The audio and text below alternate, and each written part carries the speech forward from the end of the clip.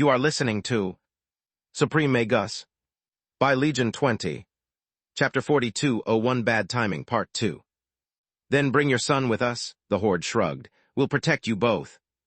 Ral is under the Guardian's protection. He's already safe, yet. Yet it doesn't mean we allow Lith to put our grandchild in danger, Ligon said, and Salark nodded. We won't let Ral step into a battlefield and be turned into a weapon. And if I can't carry Ral with me, I can't come with you, Lith said. There is nothing you can do, Loma's orange mist twisted in grief and worry. We can't lose another Horde. The next one might not be born for dozens of millennia. I can point you to the only tracker on Magur I recognize as my equal in skill. Lith pointed at Kala. Everyone turned to look at the white, while Kala looked over her shoulder to see who Lith was pointing at. She doesn't possess my bloodline abilities, but Kala here is the owner of the legendary Eyes of Menadian and the current wielder of the Ears as well.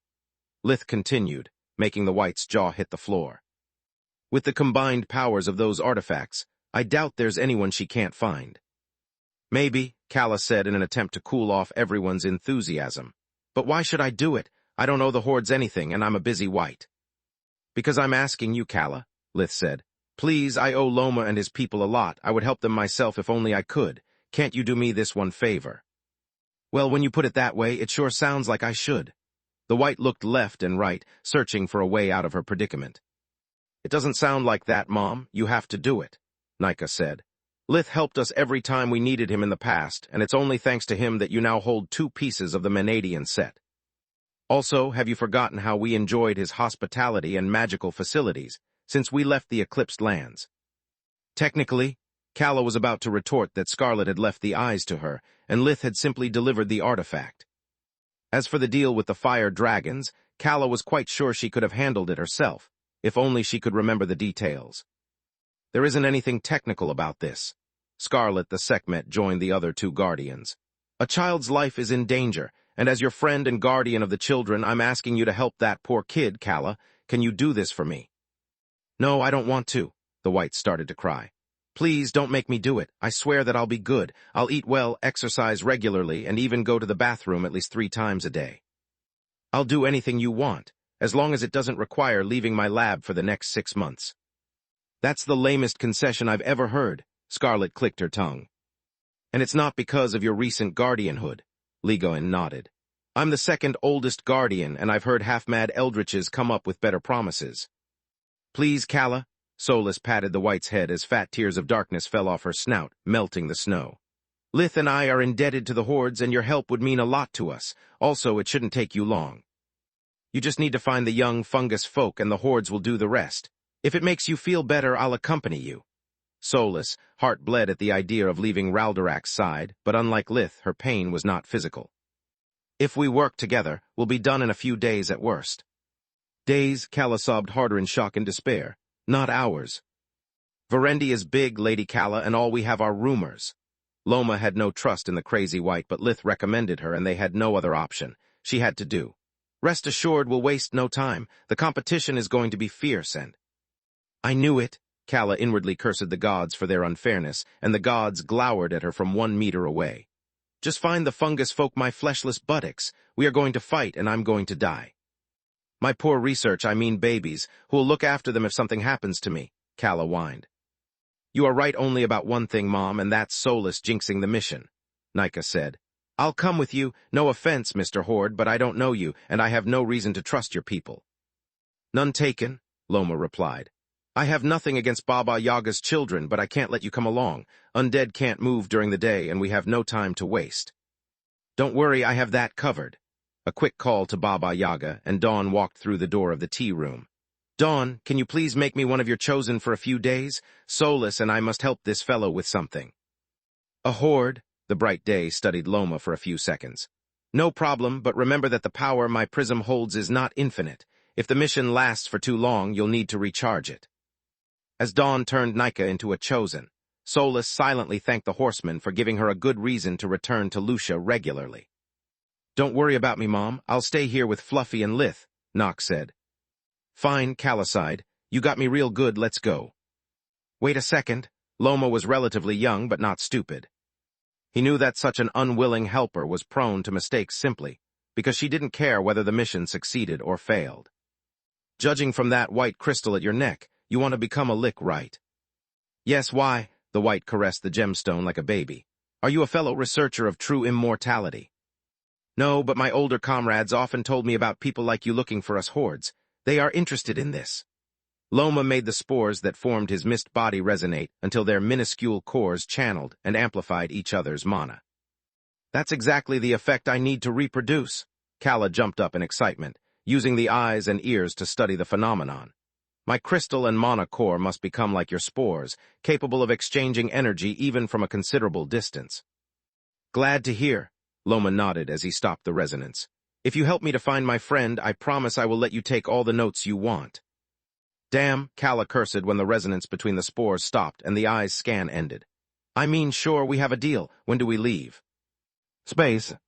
Verendi continent, Phytric region in the middle of nowhere at the same time. Explain it to me again. Why are we here? Theseus, the Bastet-Menios hybrid, asked. Because, according to our human associates in Verendi's black market, something that resembles a fungus folk has been spotted in this region. Xenogrosh replied as she sniffed the air for clues. None of us can awaken yet, let alone reach the white core, but hordes are mythical and elusive creatures. There's a lot that the Master can learn from studying them, and since no one ever succeeded in capturing a horde, a fungus folk will have to do. Chapter 4202 Doomed Bloodline, Part 1. No, I meant, why did you bring me along instead of Kigan? Theseus asked. You are the tracker in the organization. Anyone with a skull of Bitra can do what I do. Because you, or rather, your original, are from Verendi. The shadow dragon snorted. You've roamed these lands for millennia. You successfully evaded capture at the hands of your siblings and mother for only you know how long. If there's someone who can guide me to whatever God's forsaken hole the fungus folk has chosen as their hiding place, that's you. Point taken, Theseus sighed. Yet I'm afraid of what might happen if someone recognizes me. You said it yourself, my entire bloodline is out to get me. Even though I'm not the original Pakwut, they will charge me with his crimes. After what we did the last time that the organization came in force to Verendi, after we kicked Ilza's ass, your siblings are the ones who should be afraid of you. If they knew how strong we have become, they should be terrified of us, she said with a tone that brooked no argument. Are we going to hurt the fungus folk once we capture them? Theseus knew that the shadow dragon was right and preferred to change the topic. That depends, Xenogrosh replied. On what? On what kind of experiments the Master will need to perform, and how much the fungus folk will resist capture, she said with a cold voice. Space. Verendi continent, Zamana region, city of Fireja, Roaring Lion Tavern at the same time. Who would have ever thought that one day your old contacts from your mercenary days would pay off? Irian, the upper Jormungandr, took a big gulp of his cold beer. The morons tried to recruit you to capture the fungus folk, and the only thing they got for it is another competitor. The dead king is lucky to have you. Despite this continent's constant wars and petty squabbles, the information blackout enforced by Verendi's council is perfect. Not a single peep reached any of our informants in the other awakened councils. The harsh winter in Garland had forced Orpal to stop his operations there, leaving him and his uppers all the time they needed to find a way to tap into his remaining bloodline abilities. The news of the sighting of a fungus folk had aroused the dead king's interest, but only up to a point. His uppers were late to the game, and it was likely that the creature would be captured before they found a decent lead. Even if that weren't the case, and Orpal's soldiers managed to beat to the punch the hordes, the awakened, and all the other powerful beings interested in the secret of the White Core, it would just be a hollow victory. Only those at the bright violet core could attempt to evolve further, and the dead king and his generals didn't fit the criteria. Moreover, the legends about the hordes being the key to the White Core of immortality were just legends. Capturing the fungus folk would just be the first step of a long journey. After that, Orpal would have to force the creature to evolve, and then study it until he unveiled the secret. Assuming there was a secret to unveil, of course. The dead king had learned the hard way that research was a fickle mistress who made lots of promises but rarely delivered on time. For all Orpal knew, he might have conquered Garland before understanding how to achieve the White Core. And based on how poorly the upper recruitment campaign was going, that was already an overly optimistic assumption. The dead king doubted he was the first awakened to attempt to get their hands on a horde in order to pry the secret of the White Core open, and there were no records of anyone succeeding. The only thing that capturing a fungus folk would achieve was to improve his public image and throw another bone at those still on the fence about joining his ranks. Orpal considered the mission a low priority and had sent only a handful of uppers to Verendi. Even if you don't find the moldy bastard or someone else captures him, I don't care. Just make sure to make a lot of noise and showcase your prowess before leaving Verendi. All publicity is good publicity, and we are in desperate need of recruits. I'd rather share my gifts with a bunch of bloodthirsty country bumpkins than have no fighting force ready when spring comes. Those had been the dead king's parting words, and Acton hated them from the first to the last.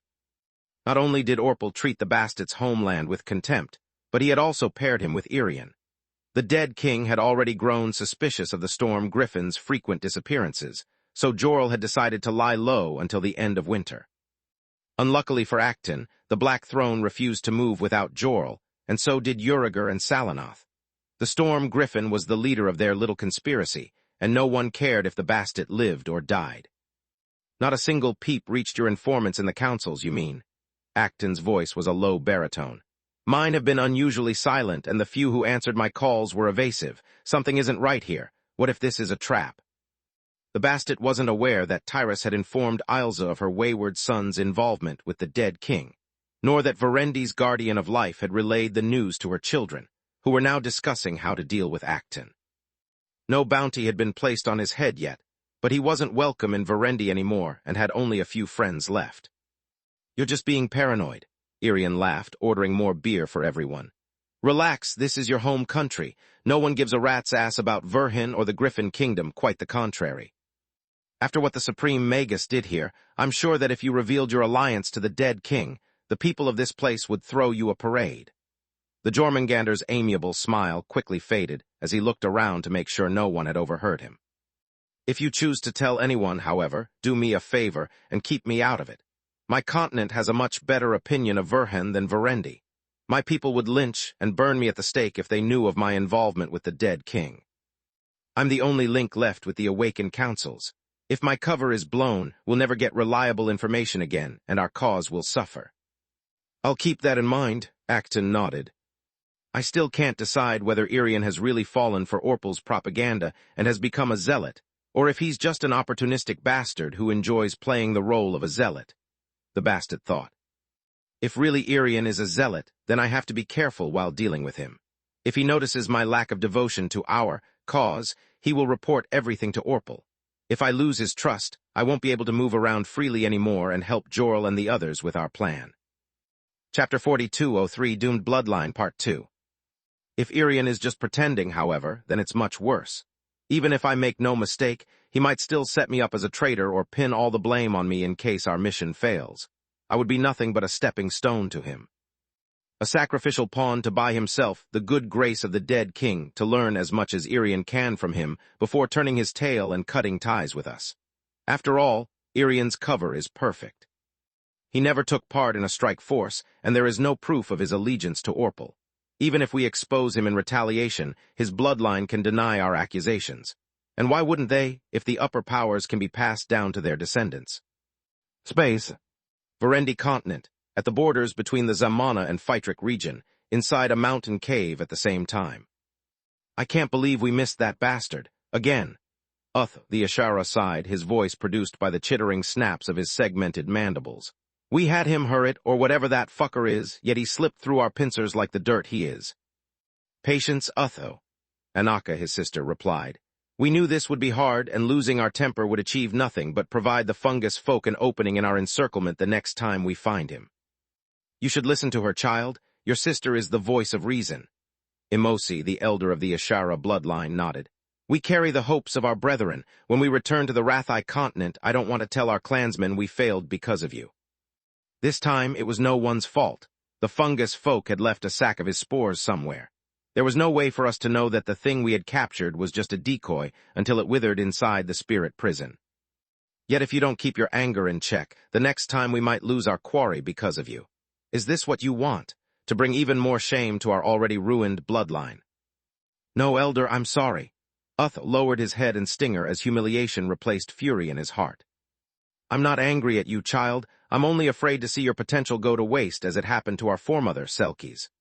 Emosi patted the young divine beast's shoulder, making their chitinous shells clink.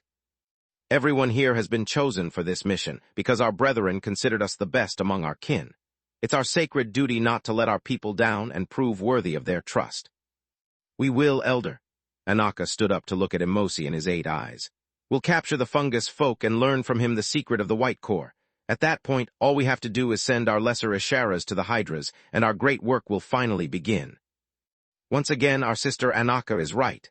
The elder turned around, facing the members of his team one at a time. For too long, the children of Selkies were left to languish because of our foremothers' stupidity. Since the day Selkies forgot about her secret duty to Magur and was stripped of her powers as the guardian of children, we have resigned ourselves to fall into oblivion. When the mother of all Isharas died, she deprived us of the infinite potential she held. It has been centuries since a new Ishara bloodline arose. During the millennia, our blood has only thinned, and the number of lesser divine beasts born from our young increases. If we fail our mission, sooner or later, there will be no more Isharas, lesser and not, and our bloodline will become no different from those of Emperor Beasts. Yet even though Magur turned its back on our foolish ancestor, the Great Mother didn't turn its back on us. Even after Selkies betrayed her vow, when she forgot that power and magic weren't her purpose, but merely the tools Magur had entrusted her to protect the children, we didn't revert into scorpions. Our foremother strayed from her path, but we were allowed to keep her final, evolved form. Magur still needs us, and it has finally offered us a hand. The Hydras have found a way to restore the might of our lesser kin. Verhin and Narchat, cursed be their names, showed everyone that species on par with a divine beast can be born without a guardian progenitor. There is no Verdalac or Indech guardian, yet such species exist. We have all witnessed their power. On the day of Raldorak's birth, the effects of the demon dirge had reached the Rathai continent as well, reinforcing the Ishara's determination.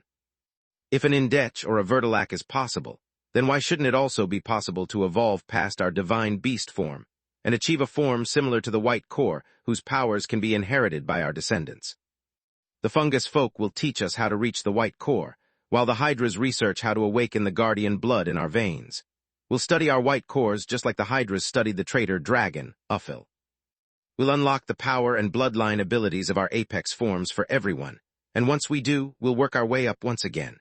Maybe we will all reach a power on par with the Guardians. Maybe only one of us will, if Magur takes them back to its bosom, or more likely, none at all. Yet even if we fail, our bloodline will rise above all others. We Isharas will be the leaders and sages the awakened councils look up to. We'll be the paragon all divine beasts strive to equal rather than the cautionary tale they tell their children.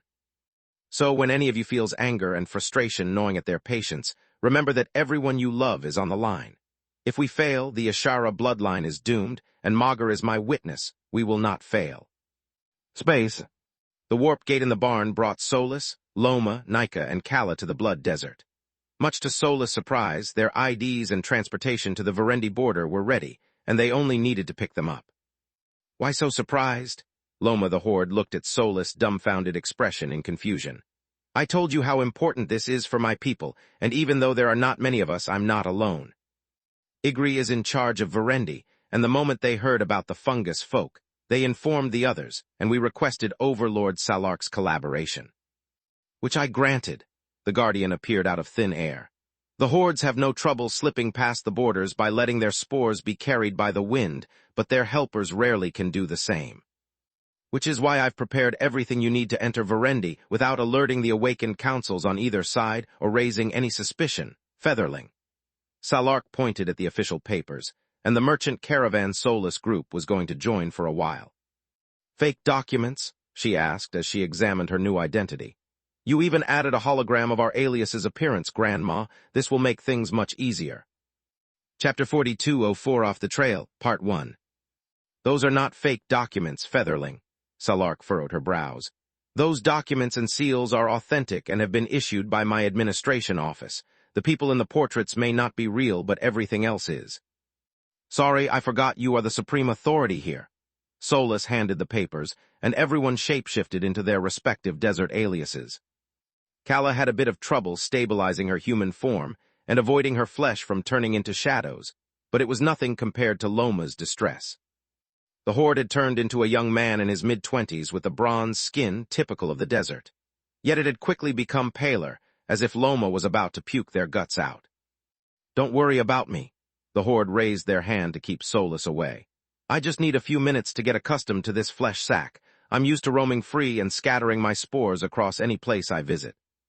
Being forced to keep them all together in a compact form is akin to being thrown into a prison. I can't feel anything beyond my skin, and I have to rely on these things you call eyes to perceive the space around me. What is normal to you is a claustrophobic experience for me." Loma took a series of deep breaths to calm down, releasing puffs of colored spores that betrayed their real nature. After a while, the horde became steady on their feet, and once they wore a cloaking ring that they took out of their dimensional amulet, not even life vision could detect that the young man was actually a horde. "I'll speak only if talked to," Loma said. "I know human customs, but I'm afraid of acting improperly or weirdly. It's better if you guys deal with the humans of Verendi for me. Until I can revert to my true form, I'm a liability." "And when Loma says you guys, he means Solus and me, Mom." Nika glared at the white. "You follow his example, shut up, and move as little as you can." "What makes you think I'm unable to pass myself for a human woman?" Kala asked, while using one of the tent's pillars to scratch her back. "Because of that," Nika snorted. "Always keep your clothes on and ask Solus or me before you do or say anything to anyone. Are we clear?" "I'll humor you, sweetie pie, but know that you are being more paranoid than Lith," Kala said as she sniffed everything and everyone in the room and licked the food she had never seen before. "Yeah, right," Nika sighed. "Lith would have already popped a vein. To be honest, I would be no different if only I had one vein that could still pop." Solus took the appearance of a young woman of the desert. She didn't mind roughening her features and reducing her curves, but the extra height irked her quite a bit. "Do I need to be this tall?" she asked after turning her golden hair to ink black. "It feels like I'm walking on stilts." "That's not tall, Featherling. That's the average height of the women of the desert," Salark chucked. "Someone so petite would draw too much attention. You are a wanted fugitive in Verendi as much as Lith is." "This is average." Solus was now 10 centimeters 4, higher than usual. "I mean, no problem. As for you, Sage, remember to keep quiet." The sage staff that was disguised as a necklace whimpered in reply. "No whimpering either. You can't make any sound," Solus said. "Forever?" the sage staff asked, making the humans and the horde jump back in fright. "No, silly, only until we are around bad people," Solus replied. "As soon as it's safe, I'll let you make all the noise you want." "Yay," the staff jumped out of her desert robe with joy. "But I know like making noise no one likes, babies afraid." The toddlers, and especially Raldorak, loved low, squeaky noises and got easily scared. The sage staff, however, had a bubbly personality that its semi-living cousins didn't appreciate much.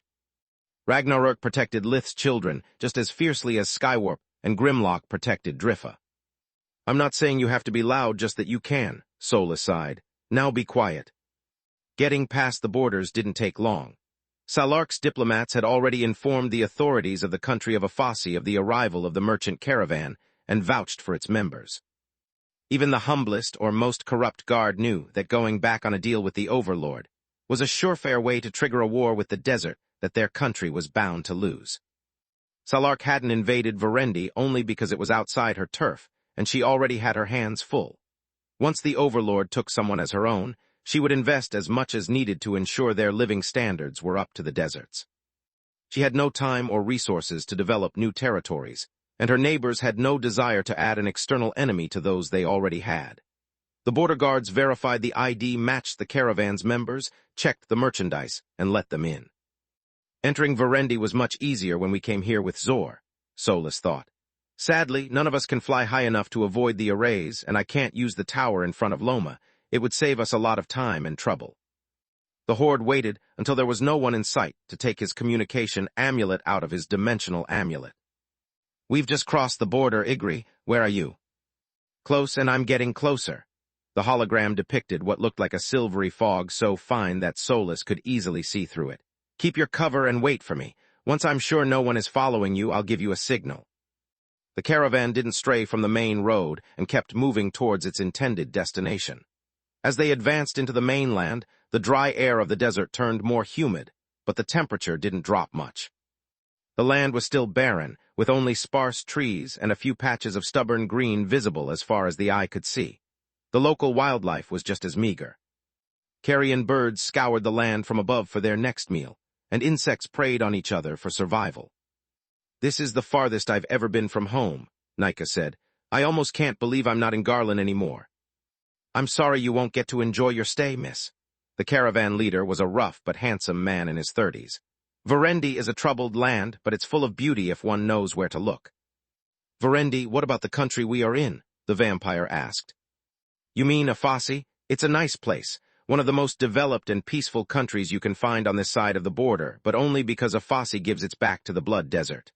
The caravan leader replied, "No one messes with our overlord." "Then why did you mention Verendi instead of Afasi?" "Because visiting Afasi is not much different from staying in the desert," he said. Chapter 42:05 Off the Trail, Part 2.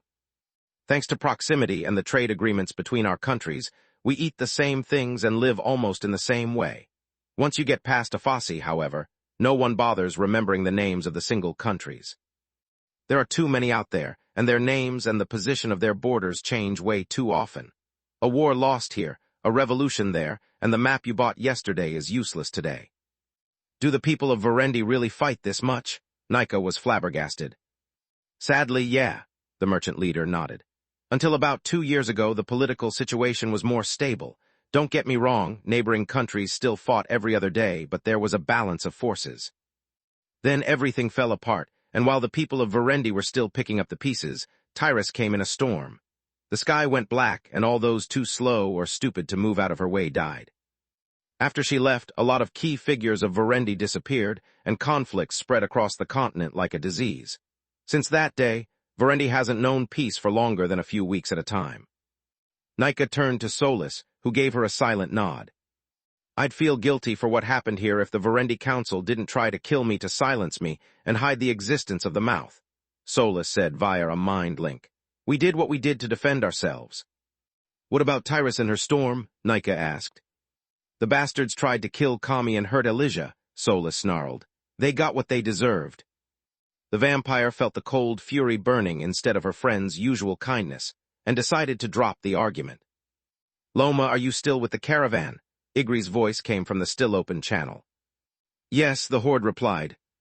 "The coast is clear. I checked the area for kilometers. There are no surveillance arrays nor people spying on you." "Thank the gods." The semblance of a man behind which Loma hid dissolved into an orange, fog-like mass of spores. The merchants in his carriage flinched, but aside from bringing their hands to the weapons at their waists, they didn't say a word. "Sorry about that. I didn't mean to scare you," Loma sighed. "What about crossing the border on the way back? Not to sound ungrateful, Lady Calla, but we hordes prefer to move without leaving a paper trail.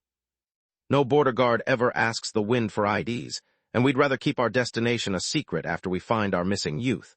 Will my absence inconvenience you in any way?" "We have received precise instructions from the Overlord." The caravan leader offered Solus his communication rune. "We'll wait for Milady's return in the city of Pakish for as long as she needs, or until she finds an alternative way back." "Thanks," Solus exchanged runes with him, understanding Salark's intentions. "I'll let you know about our plans as soon as we are done with our mission." "Good, then we can leave." The orange mist swirled into a steps that led the three women a few kilometers away, and in front of the silvery mist of Igri. "How did you do that?" Nika asked. "Opening a warp steps in a moving space is incredibly difficult. Are you a dimensional mage?" "I wish," Loma sighed, pointing at the orange mist that formed the exit point. "I just split my body in two. I know where both my halves are with pinpoint precision, just like you know where your hands are at all times." "Igri, this is Lady Calla, owner of the Eyes of Menadian and good friend of Lith, her daughter Nika, and Lady Solus Verhen," Loma said. "Ladies, this is Igri, the horde in charge of searching Verendi for newborn members of our race." "Nice to meet you, ladies." Igri gave them a polite bow and shapeshifted into a silvery replica of their guests. "Having another horde energy signature will help the Eyes looking for the fungus folk, but it's far from enough." Calla tapped on the frame of the right lens. "I can't detect anything from here." Solus synced the apprentice with the master Eyes and nodded. Even with their power combined, the artifacts failed to find a third matching energy signature. "I would have been surprised otherwise. This is just our meeting point. Our youngest has been spotted far from here," Igri replied. "Do not waste our time listing all the places where you've followed the fungus folk's trail." Nika blushed at her mother's blunt words, but the horde seemed to appreciate her directness. Just bring me to the site of their most likely sighting, and I'll do the rest. Excellent. Igri opened a series of warp steps that allowed the group to travel hundreds of kilometers in a handful of seconds. If you are as good as Verhin says, Lady Kala, finding our missing youngling shouldn't be too hard. Unlike our competition, we know how the fungus folk reason because we hordes have been in their shoes at one time. Unless they are a weirdo, of course. What competition? Nika asked. The Verendi Council as a whole or just a few awakened? That's impossible to say, Lady Nika. Whoever is after our youngest didn't leave anything that could lead to their identification behind. The silvery horde moved his upper mass in what looked like a shrug. What I know for sure is that I wasn't always the first one to arrive on the scene of a sighting. They stopped in the middle of a valley where tall grass grew and several trees provided shade from the intense heat of the day. Weird animals with sand-colored hides lifted their heads from the nearby stream to look at the intruders. Solus would have thought they were deer if not for the weird, straight horns on their head that reminded her of a manticore. When I first arrived here, this place was a mess. Igri pointed at a spot a few dozen meters away, where the grass was greener and lusher than the rest. There were several holes in the ground left by powerful earth spells, and most of the grass was burned to ashes.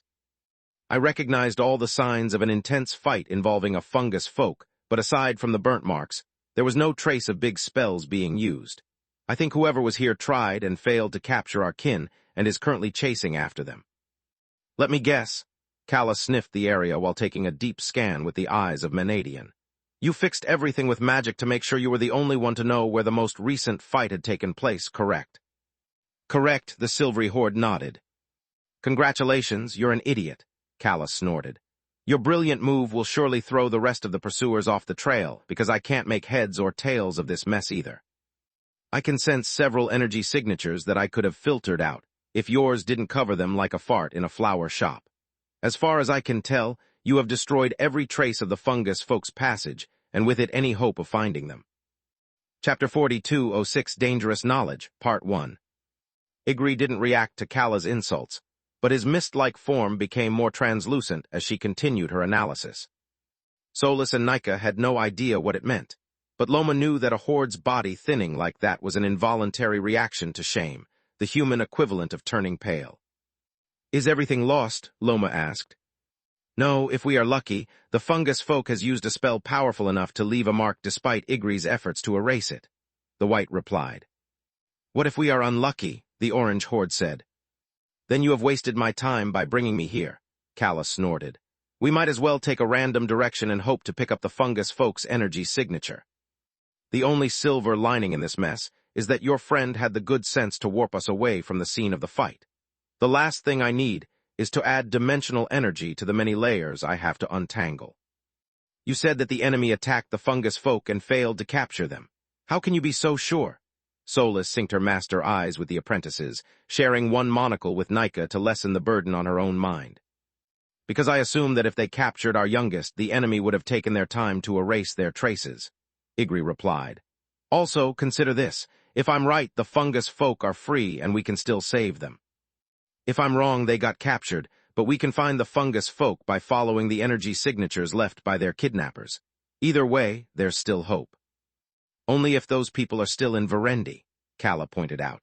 Your spell is a few hours old, but the fight happened even earlier. If whoever is after the fungus folk has already returned to Giera or Zima, there's nothing I can do. I'm confident that our youngest is still on the run. Igri's silver mist became dense enough to obscure vision. Even in our non-awakened form, we are not an easy opponent. On top of that, our kin chose the perfect stage for a fight. Fungus folk are masters of earth and water magic, and here they had both. Yeah, too bad that 2 elemental blocking arrays are enough to cripple even a genius magical beast. Kala filtered out the silver horde's energy signature, and she didn't like what she found one bit. It's what happened here. Your friend isn't awakened, so no spirit magic. Even if they manage to escape the arrays, you can't use dimensional magic with just 2 elements. Their pursuers came that prepared. Loma's mist scattered wide in surprise. That's weird. I'm the latest born horde, and aside from Lith's group, I fought no one as a fungus folk. Our base affinities are supposed to be a secret. Maybe your enemy came with all possible elemental sealing arrays ready, Solus shrugged. It's possible, Kala nodded. There were plenty of people here. Keeping 6 arrays at the ready wouldn't have been much trouble. How many exactly? Igri asked. At least 4. The white removed the elemental traces one at a time until she isolated the small sparks of pure mana left by the Tier 5 spells. But my guess is that the attackers knew what they were dealing with. We're up against divine beasts. They might be old enough to have records about what a fungus folk can do, or at least know someone who does. What kind of divine beasts? Solus had the fury appear in her hand as she looked around warily. They don't belong to any species recorded in the Eye's database. Calla shook her head. They are not uppers either. I'm afraid they got your friend and are long gone. Impossible, Igri snarled. Please, Lady Calla, take another look. I'm certain our youngest got away. The white gave her all, and Solus helped her to the best of her abilities. But the elemental sealing arrays had prevented the fungus folk from casting many spells. On top of that, the Ashara's energy signatures and Igri's meddling had drowned out every trace of the fungus folk's aura. I'm sorry, I got nothing, Calla said. I can bring you to the divine beasts, though. They are in that direction. They are still here. Igri's silvery mist lit up with mana and joy as they followed Calla's claw that pointed east. Yes, there are 5 of them, weird number, and they are all very powerful, Calla replied. All bright violet cores huddled up in a deep cave about 304 kilometers, 189 miles from here. The good news is that I can't pick up any energy signature that even resembles yours coming from that direction. Then I was right. The fungus folk did escape. The silvery horde was so happy that, unlike Loma, he paid no heed to Eye's extraordinary range. Look, pal, you are making no sense. The white tilted her head. You should be angry and call up all your friends to team up and rescue the fungus folk. What are you hiding? Loma and Igri exchanged a glance before fusing their mist bodies to have a private conversation. Lady Solus, is Lady Calla truly trustworthy? Loma asked once the two hordes split back into 2 different beings. I'd trust her with my life and secrets as much as Lith would trust me with his own. Solus nodded. Then I hope you'll understand that what I'm about to say must remain between us, Loma said. If the survival tactics of a fungus folk became known to the public, our species would have no chance of survival. The few of us that manage to gain sentience would be captured long before we can locate them, and never grow old enough to become hordes. You have our word, Nika replied. We'll keep your secrets, but my mother will probably just forget about them. She's telling the truth, Calla said when everyone turned to look at her. Unless it's something that can help me achieve liquid, I just don't care enough to remember. Perfect, Igri nodded. I am confident that our kin evaded capture because there is an important detail I left out. When I said that the fungus folk chose the perfect spot for a fight, I wasn't referring just to the soil and water. With no woods or natural formations for kilometers, this is a windy valley, he said as if it explained everything, yet it did not. So what? Calla shrugged. The fungus folk can't use air magic, and even if they did, another sealing array would neutralize that as well. Which is all the more reason the trick would be more effective. Solus' eyes went wide in understanding. The spores, Calla, both fungus folk and hordes are comprised of countless small spores that can be carried away by the wind. I see, Calla nodded. So the fungus folk staged a fight to the death with a spore dummy while their real body was fleeing away undetected. Yes and no, Igri replied. You got everything right except for one detail. There is no dummy and real body. Every single spore is our real body. We can just decide which to cut off and which to replicate at any moment. What if the combat body was trapped in a spirit barrier? Calla asked as she highlighted the lingering traces left by the emerald prison conjured by the Asharas. Chapter 4207 Dangerous Knowledge, Part 2. Our consciousness is shared among all spores, but only within a certain distance. Loma hated betraying the secrets of their kind, but he had no choice. They all carry our energy signature and consciousness, so no one but us knows which part will become the main body. The divine beasts must have thought they had captured the fungus folk, giving them more time to put more distance between them. Only once the connection got severed must the divine beasts have realized their mistake. Why so much secrecy? Solus pondered. Doesn't this strategy make you impossible to capture? I wish, Loma sighed. The range of the consciousness of a fungus folk is limited to a few dozen meters, well within the range of life vision. Extending it further causes you blinding agony, Solus. I could cover the entire Kula only because the Odi left me plenty of food and had no care for my well-being. Every moment was torture to me, and so it was for the fungus folk here. They experienced the death of every one of their spores once they got too far away. Our people don't have a kill switch, Solus. Letting a part of us die is akin to self-mutilation. Okay, then in which direction did the wind blow during the past few days? Kala asked. North-northwest until 3 days ago, then it shifted to the west, Igri replied, surprising everyone. Why are you looking at me like that? I didn't stand idly while I waited for you. I collected every piece of information that might have been relevant to our chase. The fight happened less than 2 days ago. Kala double-checked the readings of the eyes one last time to be sure. We have to go northwest. No, we have to go southeast, Loma said. Even as newborns, fungus folk still have the mind of an adult and a strong survival instinct. We let the wind carry us only until we get to safety. At that point, we know it's only a matter of time before our enemy understands what happens and resumes the chase. So you move in the opposite direction of the wind so that the faster and the further the enemy goes, the farther away from you they get. Solus nodded. Exactly. After a few hundred kilometers of that, we just pick a random direction. The enemy can't predict what even we don't know, Loma said. But you must stop at some point to eat and grow new spores, correct? Kala asked.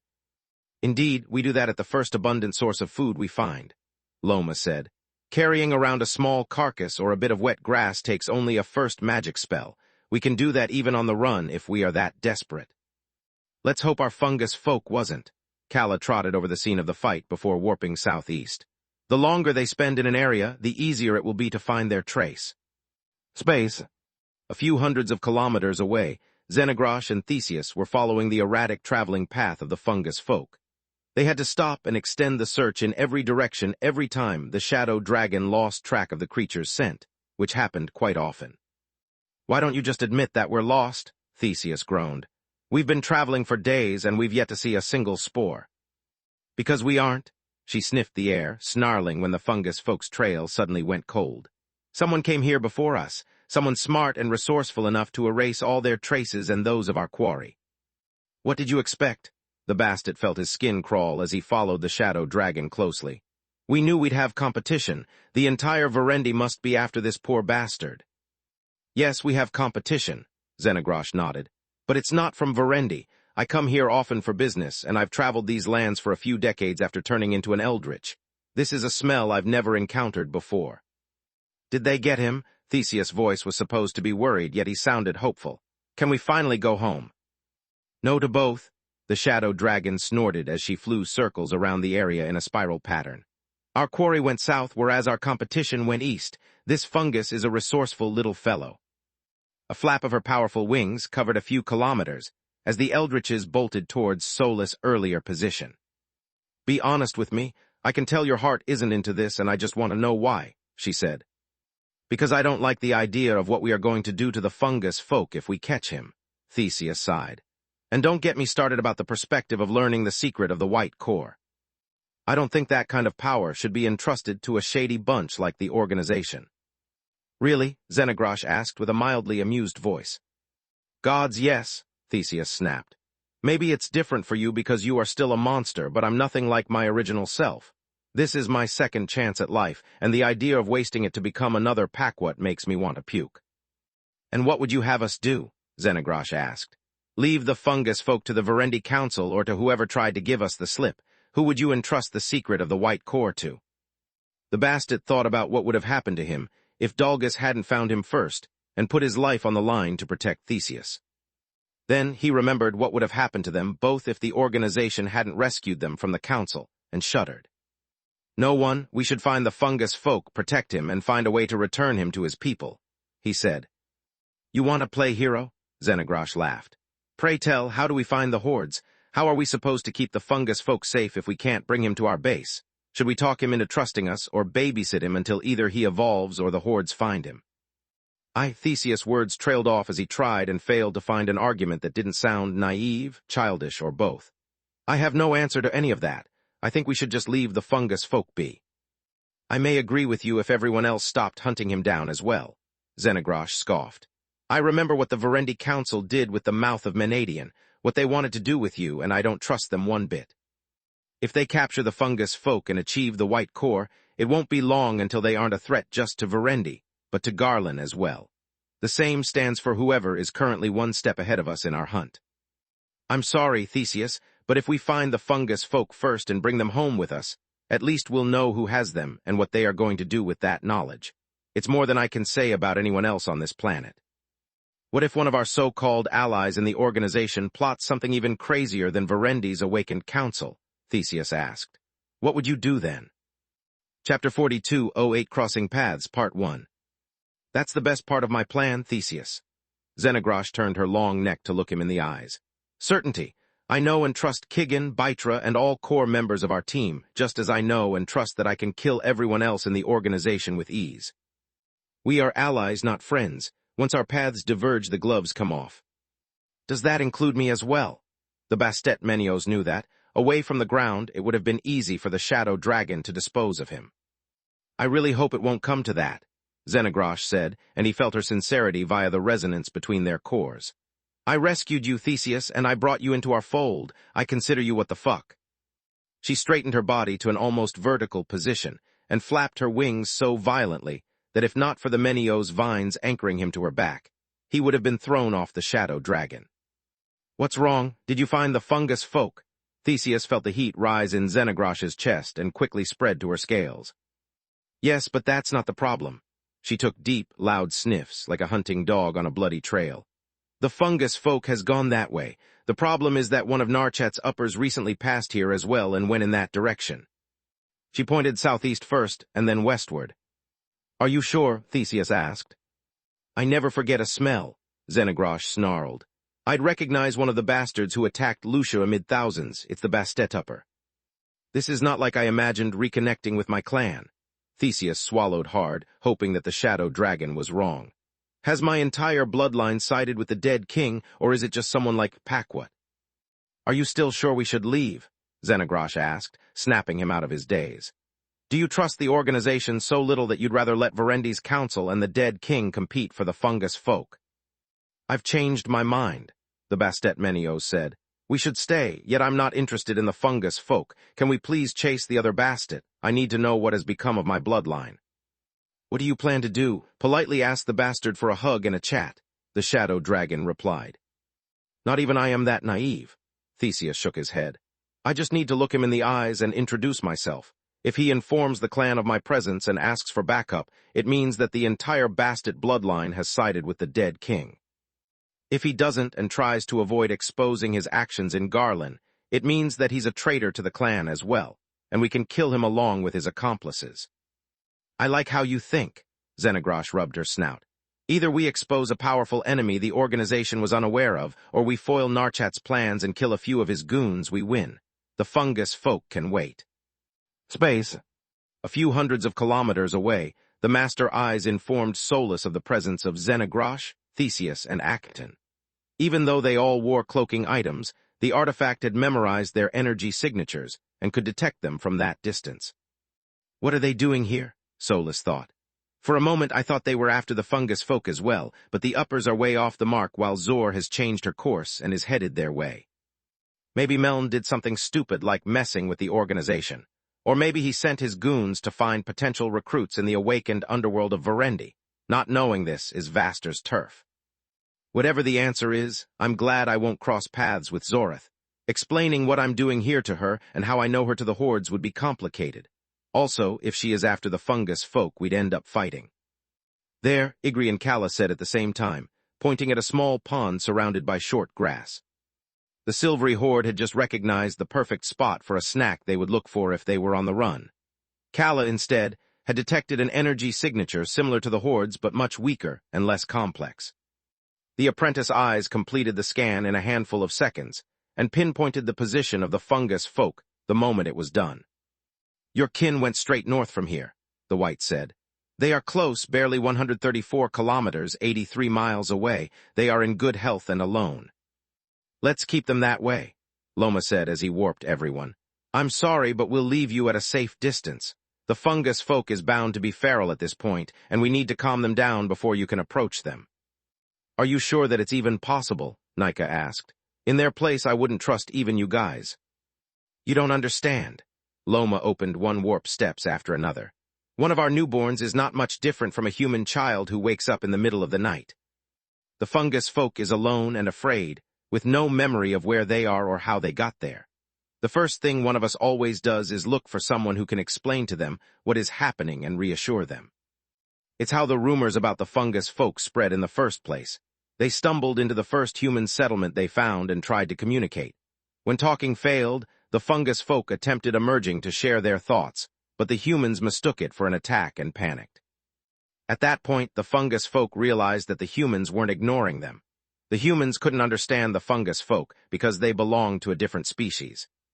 Our youngest made 2 more attempts, one with magical beasts and another with plant folk, before the news of a newborn fungus folk spread and the hunt began. I'm surprised the fungus folk hasn't already been captured if they entered 3 settlements, Kala pondered. The fear they caused should have been enough to alert the authorities and reach the awakened council's ears after they revealed themselves the first time. Even as a newborn, fungus folk are naive, not stupid, Loma replied. Cities are too big, and the armed guards protecting them are scary. We usually look for a small village with no walls to stop our escape and people who appear friendly. After the first failure, our youngest gave up on the village and approached magical beasts who also lacked the means to fight them back. Our youngest had no better luck in their attempts to communicate, but at least they drew even less attention to themselves than before. Villagers are considered ignorant country bumpkins, and the story of their encounter with the fungus folk was dismissed as the random attack of a young magical beast. Magical beasts are even more isolated, so no one paid attention to the fungus folk until the 2 matching stories reached the ears of someone with the knowledge to connect the dots. By then, Igri was already on the lookout for the fungus folk, but there was only one of them and many search parties. Chapter 4209 Crossing Paths, Part 2. It didn't take long for the other races to catch up to us, and that's when we decided to ask Lith for help. Why did you leave Igri alone? Solus asked. I know there are only a few of you, but each horde is a force to be reckoned with. With all 7 of you in Verendi, the search would have progressed much faster. Because we had just rumors, Solus, Igri replied. Countless sightings of weird creatures are reported every year, and none of them ever turned out to be a fungus folk, until now. Also, consider that covering such long distances without alerting the awakened councils of our movements takes time. Moreover, if we all assemble on one continent, there is no one looking after the other 6, and we might miss a real fungus folk while chasing a hoax. Remain here, please, and alert us if anyone approaches, Loma said as the final warp steps led the group a few hundreds of meters away from a meadow surrounding a small river. The awakened noticed several burrows of small animals hidden among the vegetation, yet no living creature was in sight. Even the insects were silent, a clear indicator that a powerful predator had recently upset the local balance. Smart, Loma stared at the area. There is no coverage, so the fungus folk can see anyone approaching from a long distance. The wind, water, and burrows give them plenty of escape routes, while algae and grass are the perfect nutrients to recover their strength in the middle of a battle. What about the animals? Solus asked. Animals tend to run away when powerful creatures clash, Igri replied. Plants can't do that. It's one of the reasons Fae don't like hordes, besides the obvious, of course, we're going in. The silver and orange horde spread their mist bodies wide until they became so thin that Solus couldn't see them without mana sense. At the same time, the spores started to resonate, producing a low hum that somehow spoke to her of peace and brotherhood. A third, thicker brown mist timidly rose from the algae-covered rocks in the middle of the rushing water. Just a few puffs of living smoke at first, but more emerged from under the grass, and then out of the burrows as the excitement of not being alone anymore overwhelmed the fungus folk. Ever since the young creature had gained sentience, they had lived in fear of being the only one of their kind. The fungus folk had approached animals, insects, and plants at first, moving on to the scary human settlement only because no one ever answered them. The fear the fungus folk had seen in the eyes of humans, magical beasts, and plant folk mirrored his own, adding the pain of believing themselves a monster to that of isolation. The attack from the colossal scorpions had only reinforced the fungus folk's worst fears. The creature believed to deserve such treatment, and had almost let themselves be captured just to put an end to their misery. Luckily for the fungus folk, their survival instinct had kicked in, taking the Asharas by surprise. Finally meeting someone who could not only understand the fungus folk, but also protect them and explain the mysteries of the world to them, was a dream come true. The creature lowered their guard, collecting all the spores they had scattered throughout the grassland, and lost themselves in the joy of the union with the hordes. Incoming, Solus and Kala yelled almost at the same time. The unknown divine beasts are approaching. Hide yourselves. Hide how? Igri replied as they put their communication amulet away. We hordes can't wear cloaking items, and even if we could, it's not us they are looking for. The divine beasts must have the means to track our youngest as well. Then running away is pointless, Kala replied. Unless the divine beasts agree to back down, a fight is inevitable. Solus and Kala had started preparing their spells the moment their respective eyes had perceived the threat, while everyone else began as soon as the first warning resounded. The unknown divine beasts moved fast, too fast for the encounter to be out of bad luck. The Asharas reached the group a few seconds after entering the eye's detection range. There it is. The little bastard is smarter than he looks. If I hadn't brought along everything I needed for an emergency forgmastering, we would have lost the fungus folks' tracks for good. Emosi, the Ashara elder, held what looked like a compass in a black, chitinous hand. Yet instead of a magnetized piece of metal, a thin brown dust filled the crystal case. Solus would have mistaken it for dirt, if not for the dust gaining the fungus folk's energy signature whenever a jolt of silver lightning coursed through the artifact. That thing contains several powerful healing spells. The data Solus received from the eyes allowed her to understand how the artifact worked. The divine beasts must have collected a few dead spores and stored them in the device. The healing magic keeps the spores from rotting, and the life maelstrom shocks them back to life long enough to point at the main body. As long as the divine beasts have that thing, warping away will buy us seconds at best. It seems we have company, Utha said, snapping his pincers as jolts of silver lightning crackled between them. What are your orders, Elder? Stand down, Emosi said, and the other 7 Ashara moved back. There is no reason to taint this auspicious day with violence. The Great Mother is clearly blessing us. We won't bloody her gifts unless we have no other choice. The fall from grace of the mother of all Asharas, and the misfortunes that had befallen her offspring had led them to consider Magus as a god, and do everything they could to please the planet. I'm Emosi of the Ashara clan from the Rathai continent. Who is your leader? The divine beast moved forward alone with a peaceful expression on his arachnid features. The Ashara's upper body was that of a humanoid covered in a black chitinous exoskeleton. He had 2 sets of arms, one as thick as a tree and ending with razor-sharp pincers, and the other smaller and more delicate, ending with 3-fingered hands. The lower body was that of a 4-legged scorpion covered in scales that made it resemble an armored tank. The creature's face had a mouth, 8 eyes, and no nose, hair, or ears. Solus noticed that the other Asharas had different numbers of eyes that went from 6 to 12, but she couldn't feel the power of the elements coming from any of them. They don't seem to have anything in common with humans or hydras, she thought. Their equipment is damn good, though. Emosi looked unarmed, but he was far from it. His armor was hidden below the plates of his exoskeleton, so that his own aura shrouded the artifact.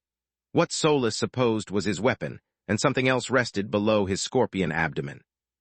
The other Asharas followed a similar approach, so that while the enemy focused on their raised stingers, they wouldn't notice they were already in the sight of the divine beast's hidden weapons. Chapter 40, 210, Numerical Advantage, Part 1. I am the leader of this group, the silvery horde said after making sure that Loma shrouded the fungus folk with their body. I'm Igri of the hordes. I was born in Verendi, and this is my continent, son of the lost guardian. The use of the ancient title that the other divine beast species had given to the Asharas out of pity made the elder flinch. You have no authority here, and I won't let you take my sibling away, no matter what you may offer. We have nothing to talk about. I'm not so sure about that, Emosi said with an amiable tone. We are indeed foreigners, but we found the fungus folk first. He is our quarry, and you have no claim over him. We know hordes can't reproduce, so none of you is bound by blood. You two are no more related than I am to any scorpion I may encounter in these desolate lands. I'll try to be clearer. Igri's voice became colder. I don't care about your quibbling. I won't let you take away our youngest. Even if you succeed, you'll make the entire horde race your enemy. Are you willing to go to war for this? Making an enemy out of 7 awakened can hardly be called a declaration of war, more like a squabble. Emosi's mandibles released a chittering laugh. Remember that there are 8 of us here and only 2 of you plus your helpers. It's not just a matter of having the numerical advantage. We can use Silverwing's spells and you can't. Once you and the other horde are dead, there will be only 5 of you left. Are you hordes willing to go extinct to save one fungus folk? The 2 threats were similar, yet the Asharas hit the hardest. It took everyone but a glance to confirm that while the elder parleyed, the other 7 divine beasts weaved Silverwing's annihilation. Damn if I hate smart enemies, Solus thought. That's why they didn't surround us, why spread out when they can form a united front and kill us all with a single blast. Yes, the finality in Igri's word took everyone by surprise, and so did the Horde's sudden attack. The silvery mist charged at the Ashara elder without hesitation or warning, engulfing Emosi in spores from head to toe. If the other Asharas attacked Igri, they would kill Emosi. If they attacked someone else, Igri would kill Emosi. You're just playing in our hand, you fool. The elder donned his equipment and grew to his full size, reaching 30 meters, 100 of height. I was willing to let you go not to anger Magur, but now that you cowardly attacked me, I have no reason to hold back. Why take only 1 mere fungus folk when I can get him and 2 hordes? With 3 of your kind to study, learning the secret of the white core will be much easier. Magur is smiling on us. A bolt of silver lightning increased Ashara's prowess tenfold, and a blast of energy the size of a building erupted from the weapon hidden below his abdomen. It punched a hole through the silvery mist, vaporizing the Horde's spores on contact despite the adamant droplets coating them. When the energy beam hit the meadows, it had still enough power to dig a hole in the ground so deep that even the Awaken's eyes couldn't see its bottom. If you say so. The silvery mist grew in size along with the Ashara, swarming him from every side with a barrage of attacks too small for the elder to block. Emosi swung a bident in front and above his head, but the razor-sharp adamant blades cut nothing. The empowering effect of life maelstrom only made it easier for the spores to ride the air currents generated by the bident's movements and avoid the blows. Igri hit the Ashara elder like a hail of adamant. Each blow was weak, but together they formed a relentless avalanche that hammered at every millimeter of the divine beast's body. The spores became as thin as needles when they moved around, and curled into spheres when they struck. It was only a matter of time before they found or created an opening in Emosi's armor. When that happens, the hail will turn into a plague that will eat me alive, the elder inwardly cursed. His best option was to reunite with his allies and get rid of the Horde with their help, but the silvery mist blinded him. Between the change in size and the storm enveloping him, Emosi couldn't tell north from south, let alone find his comrades.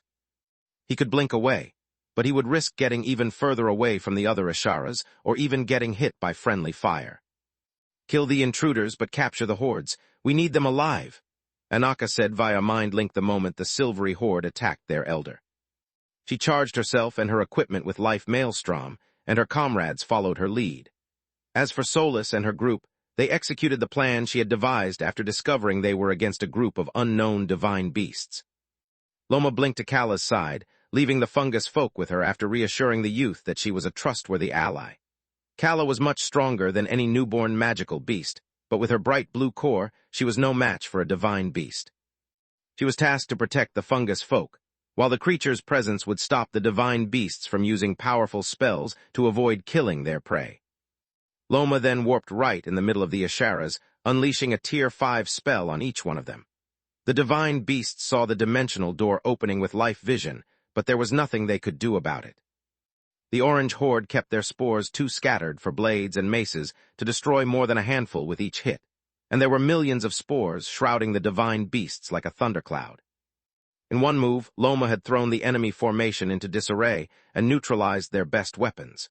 Even if the Asharas decided to stick close to each other and offer him an easy target, they couldn't use Silverwing's annihilation anymore. The orange spores were filled to the brim with mana, blocking both the divine beast's regular sight and life vision. Solus and Nika blinked in different directions, not to offer an easy target and force the enemy to split their focus. The Asharas unleashed several blasts of the Tier 5 spirit spell, Phoenix Smash. The emerald flames could burn both matter and energy, and were the best tool to deal with an opponent as crafty as a horde. The multiple spells burned most of the fungal awakened to ashes, but they also gravely injured the divine beasts. Only the caster of each Phoenix Smash was immune to its effects, while everyone else suffered it as much as the horde. Fools, Loma thought. I didn't spread my mist body around just to stop the Asharas from unleashing the annihilation on my allies, but also to turn their own teamwork against them. The Asharas think they remember the position of their companions, but the shockwaves from my spells pushed them around the battlefield. Chapter 42, 11 Numerical Advantage, Part 2. Even if the divine beasts use mind links to communicate, they only have a vague idea of their own current position. Loma cast spells non-stop, enduring the onslaught of spirit flames until the bitter end. Thank you for your sacrifice, Loma. Solus conjured the Tier 5 array, Firestorm, with the help of the Sage Staff. The 7 gemstones surrounded the spore cloud, forming a 6-pointed star that called upon the air and fire elements. Fireballs the size of a house exploded within the magic circle, each explosion releasing a lightning bolt and several air blades. The array didn't discriminate between friend or foe, burning the horde as much as the Asharas. The flashes that accompanied the lightning bolts kept the divine beasts blinded even though the horde's spores dropped like flies, while the thunder deafened them. The world turned into a white flash for the Asharas, making it impossible for them to blink to safety. Just like the heat of the air and the ozone released by the electricity stopped them from recovering with invigoration. You are welcome, the horde replied as he consumed water from the river and the surrounding vegetation to produce new spores. It hurt a lot, but it was worth it. Loma had left a small part of his body with Kala to ensure the horde's survival and restore their lost mass as the divine beasts tore them apart. It won't be enough, though. Nika shapeshifted into her chiropteran form, growing to 35 meters of height and developing membranous wings between her small fingers and hips. The bastards are chokeful with life maelstrom. I know, but I'm not done yet. A flick of the Sage Staff turned Firestorm into the void magic array, Permafrost. The dust carried by the wind, and that produced by the destruction of the horde's spores, assembled into a colossal rock that ice turned into a glistening prison. The frozen water filled every gap and crevice, keeping the air out and gluing the rock fragments together. The divine beasts used their raw strength to smash through Permafrost, but Solus altered the spell's shape and density to trap them again. That thing can't hold so many divine beasts for long. They are this close to breaking free, Solus said in excitement. Then why do you say it like it's a good thing? The orange horde kept regrowing their body and using invigoration to fill their newborn spores with mana. Because I've been dying to try this, Solus replied as 5 of the 7 magical gemstones returned to the top of the Sage Staff. The water crystal formed runes that Solus didn't dare trace herself, while the fire crystals floated at a safe distance, ready to intervene. Jerak Scan Gurash. Solus spoke the final runes of the Tier 30 spell, Frozen Horizon. The water crystal released a blue pillar that struck Permafrost, sucking the fire element in the water and the heat from the bodies of Asharas trapped by the array. The magical formation became visible to the naked eye, and without the elemental energy keeping it aloft, Permafrost turned into an iceberg that fell to the ground like a meteor. Now hit them while they are still stunned. We need to kill at least one each before they have the time to recover, or we are doomed. Solus could tell via mana sense that all 7 divine beasts were still alive. Once the Asharas had realized they had fallen for the Orange Horde's trap, they had activated their spirit barriers and infused them with life maelstrom. The divine beasts had suffered major wounds, but the enchanted protection had taken the brunt of the damage. Do not underestimate them.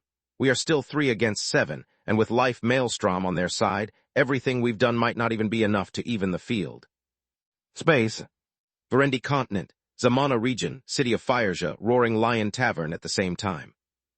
Xenagrosh followed Akthon's smell inside a bustling city without bothering with guards or permits. She shapeshifted into her human form in the sky and landed in the middle of the crowd, sitting outside the Roaring Lion with the grace of a sparrow. Her pale skin and brown hair, typical of the Gorgon Empire, made the passerby freeze on the spot, so no one noticed when Theseus joined her a heartbeat later. The Bastet had the alabaster skin and features one could expect from a local, making him just a face amid hundreds. Way to go unnoticed, he said as the people around them pointed fingers at Xenagrosh and called the guards, afraid of having a foreign spy in their midst. What's the point of wasting a good spell if we're here to draw a lot of attention anyway? She walked inside the tavern with quick strides while sniffing the air. Uppers had almost no peculiar smell while in their natural form, but from so up close, Xenagrosh recognized the tang of Orpal's corrupted blood. We meet again, scum. She walked in front of the group of uppers, projecting a faint light above their heads for a split second to mark them for Theseus. Look, lady, I have no idea. Xenagrosh released her cloaking item to let her smell reach Acton's nose and cut him short. The accursed Eldritch, what are you doing here? He jumped off his seat with a growl, gesturing to the other uppers to prepare for battle. I could ask you the same question, she tapped her lips with her forefinger, but I have no time to play games, Theseus. Hello, brother. The Bastet Menios stepped forward after deactivating his cloaking item as well. Tell me, have you really stooped so low that you became a servant of the dead king? Brother, Acton's frown only deepened when he recognized the creature in front of him as another Bastet. Who are you, and why have we never met before? I'm one of Mother's firstborns, and I'm sure she introduced me to everyone in the family. You heard my companion, brother. My name is Theseus, and I'm a Bastet just like you. The eldritch hybrid used every mystical and physical sense at his disposal to examine his long-lost brethren, finding no trace of Orpal's corruption. Xenogrash is clearly wrong. He sighed in relief when he found nothing wrong, even in the sparks of Acton's aura that Theseus was covertly tasting. She must be wrong. Mother is a wise teacher and a kind parent. I'm disgrace enough for our entire race. I'm also one of Mother's firstborns, but I'm much older than you. All our siblings who knew me have already died of old age, but you should have heard about my other name. I'm infamous as the Bastet's Shame, or Paquet the Red Carnival. Theseus clenched his fist, but never lowered his gaze to observe Acton's reaction to the revelation. Come on, do the right thing. He expected fury and outrage, quickly followed by a call for help to the rest of the family to put the traitor down for good. I trust Xenogrash.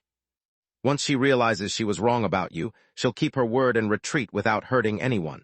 Even if she doesn't, she'll have to fight my siblings and me. I'll probably die, but for a few seconds I'll be part of the family again. It's not a bad way to go. Chapter 42, 12 Golden Opportunity, Part 1. Fury and outrage came just like Theseus had predicted. Acton's eyes went wide, and then narrowed into fiery slits of mana as his bright violet aura erupted from his body like a storm. Humans, tables, and chairs were sent flying or tumbling on the floor like autumn leaves. You are the Red Carnival, the Bastet upper roared, his teeth turning into fangs and sand-colored fur covering his skin. You are the insane bastard who made Mother shed countless tears. The failure who couldn't even die properly and turned into an abomination. Are you that Theseus? I am. The Bastet Menios could have explained that he was a clone, that he had played no part in the old Theseus decisions and had been born barely 2 years back. Yet he preferred to remain silent and carry the burden of his original self's crimes along with the powers and knowledge that Theseus had inherited from him. How could you do that? Acton growled, shedding his human disguise one limb at a time. How could you doom our homeland to ruin? Verendi was never perfect, but there was still hope. Its people carried the seeds of greatness, and you have withered them all. Everything fell apart after you and your new friends slaughtered the council. All these new wars that ravaged this continent broke out because you destroyed the balance. Every single person who dies out there in a pointless conflict is because of you and that grinning wench of yours. He pointed at Xenogrash, who had never stopped smiling, and had gracefully bowed to every accusation as if it were a compliment. That's not what happened, Theseus countered with the detached tone one would use to discuss the weather. The council tried to turn me into a weapon, and I just defended myself. Yet I'm not here to have a debate with you. I'm here to give you the opportunity to do the right thing. What's left of the Verendi Council won't dare cross the organization, but our family won't miss the opportunity to kill me and avenge our mother's defeat. Come on, sound the alarm and have everyone come here. Surely hundreds of Bastets can kill a couple of hybrids. Acton's blood ran cold at those words. All his righteous fury and indignation crashed against his pragmatism like a fly on a windshield. If I call our clan to arms, these two are dead. Yet if the Eldritches attack me and during the fight I expose my powers as an upper, my siblings will kill me as soon as they are done with Theseus, he thought. They'll see my upper form just as another abomination. You overestimate yourself, traitor? Acton grew to his full size, reaching 30 meters, 100 of height, and turning the roaring Lion Tavern and all the nearby buildings into rubble. For someone like you, I'm more than enough. If I call our clan to arms, these two are dead. Yet if the Eldritches attack me and during the fight I expose my powers as an upper, my siblings will kill me as soon as they are done with Theseus, he thought. They'll see my upper form just as another abomination. You overestimate yourself, traitor? Acton grew to his full size, reaching 30 meters, 100 of height, and turning the roaring Lion Tavern and all the nearby buildings into rubble. For someone like you, I'm more than enough. The Bastet upper charged at his hated brother, while conjuring both the golden armor of Mana Body and the searing fire of the Origin flames. Really? Theseus shapeshifted into his true form as well, becoming 35 meters, 117 tall, and countering both Acthon's bloodline abilities with his own. Are you sure about that? The charge of the shorter Bastet came to an abrupt halt. The Menio's eldritch was rooted in the ground like a mountain, and no amount of Acthon's effort could move Theseus from his spot. Theseus blocked Acton's clawed hands, trapping them in his own and squeezing them until the bones popped. The upper Bastet hurled a river of bright violet origin flames at Theseus' face, and the Menio's Bastet did the same. The mystical flames clashed midway and exploded with the violence of several Tier 5 spells. When the smoke dissipated, the mana body of both Bastets was gone, but only Acton carried burn marks. Have you changed your mind yet? Theseus executed a perfect headbutt that crushed Acthon's nose, filling it with blood and flooding his eyes with involuntary pain tears. What about now? Another headbutt brought the upper Bastet to his knees, and a knee strike to the chin sent him sprawling on the ground. Acthon's ruinous fall demolished an entire city block and produced a small quake. Everything you can do, I can do it better, brother. For some reason, those words infuriated Acton more than the current state of Verendi ever had. You can't beat me alone. You are too weak. Set aside your foolish pride and... You are not better than me? Acton spoke with Orpal's voice, but he didn't care. You have never been and never will be. I'm more than enough to kill hundreds like you. The Bastet jumped to his feet as he shapeshifted into his upper form. Black, needle-like bristles replaced the soft, sandy fur, and fangs grew beyond what his leonine snout could contain. Acthon's jaws elongated and deformed into a drooling, brutish maw devoid of the grace and noble bearing of a Bastet. Membranous wings formed between his hands and hips, and bone spikes oozing poison erupted along his spine. The thick mane around Acton's neck turned into mangy fur that reminded Theseus of a collar, and his claws became almost as long as his fingers. The creature that had replaced the Bastet had 4 flames orbiting above his head, and the red light of undeath shone brightly in his eyes. Great Mother Almighty! Theseus had suffered no blow, yet he took a step back. What have you done to yourself, brother? How could you stoop so low? You made me do this. Acton's voice was the angry wail of a mad beast. This is all your fault. The yellow flame burned brighter as he activated Thunder Soul. Acton punched, kicked, and slashed with his claws in a frenzy, blowing Theseus' guard away.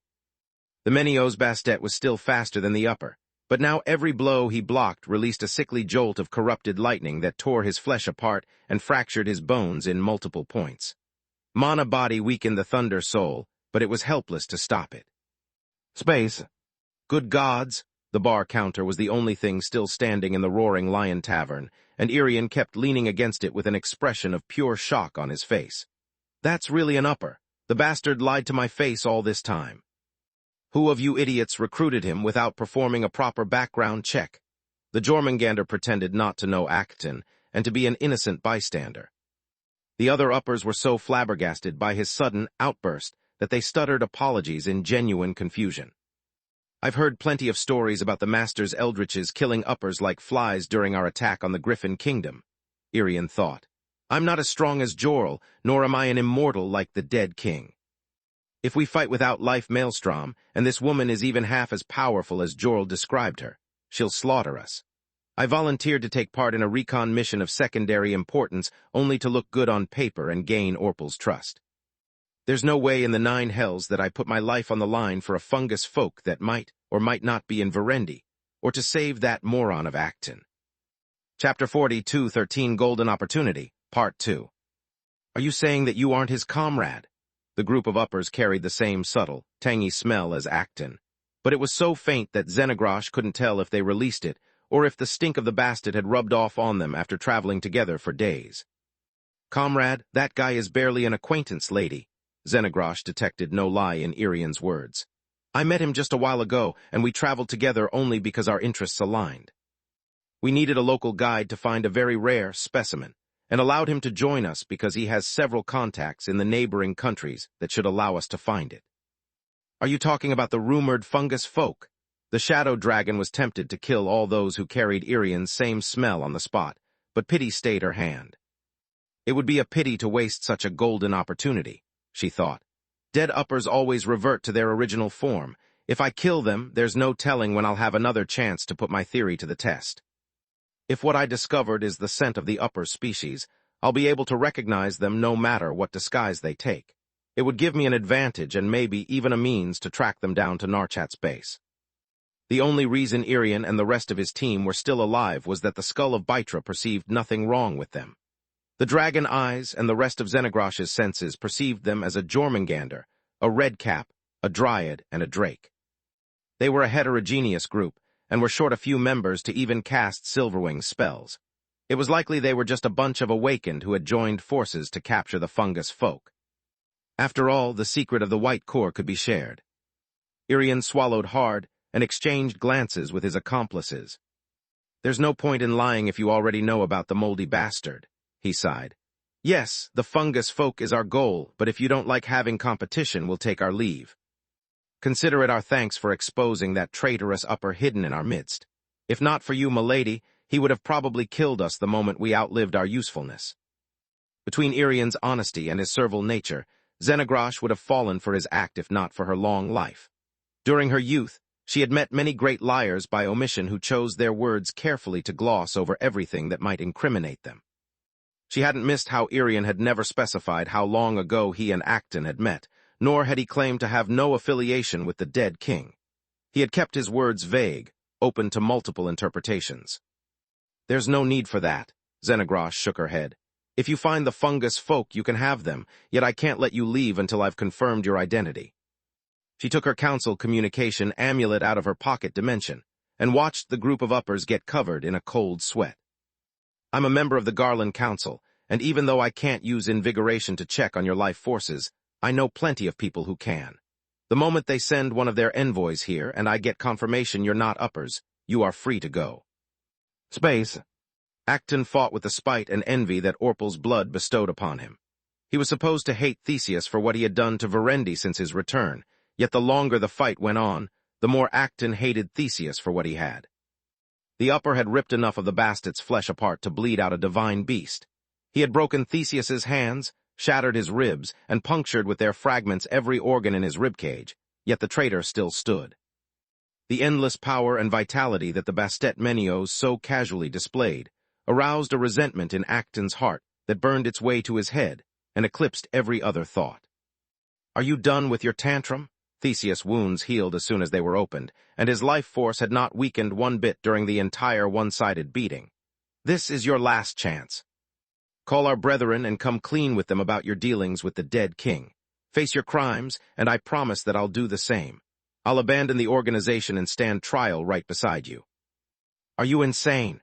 Acton and Xenogrosh said in unison, although for completely different reasons. "As much as you annoy me, kid, you are innocent," the Shadow Dragon said. "You got a second chance at life, and I'm not going to let you throw it away like that. You owe nothing to Verendi. Its people made foolish choices, and now they are paying the price. The only thing your death would achieve is to make Bitra cry. If not even putting wrong ideas in her head," she inwardly added.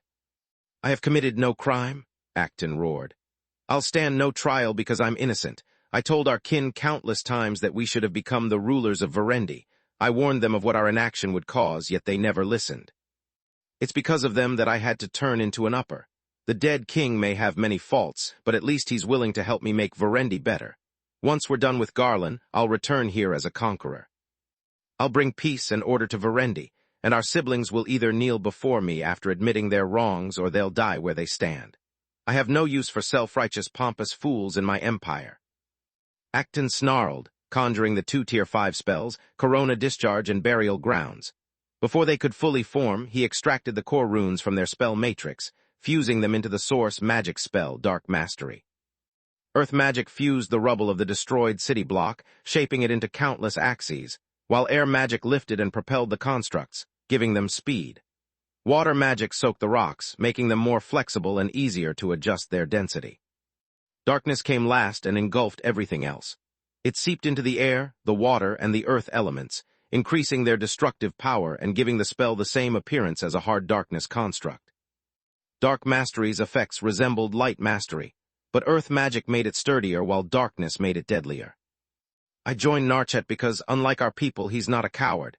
He's willing to do what needs to be done, and he has given me the power of a Magus." Acton filled the axes with thunder soul to the brim and hurled them at the eldritch. The constructs cut so deep that their blades disappeared under Theseus' flesh. The darkness element destabilized his eldritch half, while the thunder soul carried the power of dark mastery throughout his body, until not a single unbroken bone was left. Yet the nutrients in the ground flooded the Menios along with the world energy, while the chaos of the eldritch devoured the source magic spell with the enthusiasm of a hungry wolf meeting a lamb. Chapter 42, 14 Hidden Agenda, Part 1. Seeing that dark mastery had no effect on the Menios, Acton stopped weaving his next source magic spell and released a wave of frost soul. If no spell can keep up with his regenerative abilities, then I must stop whatever is fueling them first. The upper Bastet thought as an off-white gust of corrupted water washed over the city block, killing the mages who were trying to heal the injured and rescue those trapped under the debris.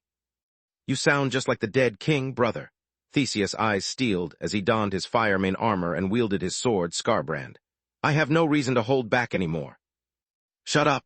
Acton hated his brother for comparing him to Orpal. But Acton hated himself even more because he was now forced to admit that he shared more than the Vertilac blood with the dead king. The upper extended the ashen dread spear that he carried on his back and unleashed a frenzied series of attacks. Neither Bastet could use Origin Flames or Mana Body while under the effects of Frost Soul, yet Acton had a significant advantage over his brother. Spirit magic didn't require world energy, and the upper used it to compensate for the gap in size and mass with the Eldritch. An emerald aura enveloped Ashen Dread as Acton weaved his Tier 5 spell, Bonegrinder.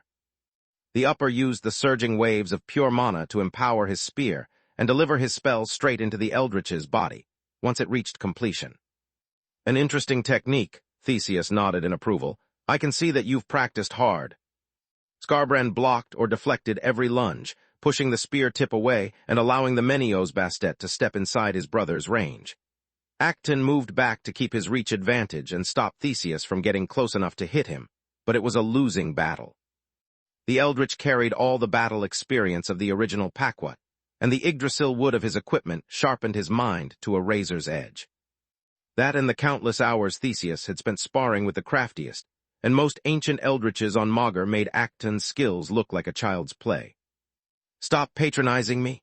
The upper shortened his grip on the haft and put all his weight into a desperate lunge. It's over, brother. Theseus intercepted Ashen Dread with his offhand, blocking its advance with ease.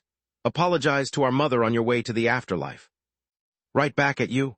As the Eldritch raised his blade to plunge it into the upper's chest, Acton finally completed his spell. Bonegrinder erupted from the spear tip, hitting Theseus square in the chest and punching a hole the size of a house through the Menios Bastet. The earth and light elements made the spell as hard as a diamond. The air element cut organs and bones into mincemeat, and darkness magic seeped into the chunks of flesh, making them rot from the inside. The fire element released the remaining kinetic energy of the spell in a massive explosion, while the water element froze the layers of exposed flesh, keeping them from regenerating. Xenogrosh's head was still turned to watch the fight, and Irian took her shocked expression as his cue.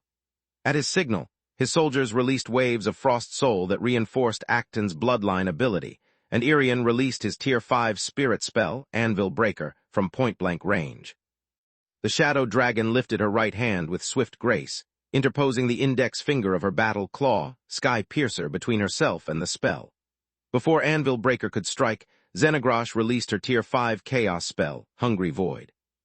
The cursed spell pierced through Anvil Breaker, erased Irian's right arm from existence, and devoured the Dracupper standing behind him from the waist up. The pain and shock from the sudden amputation made the Jormungandr lose his focus, and with it, Anvil Breaker. You were taking so long to make your move after I lowered my guard that I was starting to wonder if I had misread the situation. For a moment, I fell for your act and believed you were just an innocent bystander, Xenogrosh said.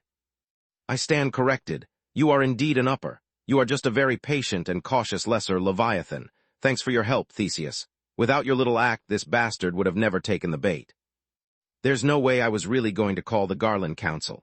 They would have asked too many questions, and I couldn't allow any of your upper friends to mention the fungus folk. Only then did Irian notice that the Shadow Dragon's battle claw stored a vast amount of world energy that enveloped Xenogrosh and isolated her from the effects of Frost Soul. It was the least I could do after everything you have done for me. Theseus maintained his grip on Ashen Dread and plunged Scarbrand into Acton's chest. Goodbye, little brother. The roots of his Menio's half ran deep into the ground, absorbing the pure world energy that rose from the depths of Magus and allowing Theseus to mend his wounds with a speed visible to the naked eye. His tissues broke free of the ice and grew into new organs and life vessels at the same time, as Acton gurgled up enough blood to fill a pond. Fire soul, go! Irion realized his mistake when Xenogrosh conjured a second hungry void. The Jormungandr avoided the chaos spell by blinking away, but the red cap wasn't so quick on her feet, and the upper half of her body disappeared. Luckily for her, her root was hidden in her feet, so she survived her blunder. The air burst into foul red flames that cauterized Acton's wound and blinded Xenogrosh, until she reverted to her shadow dragon form. Time to go all out. We can't allow the Master's eldritches to survive. It's them or us. Irion's body elongated to 33 meters, 109, yet it looked nothing like a Jormungandr or a Leviathan. Irion's upper form had no bristles, but no scales either. His body was covered in a thick black carapace, and long, thin bat wings replaced his fins. The upper's mouth was full of fangs, and his tail ended in a scythe-like bone spike. The other two uppers roared their challenge as well, growing to the size of an adult divine beast and drowning the eldritches in a sea of corrupted fire. Nice try, but this cheap imitation is nothing like the real deal. Xenogrosh and Theseus needed a single breath to envelop their bodies in origin flames and outburn the fire soul. Prepare to. Irion's doom tide cut her short and took everyone by surprise. Suddenly, all mystical fires went out, and before any upper or eldritch could understand what was going on, a blue tide of highly compressed world energy and life force blasted the nearby city blocks away. The uppers were struck in the back and killed on the spot, while the two eldritches were sent flying despite their considerable mass. By the time the blue dome disappeared, there was no trace of Irion and Acton. The Jormungandr had spirit blinked his companion to safety as soon as the doom tide had moved far enough away from himself, and then had conjured a spirit steps that led in the middle of the ocean. Chapter 42, 15 Hidden Agenda, Part 2. Don't you dare die on me, Irion said via a mind link while he swam deep underwater, where no dragon could ever follow him. I need you alive to explain to the dead king that it's all your fault if our mission failed. Fuck you, Acton replied before losing consciousness. Fuck you too, bastard. The Jormungandr snarled as he regenerated the section of his body vaporized by the hungry void. I took this easy, safe mission because I wanted to prove my loyalty to Orpal. Success or failure were irrelevant. I only needed to show him my value without compromising my cover or putting anything at stake. Because of you, not only have we lost the race for the fungus folk, but we have also compromised our foothold in Verendi. If the bastards take the news of Acton becoming an upper even remotely as bad as the Griffins did with Jorl, they'll scour the continent for clues that might lead them to Acton and derail any operation we start here. The only two silver linings in all this mess. The woman recognized Acton from Lucia and found him by following his smell, but she couldn't tell an upper from a regular awakened until I revealed my powers. Which means that our undercover agents are still safe, and I have one more good reason to avoid fieldwork. After all, the shadow dragon only saw my human disguise and upper form. I never gave her my name, and abominations can't see my energy signature. The only way she has to recognize me is my smell, and that's not something she can write on my wanted poster under my description. Last but not least, everything went south because of Acton. If only he had kept his cool, none of this would have happened. He should have called the Eldritch's bluff and contacted his siblings, giving the rest of us plausible deniability. Instead, he went all out and made that long rant that everyone with one working ear heard. As soon as the reports from Verendi start coming in, the dead king will know who he can really trust. He'll rely on me more than on that idiot Jorl and share with me his plans and secret abilities. And once I'm done learning everything I can from him, I'll return to my family and be hailed as a savior. The Jormungandrs will be the ones to bring the dead king to heel and become famous as the destroyers of the Black Knight. Also, between my upper bloodline and the Hydra's research, we'll have more divine beast forms available than anyone else. The Awakened Councils will pardon me in exchange for my information, and then I'll use the Hydra's procedure to stabilize my upper half. I might become a Vertilac, or maybe something even better like a Tiamat. As Irion grinned from ear to ear, Xenogrosh stared in amazement at the trail of destruction that the Jormungandr had left in his wake. I've met many shameless people in my long life, but that guy takes the cake, she said. All that speech, and he didn't even try to fight. He didn't hesitate 1 second to sacrifice his soldiers to cover his escape. And what an escape! Theseus had already fully recovered from his wounds. He spirit warped away right after the doom tide to ensure only an awakened dimensional mage could follow him. Anyone else has to wait until the world energy in the area stabilizes again. It's worse than that. The shadow dragon reopened the steps thanks to her tracking spells, discovering it led to open waters. He must have dived down because there is no trace of his and Acton's smell. Even if I had already regained my awakened powers, I can't go underwater without losing most of my strength.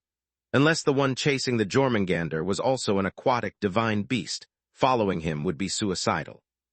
Still, I discovered and memorized the smell all uppers carry. I can now sell my services to the Awakened Council for a high price and expose traitors wherever I go. It's an unexpected gain, but not good enough to stop our hunt. Are we done with your family drama, or is there something else you need to do? I need just the time to make one call. Theseus took his communication amulet out of his dimensional item and pressed the rune of the only bastet the Garland Council knew. Xenogrash had acquired the rune on Theseus' behalf, under the pretense of wanting to rebuild her diplomatic relationship with Verendi as the Council's liaison with the organization. She had given it to Theseus, and neither of them had ever used it. The rune belonged to someone too young to have met the original Theseus, which increased the Eldritch's chances of having a polite conversation.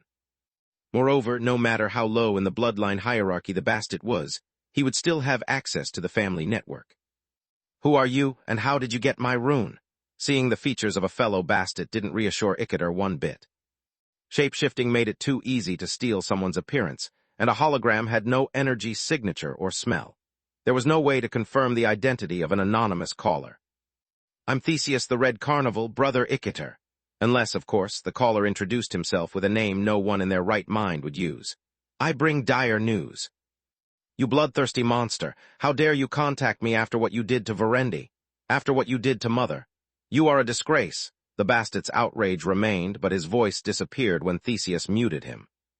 The rumors are true. One of our brothers has joined the dead king and has plans for Verendi that Mother won't like, the Menios Eldritch said as he sent a recording of his encounter with Acton. If Garland falls, we'll be next. Theseus restored the volume to listen to Iccator's reply, after he was done watching the video. How can I believe any of this? He hated Theseus, but doubt coated his words like poison. He had heard the rumors about an upper bastet attacking Lucia, but until that moment, Iccator refused to believe it. How do I know you didn't make this all up to garner our family's goodwill at the expense of an innocent brother? I'm aware there is a light master in your new family. You could have done this with a bit of air and light magic, Iccator asked. I'm not asking you to believe me, Theseus replied. Come to Fireja, see the destruction our brother caused with your own eyes and listen to the survivor's testimony with your own ears. Light mastery can't reproduce bloodline abilities, and our lost brother put on quite a show. Maybe I will, Iccator snarled. Boo, this doesn't. I'm done, thank you, Xenogrash. Theseus hung up the call and stored his amulet to keep the bastets from tracking his position. You're welcome, the shadow dragon nodded. Let's hope we didn't waste too much time on this and no one beat us to our prey. I've delayed us for as long as I could, Solus, she actually thought. If you're also after the fungus folk, I hope you're done by now. Otherwise, when we meet, we'll face each other as enemies. Chapter 42, 16 Hidden Enemy, Part 1. Space. Banks of the Tikusha River, a few minutes ago. Igri was still engaged in a furious battle with Emosi, leaving Solus, Nika, and Loma to deal with 7 wounded yet life Maelstrom-empowered Isharas, while Kala brought the fungus folk to safety. No matter what happens, kid, stick close to me and hide as many spore stashes as deep as you can, the White said via a mind link. I will protect you to the best of my abilities, but I might need to throw you under the carriage a couple of times if we both want to come out of this alive. How is that even supposed to work? The fungus folk had little trust in their protector, but did as bidden anyway. I don't plan to die a heroic death, kid, Kala replied. Those guys won't hesitate to kill me, but they need you alive. When push comes to shove, I will use you as a spore shield to force the enemy to hold their spells. It makes sense. Why the spore stashes then? The fungus folk asked. Because if one of those morons doesn't follow the script, Your decoy body will take the brunt of the damage, and we'll both survive.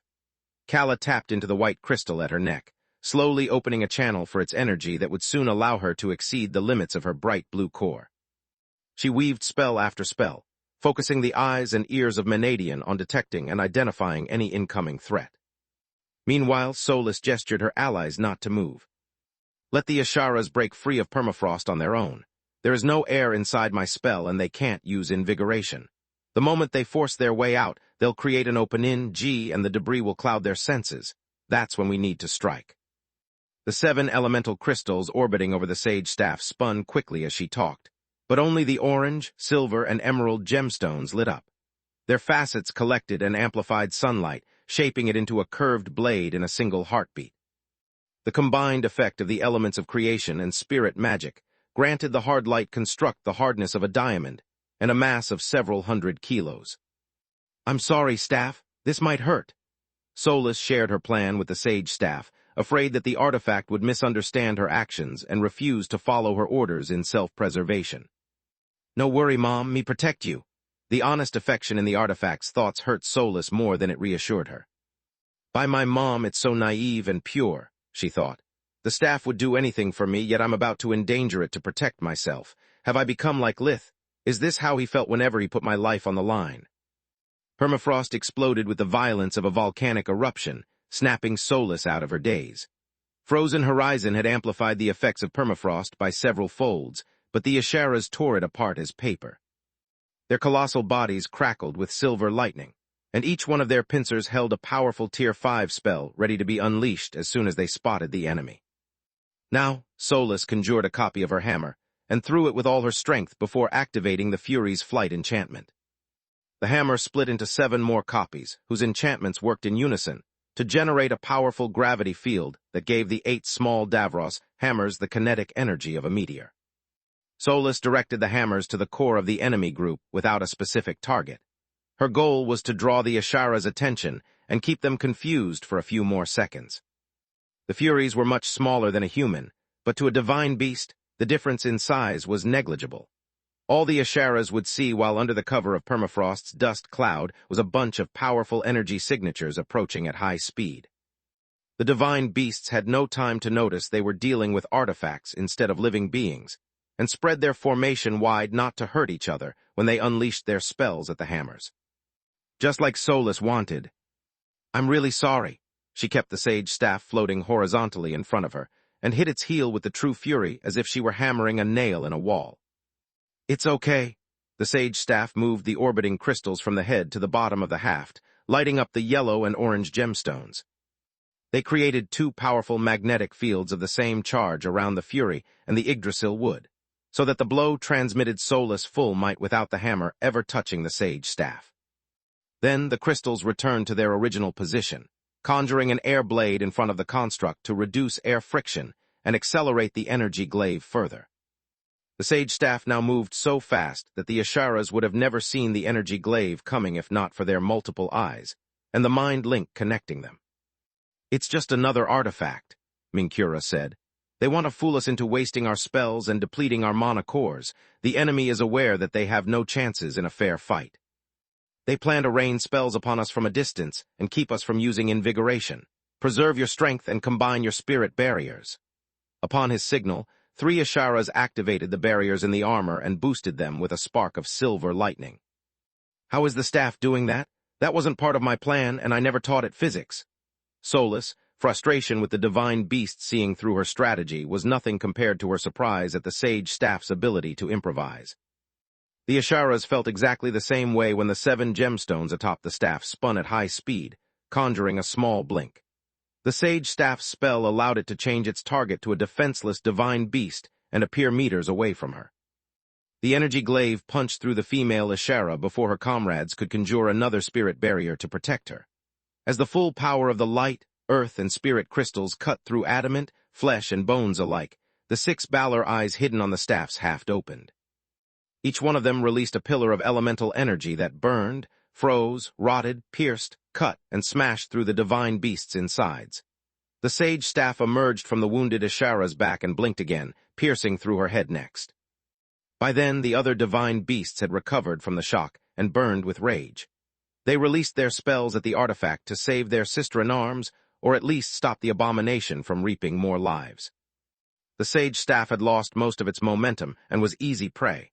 It was the reason it warped away and into Soulless' hand. "Mushy brain means dead, right?" the artifact asked as its 6 eyes drew in world energy to recover its lost strength. Yes, Soulless watched the Ishara's energy signature fade away despite her comrades' best attempts to save her. "Me good, Mom." "Very good," Soulless nodded. "When we go back home, I want you to explain to me how you became this good, but now focus." Chapter 42:17 Hidden Enemy, Part 2. The staff had consumed a lot of energy to accomplish its mission, and there were still 6 Isharas left. 6 grieving Isharas who were mad with fury for the death of one of the most promising members of their dwindling race. The divine beasts still outnumbered Soulless, grouped 2-1, and it was only a matter of seconds before their counterattack started. Nika and Loma noticed the staff's weakened state and charged at the enemy. "Soulless has taken the first blood and drawn the enemy fire. We can't let her efforts go to waste." Nika used air magic and the flaps of her wings to reach subsonic speed. "Be careful, vampire. We are both nigh immortal, but the Elder ordered them to capture me. They won't hesitate to kill you," Loma said. "I wouldn't count on that," she replied. "They only need one of you alive. The other 2 are redundant, so you'd better keep your guard up, Loma." The Horde didn't slow down their advance, but they dropped a few extra batches of spores and sent them hiding deep underground, just to be safe. The vampire hid Dawn's prism deep into flesh, knowing that even as a temporary chosen, it was her only weak point. She shapeshifted her clothes into her Revengard armor and wielded her mace, Bloodsport, with both hands. The powerful aura of her equipment eclipsed her own, leading her mark, an Ishara named Estrizzo, to believe he was about to face another long-distance weapon. He raised the spirit barrier of his armor with perfect timing, and infused it with just enough life maelstrom to withstand the impact.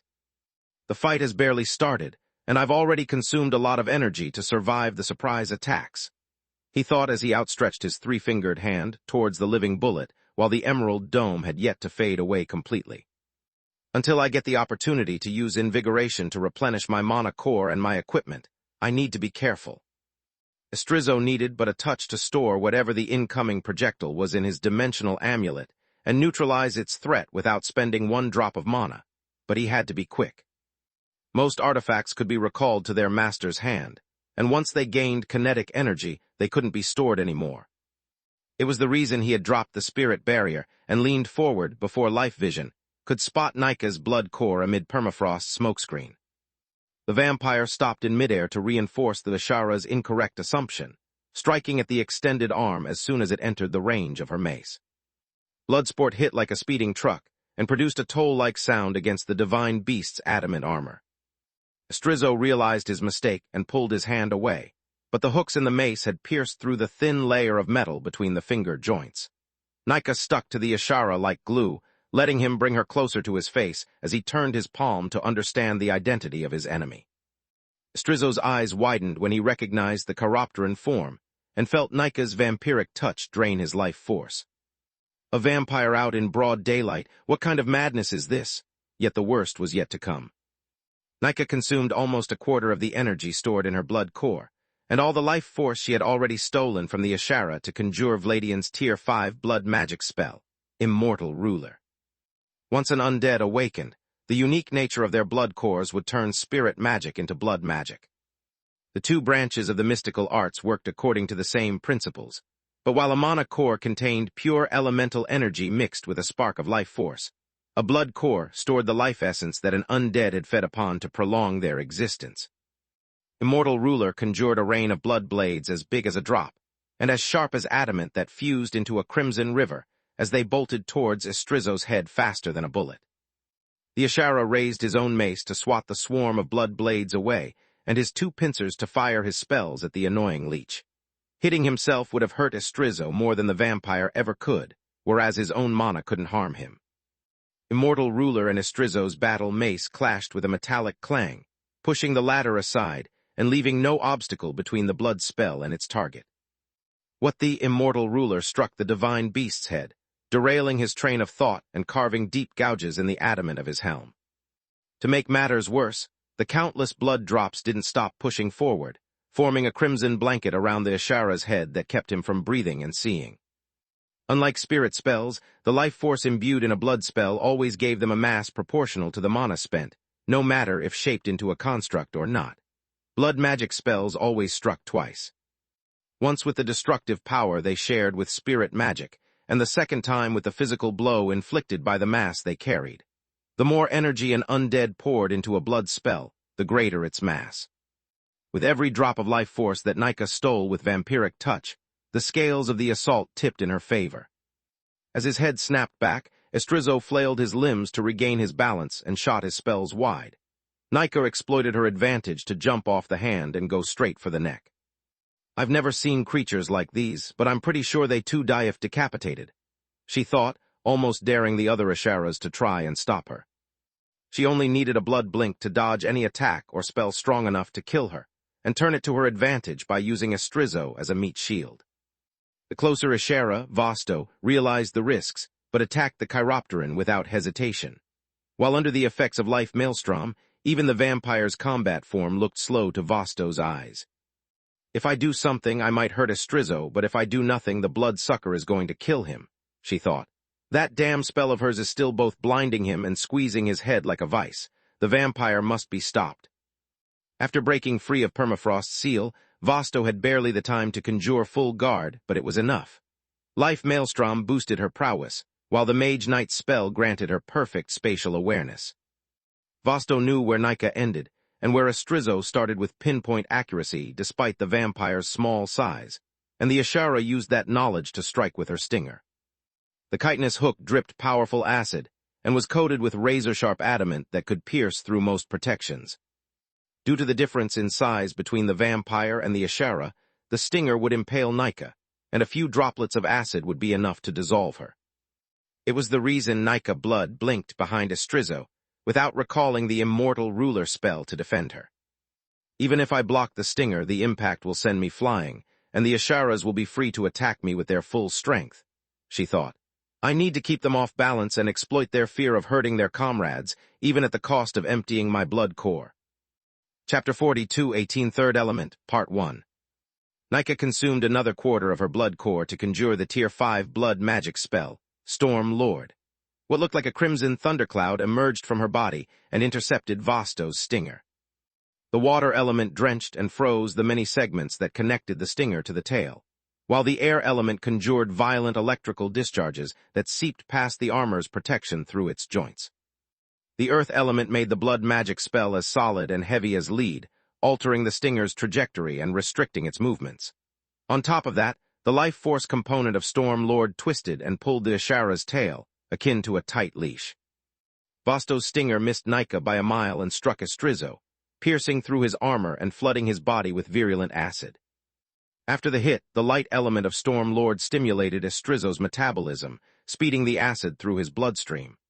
The fire element nebulized the acid, making it corrode the armor of both Asharas, and the darkness element sapped the divine beast's strength.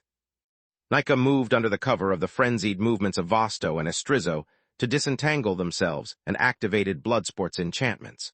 The war mace's gravity field increased its weight so much that no one but an undead could have lifted it.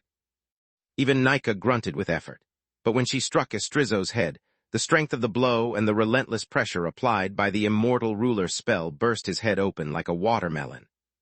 Estrizzo, the other Asharas cried the name of their fallen friend and unleashed their spells in unison.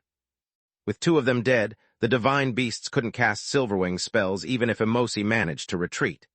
Even worse, another one of the most promising children of Selkies was gone, and with him all the potential of his unique bloodline. Fuck, Nika thought as she saw the incoming barrage of Tier 5 spells. There were too many of them to dodge them all, and each spell had an area of effect wide enough to render blink a waste of mana. Yet she did it anyway. Nika recalled both Storm Lord and Immortal Ruler to her and blinked towards her spells. She was still in the middle of the magical onslaught, but she was incomparably safer than before. Immortal Ruler formed a cocoon around her, while Storm Lord altered its density to turn from a prison into a barrier, softening the incoming blows and absorbing the shockwaves released by the Ashara's spells. The concussive blasts of the Tier Fire spells sent the vampire crashing onto the ground. Little was left of her blood magic spells, but at least she had come out of it unscathed. The problem was the hunger. Undead would never tire, but that didn't mean they had access to an infinite reserve of power. While living beings consumed the stamina of their bodies as they moved and the mana of their cores whenever they cast a spell, the undead only had their blood core. Every spell they cast or suffered, every blow they dished or took, they all consumed a part of the energy stored in the undead's blood core. Nika possessed a much greater strength than any awakened of her level, and her blood magic was a cut above spirit magic, but it came at a price. While an awakened only needed a few moments of rest to recover their strength, an undead breathing technique could restore neither the light element they consumed nor the life force spent. To do that, Nika needed to use the breathing technique while also feeding. Loma bought her the time she needed, while Vladian's ingenuity did the rest. The orange horde threw themselves into the midst of the Isharas, attacking like a madman. Large masses of the horde's spores swung wildly without a care if they hit or missed, and Loma cast Tier 5 spirit spells as if there was no tomorrow. Griffin fetters chained the Isharas, limiting their movements and making them easy prey for the emerald blasts of the following Phoenix Smash. Loma also conjured Mana Storm from inside their body, encasing one spore into each projectile to turn themselves into a living weapon. It was a grandiose display of strength, and forced 4 of the 5 remaining divine beasts to focus on Loma, but the horde's strength dwindled at a speed visible under life vision. The number of his spores decreased with each clash, and using so many Tier 5 spells drained the horde's mana. Either Loma is sacrificing his life to allow Solus and me to recover, or he's so smart that I've no idea what they are doing. Nika thought as she extended her already long fangs and triggered the mouthpiece of her armor, Bite Mark. During his existence, the firstborn vampire had fought countless battles to the death, and had realized that undead like him were indeed limited compared to mortal awakened, yet they only had to play on their advantages to make up for it. Not only did an undead have to feed upon a specific source of life force, but it also had to be extracted from a member of the race to which they belonged in life. On the other hand, an undead's nourishment could be stored inside a dimensional amulet just like food. Drinking potions in the middle of a battle was as suicidal as stopping for a quick snack, unless one were a hydra, but an undead had no such problem. Consuming life essence didn't require any effort or concentration from an undead. Their own bodies would absorb the nutrients, akin to a dry sponge with water. So when Nika's fangs activated the release mechanism of Bite Mark and the dimensional mouthpiece poured fresh blood down her throat, her breathing technique, Bloodborne, had everything it needed. The light element and life force contained in the blood mixed with the world energy drawn in by the breathing technique, and restored part of the vampire's blood core. 2 of us are already dead, and there are still another horde and the fungus folk to deal with, Otho said. Gloves are off, kill that orange bastard. Upon his command, the Isharas lunged their pincers inside the thick mist that comprised Loma's body and released silvery sparks of life maelstrom. The divine beasts employed their bloodline ability to boost solely Loma's mana cores, overloading the already weakened spores. Loma, retreat! Solus yelled as she saw the orange mist fade like a swarm of insects flying against an electrified grate. Yet without a mind link, her warning came too late. The enraged Isharas kept striking until life vision showed that there were no more spores left, and then the divine beasts moved on to the stashes Loma had buried in the ground. Nika, Solus still had most of her strength, but she was just a deep violet core while the sage staff was still recuperating. Even with the Balor eyes and the runes drawing in the world energy, it would still take the staff some time to recharge. I'm fine, follow my lead. The vampire had to stop using her breathing technique, but she could finish drinking the rest of the blood as she moved. Without Bloodborne, her blood core would take longer to assimilate the nourishment, but at least Nika wouldn't die if she used Immortal Ruler 2 more times. Chapter 42, 19 Third Element, Part 2. The vampire took flight, harrying the Ishara closer to her with her spells. Anaka turned around, unwilling to make Estrizzo's same mistake and ignore the small but deadly flea. Your dirty trick won't work twice, undead, the female Ishara roared. Everyone, you focus on killing the orange horde. I'll take care of the enemies. She blinked right between Solus and Nika, a position that would have been tactical suicide for anyone without so many limbs. Ishara lashed with her tail and left pincer at Nika, while her right hand and pincer lunged at Solus. She and Nika had seen the exit point with life vision and aimed their spells at it, but an emerald barrier protected Anaka's vitals. What little damage her limbs endured, she healed it with a spell cast with left hand from inside the barrier. Nika blocked the stinger with her mace, but the impact sent her right in front of the pincer and the spell it held. Ice Coffin generated a volley of black daggers that rammed into Nika like a stampede. The cold released by the crystals did nothing to her, but the darkness that filled them to the brim was an undead's bane. To make matters worse, whenever an ice dagger hit Nika's Revengard armor, it stuck to it and released the darkness element it contained. In the blink of an eye, Nika was trapped in a heavy block of ice that ate at the necromantic energy that gave her life. All those eyes may not have any mystical power, but they allow that Ashara to control all her limbs at the same time and have perfect peripheral vision. Solus inwardly cursed. The burden of the eyes of Menadian was too great for her alone, so she had to rely on the ears and her own wits. The artifact allowed her to predict the trajectory of both pincer and arm, dodging the first by a hair's breadth and blocking the second thanks to the surprise effect. "What the heck are you?" Anaka asked as the small woman managed to stop her colossal hand with a swing of an even smaller hammer. "Never mind, I don't care, just die." The pincer was close enough to release a raging sun from point-blank range, but that wasn't the only reason for the attack. Ashara's pincers were part of the secret of their strength, allowing the divine beast to channel the life maelstrom in a closed circuit. Any spell an Ashara would conjure in between their pincers would receive just enough silver lightning to reach its maximum efficacy, while the rest would be indefinitely conveyed until the divine beast dispelled it. The Rajan sun exploded true to its name, generating a blinding radiance visible for kilometers. The ears had forewarned Solus, but there was nothing she could do about the spell except for conjuring all the barriers she could. Her Voidwalker armor and the mouth of Menadian raised 2 spirit barriers, while the Sage Staff channeled the light and earth elements to raise another layer of defense. Solus employed the gemstone's facets to solidify the hard light construct, and lowered the ground where she stood to escape the brunt of the blast. Most of the raging sun and the shockwaves it produced harmlessly went over her head, saving the power cores of her armor and the mouth's precious mana. "You're smart, little woman, but not as much as you think," Anaka laughed in savage joy. "This is still my win." Tier 5 spells were always imbued with willpower and could be freely manipulated by their caster. Anaka couldn't afford the mana or focus to redirect the energy of the raging sun or the ice coffin that had missed their target, but she could give them a new one. The spells swept over the battlefield, burning Loma's spore stashes that life vision revealed in the ground nearby. At the same time, she moved right on top of Solus' hideout and punched downward with all her strength. "I can block it easily, but I have only 2 arms while she has 4, Solus said. "I need to get out of here."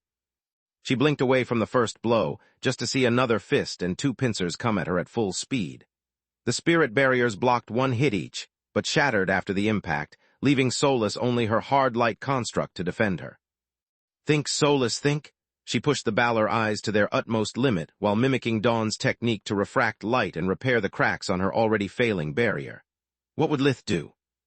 Aside from Solus analysis and creative ways to release origin flames, her mind came up with nothing. "Don't worry, Mom," the Sage Staff replied. "Me help." The blue crystal lit up as well, conjuring a swirling mass of water from the nearby stream that coated the barrier inside and out. It cushioned the blow, but was far from enough. "Me protect," the Sage Staff said, working with Solus to fuse the light, earth, and water elements.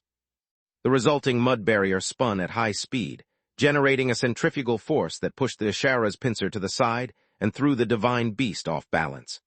Anaka's pincer was stuck in the shining mud that refused to let her go and spun her like a frenzied top. "By my mom," Solus was flabbergasted. The speed of the light element combined with the hardness of the earth element and the versatility of the water element. Together they form a barrier that can repair itself quickly and rapidly spin on itself without losing durability. This is just like with my energy glaive earlier. I controlled 2 elements, and the Sage Staff added a third one of its own. With its help, I can cast tower-tier elemental spells. "See me protect, me help," the staff expressed Solus' same concepts, but in a more succinct way.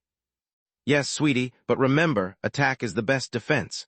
Solus called upon the power of the Sage Staff to reshape the swirling barrier into a high-speed drill. Suddenly, Anaka found herself free from the mud, and rejoiced for it for almost half a second. Before the dizziness that clouded her vision could clear up, The construct pierced through her helm and expanded inside her exoskeleton, blowing it apart. "You killed my sister." Uth lost his mind at the same time Anaka's mana core faded. "I'll kill you and everyone you love for that." "Solus, can you do that again 4 more times?" Nika broke free from the remnants of Ice Coffin, but her body was still battered. "I doubt it, but maybe we won't come to that," Solus replied. "Quick, use your breathing technique." No matter how well an awakened could suppress their mana flow, the ears of Menadian would detect it, and its user would notice the mana flow if he were skilled enough. Mid the chaos of the battlefield, Solus was the only one who kept her cool, and used invigoration when a twin burst of orange mist erupted from the armor of Estrizzo, and the first divine beast killed by Solus. While the Asharas focused on locating and destroying the spore stashes with life vision, Loma had spread their spores wide, reaching the 2 fresh corpses, and using them to regrow the horde's mass behind the cover of the enchanted armor. Chapter 42, 20 Drunk with Power, Part 1. Loma had grown their new spores in 2 different breeding grounds to keep their energy signature so weak that the magical aura of the artifacts hid the horde's backup plan from the life vision of the divine beasts. Anaka's death had not only reduced the number of the Asharas further, but had also sent them into a blind rage. In their fury, the divine beasts failed to notice Loma's return until it was too late. The fresh and fully developed spores needed 1 breath each to fill themselves with mana, and strike the Asharas the moment they turned their backs on their fallen comrades. "The other horde is still alive." Emosi, the Ashara elder, had a hard time dealing with Igri one-on-one. His life maelstrom-infused spirit barrier repelled most of the horde's attacks, and the jolts released by his pincers thinned the silver mist, but keeping the horde alive while ensuring there were no spore stashes left that would ensure their escape took a lot of focus. "I'm sorry, Brother Horde," Emosi said as he released a new bolt of silver lightning and his body crackled with power. "I wanted to take you alive. I know better than anyone else how it feels to be part of a dying species. I never meant to hurt you, yet your allies already killed 3 of my people, and I can't afford mercy anymore." Igri was still trying to make sense of those words when it happened. An ocean-blue dome of energy enveloped by sparks of life maelstrom burst out of the Ashara's body. The doom tide expanded for over 200 meters, 656, around the elder, vaporizing every trace of the silver mist and all the stashes Igri had left in the meadow. "Kill them all?" Unbridled rage turned Emosi's chirruping voice into a roaring thunder. "Our hesitation has already cost us 3 of our siblings. Kill the horde and their human allies. Better to capture the fungus folk than lose another member of the Ashara bloodline." The elder bolted toward Kala without waiting for an answer. "Give me the fungus folk, and you can leave, creature." Emosi landed with the grace of a sparrow, yet it wasn't enough to spare the meadows from his might. A localized quake generated from the tips of his 4 legs, making it hard for Kala to keep her balance. His entire body sparked with silver lightning, and several arrays surrounded the flabbergasted white and fungus folk from every side. "Life maelstrom and doom tide," the white swallowed hard. "That's a compelling argument if I ever heard one." "Believe me, I know." Emosi's segmented mandibles snapped open, revealing the vast abyss of his throat. "Sometimes I even wish we Asharas weren't that powerful. Maybe, if not for that, our foremother would still be alive." Selkis, the lost guardian of evolution, had immediately realized the potential of her bloodline abilities. Life Maelstrom allowed even the weakest creature to tap into their inner power and reveal their inner potential. When that wasn't enough, the ability to cast moving arrays and empower them with the silver lightning created perfect medical fields where the members of every race could experiment with their newfound abilities in perfect safety. Selkis also used her elemental flow bloodline ability to keep her diagnostic spells always active and notice the emergence of dormant or proto-mana organs. When that happened, she used her pincers to stimulate them and guide those who asked her for help on the right path to improve themselves. Yet Life Maelstrom also made Selkis much stronger than she already was. The arrays allowed her to slaughter hundreds of enemies at once, and Doom Tide alone killed all her non-awakened enemies, or at least robbed them of their best weapons. Without world energy, there could be no bloodline abilities, making Life Maelstrom, and with its spirit magic, the mightiest of weapons. Even Zagran, the Guardian of Might, couldn't match Selkie's raw destructive abilities. Over time, the Guardian of Evolution became drunk with her unmatched strength. She preferred to fight rather than to help others improve. to annihilate her enemies instead of worrying about the struggles of those who, like the humans, lagged behind in Maugre's constant evolutionary race. The doomed tide might have killed my protégés along with my enemy, but at least now there is one less threat for the countless people across Maugre. Selkies used to tell herself whenever the bloodlust overwhelmed her. I'm doing this despite the pain that ravages my heart. I'm doing this for the greater good. Unfortunately for her, it wasn't true. Selkies herself believed it less and less, while Maugre didn't believe it at all.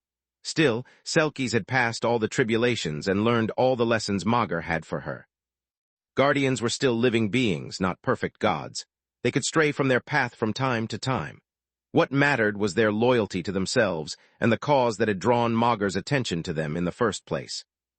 Selkies kept straying until she stopped lying to herself and embraced her new warrior nature. She reneged on her vow and turned her back to Maugre, daring the planet to face her if it dared. Maugre didn't dare, or rather it didn't care at all. The moment Maugre turned its back on Selkies as well, the connection between them was broken as the rebellious guardian of evolution demanded. With the fulfillment of Selkies' wish, however, also came her death. She'd evolved into a divine beast who had lived long past her natural lifespan and turned into dust like a slain undead. Falol's grandfather had witnessed the event and believed the guardian to have been struck down by Maugre's fury, but reality couldn't be more different. It was indifference that had killed Selkies. Her indifference towards her duty and her bloodline had paved the road towards her ruin, but it had been Maugre's indifference that had put an end to an otherwise immortal being. Yet this isn't the time for philosophical questions, creature, Emosi said. Move aside right now or I'll kill you where you stand. The Ashara elder didn't wait for the white to answer, nor did he let his pride as a divine beast turn into arrogance and blind him to the danger that even a small emperor beast like Kala might pose. He conjured an earth and a water sealing array centered around the fungus folk to neutralize their magical abilities, and an emerald dome spanning as far as Emosi's life vision could see. The dome started shrinking right after becoming solid, restricting the space Kala had to move and the fungus folk to spread their spores. On top of that, the spirit barrier acted as a sieve and scooped out of the ground all the spore stashes that it encountered. I won't repeat the same mistakes we made the first time we found the fungus folk. Emosi channeled his burning rage into fuel for his focus. I can't afford to fail again, not after 3 wonderful youths full of potential died under my watch. Their parents entrusted their precious kids to this old fool, and I failed them. The only way I have to make up for it is to bring the fungus folk back and ensure the prosperity of the Ashara race. I'll face this weird-looking creature as I would another divine beast. Chapter 42, 21 Drunk with Power, Part 2. Forget everything I told you, kid. Kala didn't bother replying to Emosi. No matter what happens, I need you to stay close to me. She spirit blinked outside the emerald dome, only to discover that the elemental sealing arrays had moved with them, and so had the Ashara. Foolish creature, you threw my mercy back into my face, and now you'll die for it. The elder's hand was already raised before he blinked after Kala, and it came down with its palm open as soon as he came out of the dimensional opening. I was right, Kala inwardly nodded. Keeping the fungus folk near means that this guy can't use powerful spells or his bident without the risk of destroying his prize. Unluckily for me, physical attacks do little damage to a fungus folk but can easily kill me. The Ashara's hand slammed against the ground too fast for a mere bright blue core to react. It produced a tremor that reverberated for hundreds of meters, opening a web of fissures in the soil. Nika couldn't avert her gaze from the scene and watched the divine beast squash her mother like a bug on a table. Emosi, too, scoured the area with his 8 eyes, and his mouth cracked into a smile when he found no trace left of the white. Yet his joy was short-lived. Wait, where is the fungus folk? How can their energy signature have disappeared as well? I didn't infuse my hand with any spell. They must have survived. Kala knew that with the gap in physical and magical skill, she had no way to escape the trap, so she had let the Ashara give her a literal hand. She had placed the entry point of a warp steps under her feet, hidden by her magical aura and the fungus folk's spores shrouding her, and the exit point high in the sky. Emosi's slap had propelled her, and the fungus folk through the steps, while the spirit barrier of her armor had taken the brunt of the damage and ensured the two stuck together as they bolted away. The trick would have bought Kala over a second if her opponent didn't have so many eyes. Emosi only needed to slightly turn his neck to notice the emerald meteor darting through the sky and rush to the chase. What are we going to do? the fungus folk asked as the Ashera's colossal figure blotted out the sun.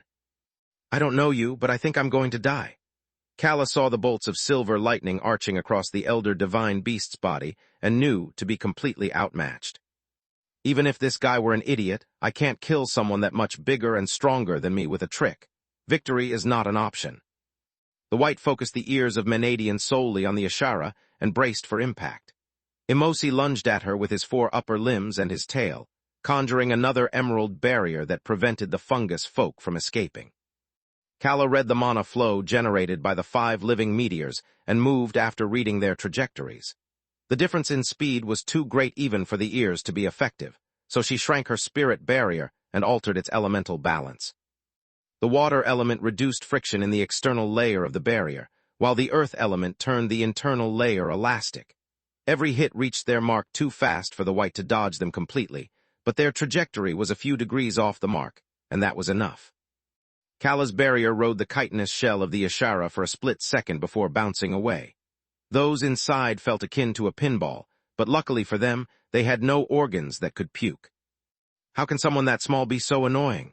Emosi snarled as every attempt to crush the barrier in his fist ended up with the white slipping away like an eel.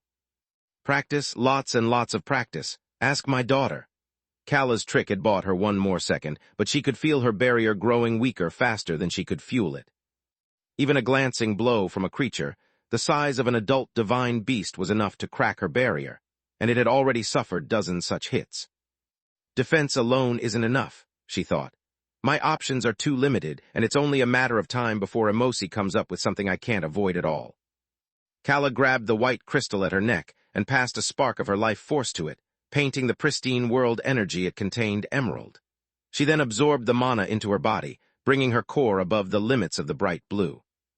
When Emosi's left hand closed in again, Kala recalled the barrier and added its power to the Tier 5 spirit spell she had woven, Starfall. It conjured a hail of small green beads imbued with the power of all elements. Air gave them speed, light made them as hard as diamonds, while earth gave them physical mass. Fire made the projectiles detonate, and water made their fragments seep through the joints of Emosi's armor, carrying the darkness along and sapping his strength. Yet it wasn't enough to stop the Ashara, let alone kill him.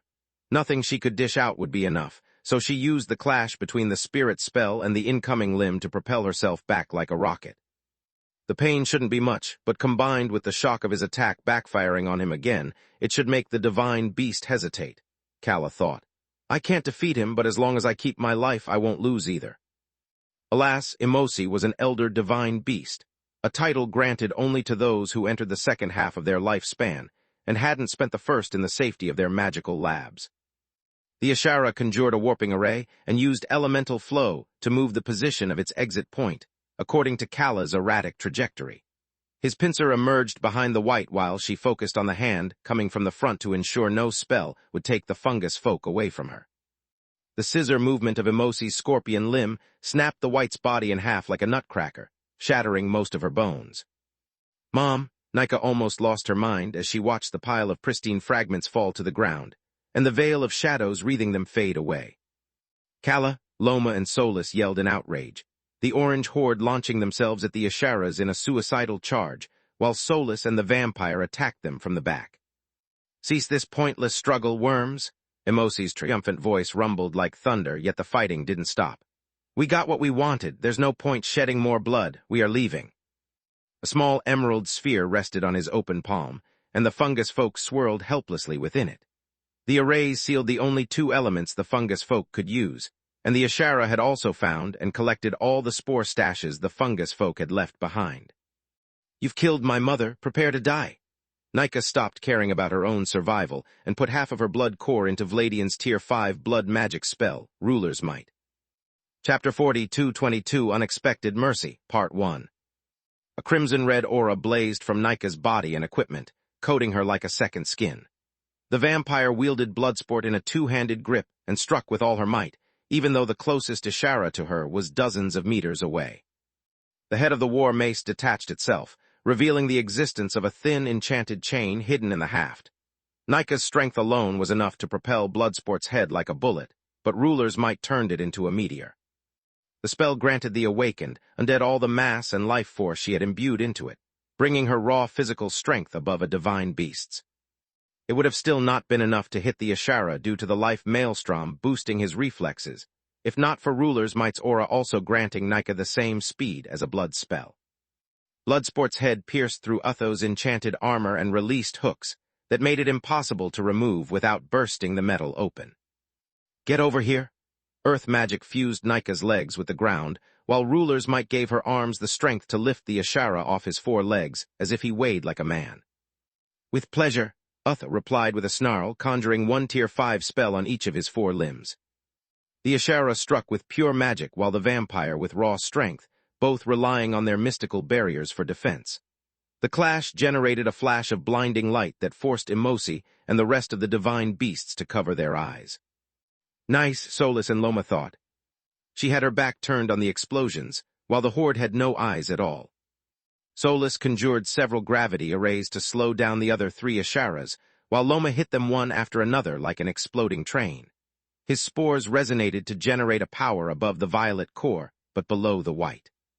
The horde projected that energy inward, turning every spore into a living projectile that exploded upon impact. The mana blast killed the spores and breached past every defense the divine beasts could conjure. Then part of the horde would slip through the cracks and enter the Ashara's open wounds. A living disease spread through their flesh, eating the divine beasts alive and poisoning them with its mana. It was a disease that light fusion couldn't fight, and a parasite that fought darkness fusion with its own. Loma lost mass with every impact, but he gained more as new spores burst out of the fallen Ashara's armor. It was a tactic impossible for any other awakened species, since the mana abuse would have worn out their flesh and bones. Moreover, invigoration's effectiveness would have decreased with every use. Hordes had no such problem. The lost spores were discarded and replaced by new ones with fresh bodies and cores. A single complete turnover reset invigoration and removed the effects of mana abuse without the need to rest.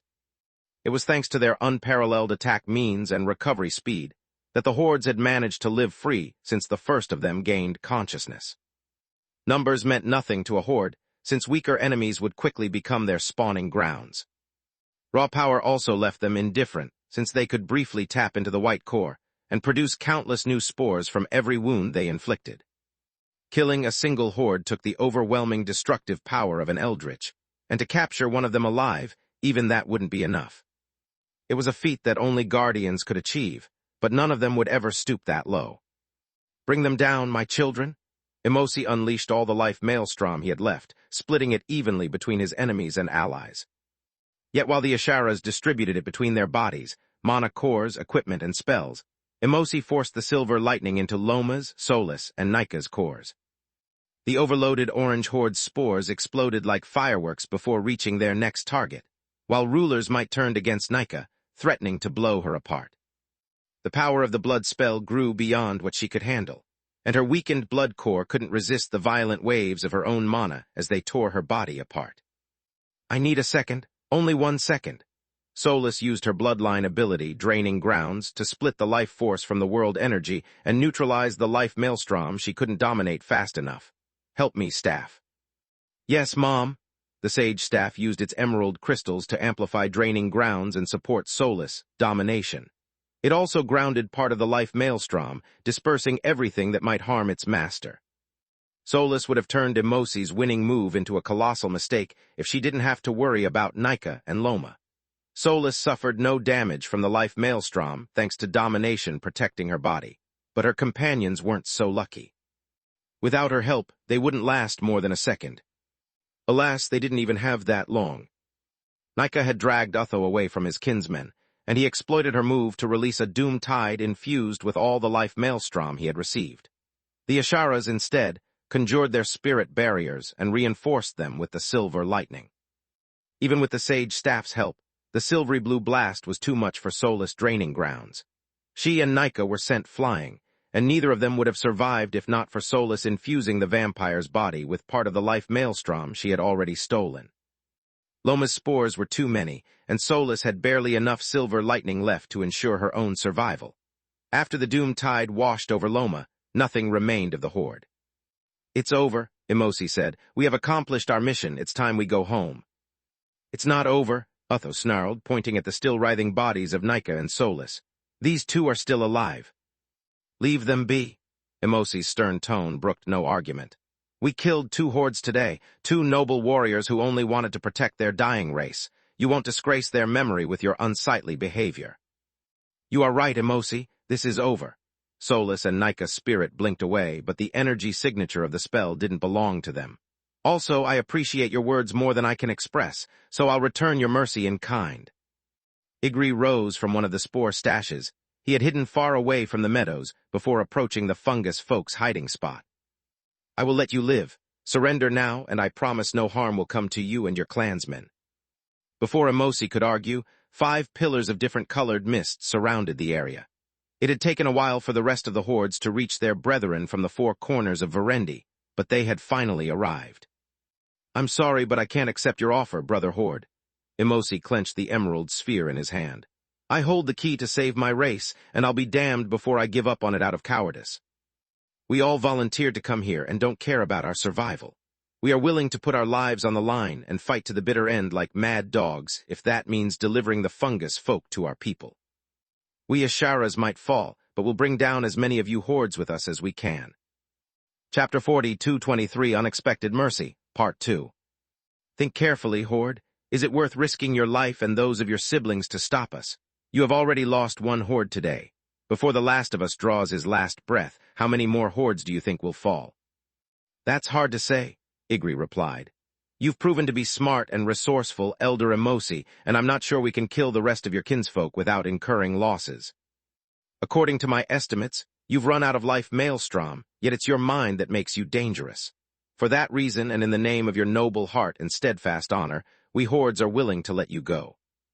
You have nothing we want, and there is no point in spilling more Ashara's blood unless you force us to. Nothing you want? Life Vision showed Emosi how the hordes were capable of weaving Silverwing's annihilation, despite the great distance between them, by spreading small tendrils of spore wide. Yet even under such dire circumstances, he couldn't afford to ignore Igri's words. Anti-Guardian spells require 7 awakened, and the women are in no condition to fight. Either the hordes are more powerful than I thought, or something is off. The elder thought, while lowering 2 of his eyes to check on the spirit barrier in his palm. Also, what does Igri mean? Nothing. Emosi's heart tightened, and his soul withered when he found the inescapable prison empty. Emosi looked all around the meadows with life vision, but found nothing. No, he screamed. This cannot be. I never let my guard down. I never stopped checking my surroundings. How could the fungus folk escape my grasp? Because you overlooked the only place that mattered. A familiar voice replied. Your own barrier. It wasn't hard to open a small spirit steps inside your spell and let the fungus folk join me. Remaining still in the same place allowed you to cover all your blind spots, except for the one you yourself created. Kala the White stood on all 4s, her broken body still in the process of mending itself. The fungus folk floated around her, worried about her condition, while Loma quickly regrew his body from the pile of food that she had taken out of her dimensional amulet. You should be dead. Disbelief lowered Emosi's voice to a whisper. I killed you with my pincers. I felt your life force crumble with my breathing technique. Technically, you are right, Kala nodded, buying more time for Loma to recover and the hordes to complete the annihilation. I should be dead, but as you see, I'm a Semelik. She pointed at the white crystal, as big as an apple, that she carried on her neck. I have a long way until I can turn this gemstone into a life vessel, but it already contains a full blueprint of my life force, and enough of my mana to heal me from most lethal injuries. Unlike a real phylactery, it has a pathetically short range, but it was more than enough. You played me, the elder's segmented jaws snapped open in outrage. You staged your death to hide among the shadows and help your allies. I didn't stage my death, Kala shook her head.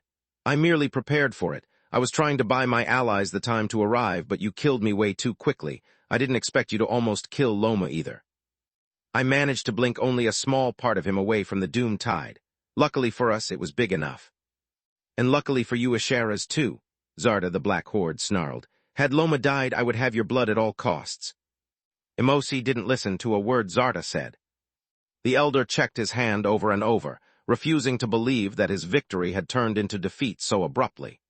Only after a few seconds, and his breathing technique confirming to him that his spirit barrier contained only air, did he dispel it. Emosi's maw clicked open, and his body fell down without a care for his legs breaking upon landing. A long, chirruping scream of despair erupted from his throat long before he reached the ground. His hands beat his chest while his pincers stabbed at the land of Verendi as if the entire continent had betrayed him. Ishara's had no tear glands, but something inside Solus told her that the snapping produced by their many joints was the human equivalent of tears. The other 4 Isharas fell to the ground one after another, joining their elder with cries of defeat and letting all the spells they kept at the ready fade away. "We have still to hear your answer," Shen, the Grey Horde, said. "We are not lowering our guard or dropping our spells until you get out of here." Emosi wanted to keep trashing and screaming, but the annihilation was aimed at the Isharas and ready to fire. From that angle, the annihilation should be enough to kill at least 2 of us, he thought. If the hordes are skilled mages, they might kill everyone but me in one fell swoop, and I'm willing to bet they are. "We surrender," the elder actually said. "Let us take the bodies of our fallen siblings, and we'll leave immediately." "Then do so," Igri nodded. "I hope you understand why we did what we did, Horde." Emosi lifted the corpses with the utmost care, as if the dead Isharas were sleeping and he didn't want to wake them up. "For what is worth, we would have released the fungus folk once we were done with them." "If you ever were done with them, you mean?" Zarda corrected him, "and not before having tried everything you deemed necessary, no matter how cruel the method was. I've no doubt you wouldn't have hesitated to resort even to forbidden magic." "That I won't deny," Emosi sighed. "Yet only as a last resort, I would have prayed every night for things not to come to that." "If praying worked, both our species wouldn't be so desperate," Shen replied. "There are no gods on Magur, only Magur." The elder didn't reply, opening a long-distance warp steps that he crossed last to ensure that the hordes didn't go back on their word, and that grief didn't rob Utho of his mind first and his life second. "Mom, you're alive." Nika was barely able to stand up, yet she stumbled over to Kala and threw her arms around her mother's neck, crying like a little girl who had just woken up from a nightmare. "Of course I am, silly child," the white lapped Nika's face. "I didn't spend so much time in my lab working for nothing. I told you I had achieved a proto-life vessel months ago, and you dare call me forgetful." "The rumors were true then." Zarda stared at Kala with greed. "The eyes and the ears of Menadian in the same place." "In the hands of our allies and saviors," Igri snarled, and the fungus folk clouded mother and daughter to protect them. "Loma is alive because of the white. Our youngest is safe because of her. Is this how you repay grace?" "No," Zarda's body became nigh invisible. "I was just surprised." Chapter 42-24 Grave Mistake, Part 1. "You better be saying the truth," the other hordes bellowed in an angry chorus. "Losing Faso was terrible, but we won't hesitate to kill you if you turn out to be as rotten as Faso was." "Are you all right, Solus?" Loma extended a tendril of spores to heal her with invigoration, but she jumped back as if it were a live wire. "Yes, thank you, I'm peachy." She bowed deeply, hoping the orange horde wouldn't mind her apparently rude reaction. "I'm sorry I can't risk you noticing my mana core is cracked, or the fact that my energy signature is identical to Lith's," she actually thought. "Are you sure?" Loma asked. "You look rough." "Nothing that a warm bath and a few breaths of invigoration can't fix." Solus smiled nervously. Even though she had the help of the sage staff and the stone ring on her finger, there was a limit to how quickly Solus could recover by herself. Magic cleaned her clothes and healed her body, but her mana core was barely half full even after using invigoration. "Thanks to the staff, I saved myself a lot of mana, but I've suffered too many deep wounds and used too many powerful spells," she thought. "I need a mana geyser if I want to recover my mana, but I'd better go back to Lith to ensure my life force doesn't suffer long-lasting damage." All Solus could do was lean on the sage staff and use the constant flow of mana it provided to her to slowly recover her strength. "You have our eternal gratitude, Lady Kala." Igri shapeshifted into a silvery version of the white, quickly followed by the rest of the hordes. "Thanks to you, we have rescued our youngest before the Isharas made the fungus folk disappear forever." "And it took us less than a day, just like you wanted," Loma said. "You must be happy to be able to resume your research so quickly." "About that," Kala plopped to her side, her breathing ragged and shallow. "Are you all right, Mom? Do you need—" Nika was about to check the white again with her breathing technique when a loud gurgle almost deafened her. "Food?" Kala asked. "Yeah, I'm starving. I'm not an undead, sweetie. I can't rebuild my body from the bloody mess it had become and get over it with a stiff drink like you." Nika took enough food out of her dimensional amulet to put the old Fluffy to shame, and the white gobbled it in a frenzy.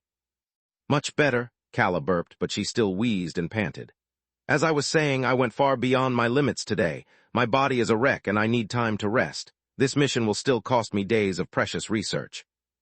I'm sorry about that, Loma replied.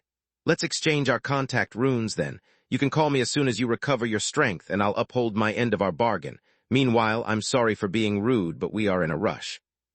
There are still hundreds of powerful creatures looking for the fungus folk, and the longer the Horde race stays in Verendi, the longer we are blind and deaf to the events taking place in the rest of Magar. Wait, Calla raised her paw weakly. Don't forget about the magical compass the Asharas used to find the fungus folk. Imosi stored it before the battle started, and we didn't ask him to hand it over. No matter where you go, the Asharas can find you again, and this time they might come prepared to wipe out, if not even capture the entire Horde race. Damn it, I knew I was forgetting something, Igri cursed like a sailor. What bargain, what compass? Shen asked. It's the red light in Calla's eyes went out, and her head fell limp to the side. Nika would have been terrified if not for the shadows of her mother's body being as vigorous as ever, and a loud snoring, escaping from Calla's maw at rhythmical intervals. The Hordes performed a partial merging of their spores to share everything that had happened, since Loma had gone to Garland to ask for Lith's help. A life seeker, Zarda mumbled. That kind of artifact is hard to craft, but it should have been impossible to use it on our spores. Once they die, their connection to our hive mind disappears. The Asharas overcome the issue by using Life Maelstrom to empower both the artifact and their healing spells. Shen replied. It's a nice trick, but unless they have access to fresh spores, those they have collected won't last more than a couple of days.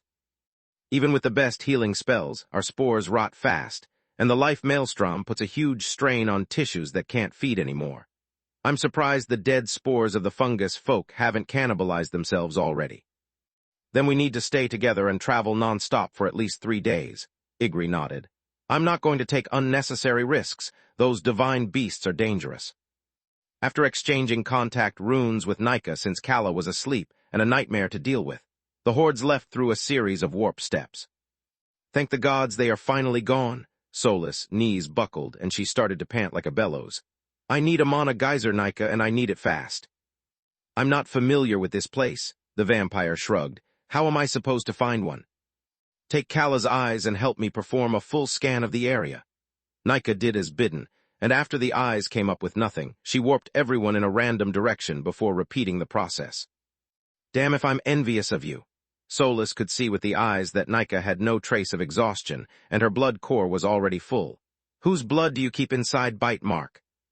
Lith's Indech blood, Nika replied. It tastes incredible, and it's so full of power that I'm certain that if my body weren't as dead as a doornail, Lith's blood would push me to evolve. I'm a human too, after all. It took them a while to find a mana geyser, but after that, going back to Lucia was a matter of a single call. We are still at the mansion, Solus, Lith yawned. Just remember that it's the middle of the night here. The moment Solus stepped into the tower, she felt fatigue leave her body. But when she tower warped to the mansion, she felt as if a thick, damp blanket had been taken off her face, and she could breathe easily again. Did anything happen while I was away? Solus hadn't been gone for long, but she needed to see the babies before she could allow herself to relax. I've agreed on your idea for Ral's godfather, Camilla sighed. Aside from that, nothing. Gods, once again, all my candidates have been rejected. No offense, Kami, but Ral will need someone special if anything ever happens to us, Lith said. Zor will look after Elijah, but there are things not even she can teach Ral, and too many things she doesn't know about us. I know that's why I agreed with you, she sighed. Still, I would have preferred Orion as Ral's godfather. Chapter 42-25 Grave Mistake, Part 2. He's a good man, and he's actually human. That's a part of Ral's bloodline that I fear might be neglected if we're not careful. How are my cuties? Solus whispered while caressing the sleeping baby's cheeks and giving them a full checkup with invigoration. You are more perfect and beautiful than when I left you. Know that I missed you a lot. It was less than 12 hours ago, Lith frowned. Says the guy who can't get away from Ral for more than 5 minutes without going berserk. Solus snorted. Okay, Pot, Lith raised his hands in surrender. I admit it, I'm a kettle and I'm black. How did the mission go?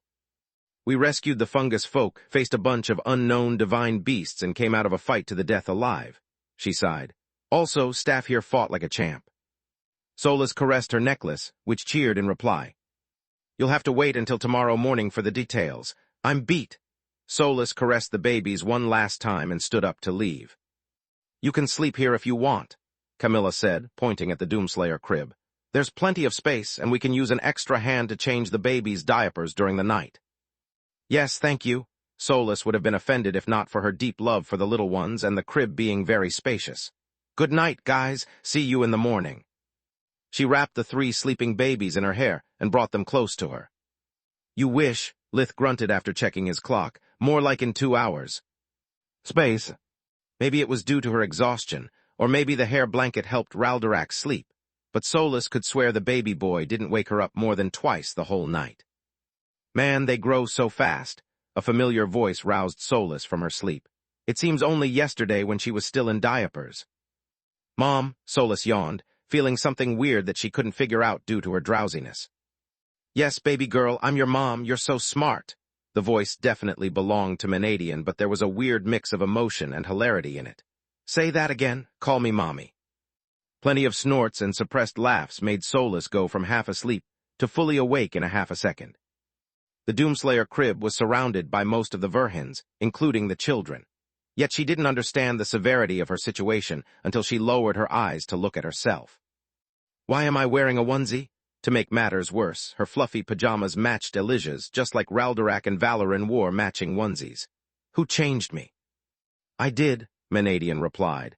When I saw you sleeping in a crib surrounded by babies, I couldn't help myself. I changed you into a cute outfit and took plenty of pictures. You wouldn't dare?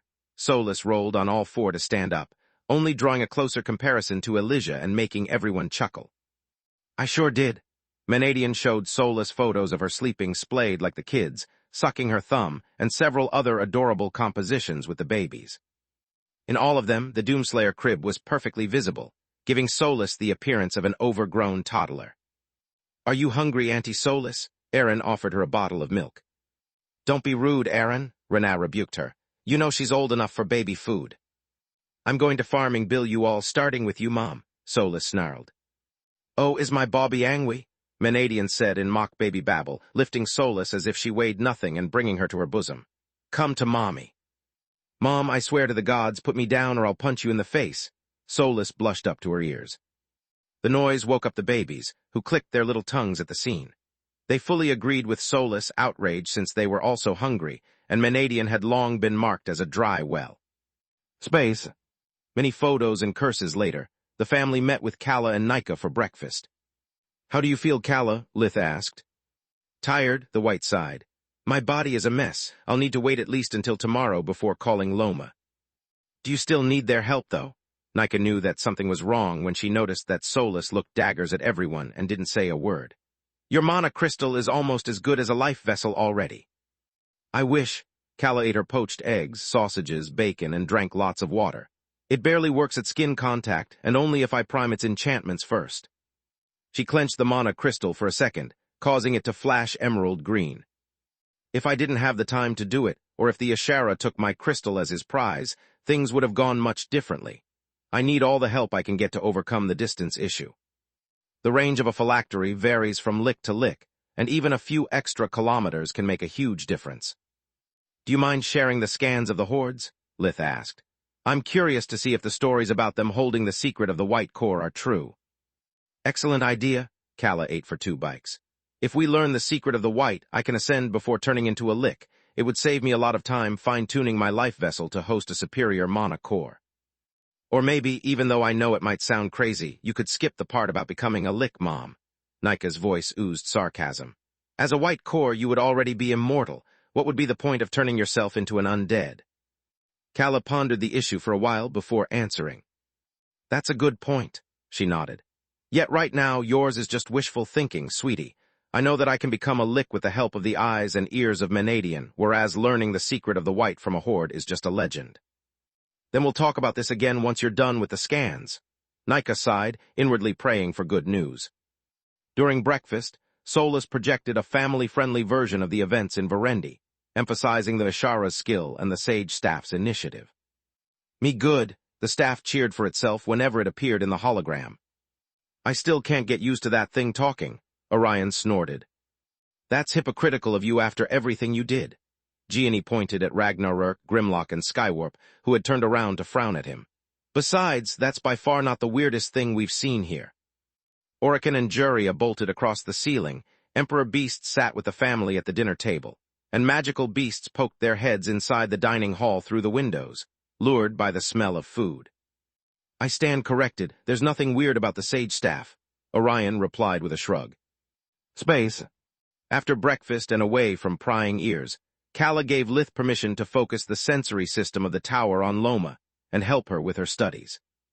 The Horde was true to their word, and allowed the White to take a full scan of their spores both under normal conditions, and when they triggered the resonance effect to achieve a quasi-white core. Chapter 42-26 Final Preparations, Part 1. One last thing, Kala said. Do you mind spreading yourself thin? Go as far as you can until the pain becomes unbearable. That's a weirdly specific request, but I understand what you're after. Loma did as bidden, allowing Kala to collect ample data about how the energy link between the spore worked over increasing distance and the distortions it suffered once it exceeded its natural limits. With a bit of luck, I might be able to add an enchantment to briefly extend the connection between my physical body and phylactery, Kala said. It will probably be just as painful as it is for a Horde, but a bit of suffering beats being dead by a landslide. On that we agree. Loma sighed in relief when she finally allowed the Horde to revert to their original size. Is there anything else you need? Yes, the White nodded. I need you to leave. I can't start my research with you here, and I've already lost too much time because I had to help you find the fungus folk. Mom, Nika managed to blush despite her undead state. That's rude. I mean, no, we're done here. Thank you for your assistance, Loma. It should prove invaluable in my research, Kala rushed to say. No, thank you, Lady Kala. The Orange Horde would have held a grudge if Lith hadn't warned them thoroughly about the White's quirky personality. Soon there will be 8 Hordes again. I hope we can count on your help in the future, when another fungus folk is born. Of course, it will be a priceless opportunity to put my ability to the test, Kala nodded. Also, with a bit of luck, that won't happen for a long time.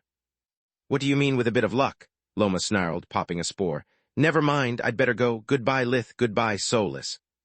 He disappeared in a warp steps without saying goodbye to the White, but she didn't even notice. Are they gone? Kala performed an in-depth scan of the adjacent rooms with the eyes. Yes, I can't feel Loma anymore, Soulless nodded. I'm not talking about the Horde, but all the meddlers who don't know about the you-know-what, Kala replied. Gianni, Orion, Garrick, and Ryla are still in the mansion, but they can't hear us, Lith said. Then to the Lith Cave Tower. Kala warped everyone to the mansion's keep, finding it empty. Starforge, Soulless corrected her. And it's still hidden underground. I couldn't afford Loma stumbling into it while you performed your experiments. A wave of her hand brought the tower to the surface, and another brought everyone to the infirmary.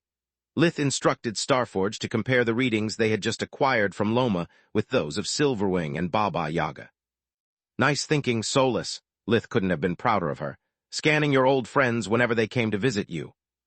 Thanks, Soulless swallowed hard, feeling more than one gaze piercing her back. By my mom, Akala was right. For someone who treasures her secrets above all, I do have a penchant for poking and prodding into the secrets of others, she actually thought. The cross-analysis revealed that White cores and Hordes shared many similarities, with their energy profiles overlapping at 21%. This proves that the rumors about the Hordes are not just a hoax, Lith pondered. Just like a White core, their energy is evenly spread across their spores, and they are somehow capable of sharing and amplifying that energy from a distance. It's how Malishka can split herself into 3 and can heal from any wound, even if her entire upper body is destroyed, Soulless nodded. The question is how. Wait, are you serious? Quilla stopped staring at the data and turned to Soulless. When did that happen? How can an opponent capable of maiming the legendary Baba Yaga sneak inside the mansion, unleash such a powerful spell, yet no one noticed? Yes, it happened, but no one attacked Lady Yaga, Lith shrugged. She just failed to control all the Tier 3-0 spells she conjured with her mind. Another time, she tried and failed to come up with the runes for a Tier 1 Cinder spell. Is mirror magic that dangerous? Freya's eyes went wide in shock. So much that we didn't involve anyone in our experiments, Soulless replied. Lith and I only work on the theory, and Malishka then puts our hypotheses into practice. Sadly, except for that time when Lith's rage guided him, We haven't achieved much aside from witnessing the extent of a white core's regenerative abilities. Based on what I can read here, there are two main differences between a horde and a white core, Menadian pondered. A horde is comprised of energy and matter in equal measure. Their dual nature allows the horde's consciousness to be shared among their thousands of spores, even though each one has its own body and mana core. The two halves are stable, but they are unable to survive on their own. The hive mind collapses without a sufficient number of host spores, just like all the spores that are left too far away from the hive die rather than developing another. A white core, instead, is entirely made of energy that can be converted into matter at will and vice versa. Like a horde, a white core can regenerate their body even if only a fraction of it is left, but unlike them, they need no nourishment. A white core simply absorbs the surrounding world energy, converts it into their mana, and then turns the mana into anything they need to restore their physical form. Yeah, but the question is, how do we go from here to there? Quilla pointed at Loma's scan and then at Silverwing's. That's up to us to find out, Lith shrugged. Remember that the infirmary works the same way as the eyes. It tells you what something is or does, but it gives you no clue about how it works or how it came to be. After all, if it were that simple, I doubt there would be so few white cores on Magur. As I see it, hordes are just one step ahead compared to Violet Cord awakened. Quilla used her breathing technique, guiding light on herself. We are also comprised of matter and energy and can't convert one into another. Yet while every single spore of a horde has its own mana core, we only have a few auxiliary cores and one mana core. Should we strive to turn our auxiliary cores into mana cores? That's impossible, Nalrund shook his head. If that were true, my people would have been capable of awakening and reaching the white core more easily than any other race.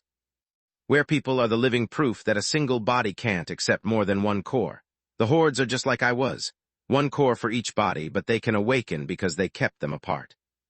Now that I think about it, Faso said that once a horde reaches the white core, their spores merge into a single body, and they become unable to split even again.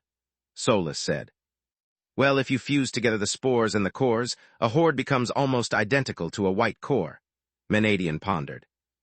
Chapter 42-27 Final Preparations, Part 2. But how can the hordes fuse their multiple mana cores? Menadian asked. Aren't they supposed to reject each other as Nalrund's did? They most likely would. Solus scratched her head in confusion.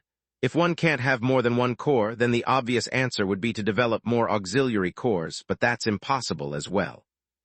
Indeed, I've never met someone with more or fewer auxiliary cores than anyone else in their own race, Lith replied.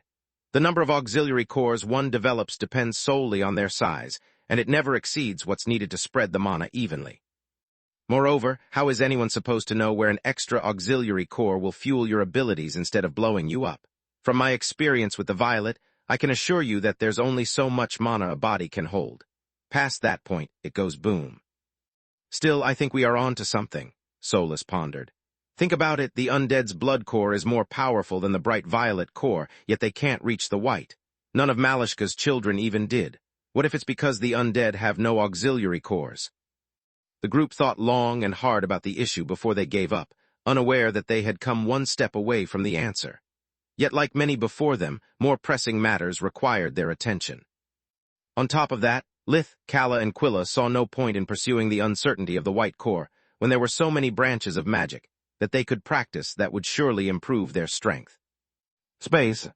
Kala, Nika, and Nock returned to Lightkeep as soon as the white fully recovered from her wounds, and had compiled all the data collected by the infirmary about Loma.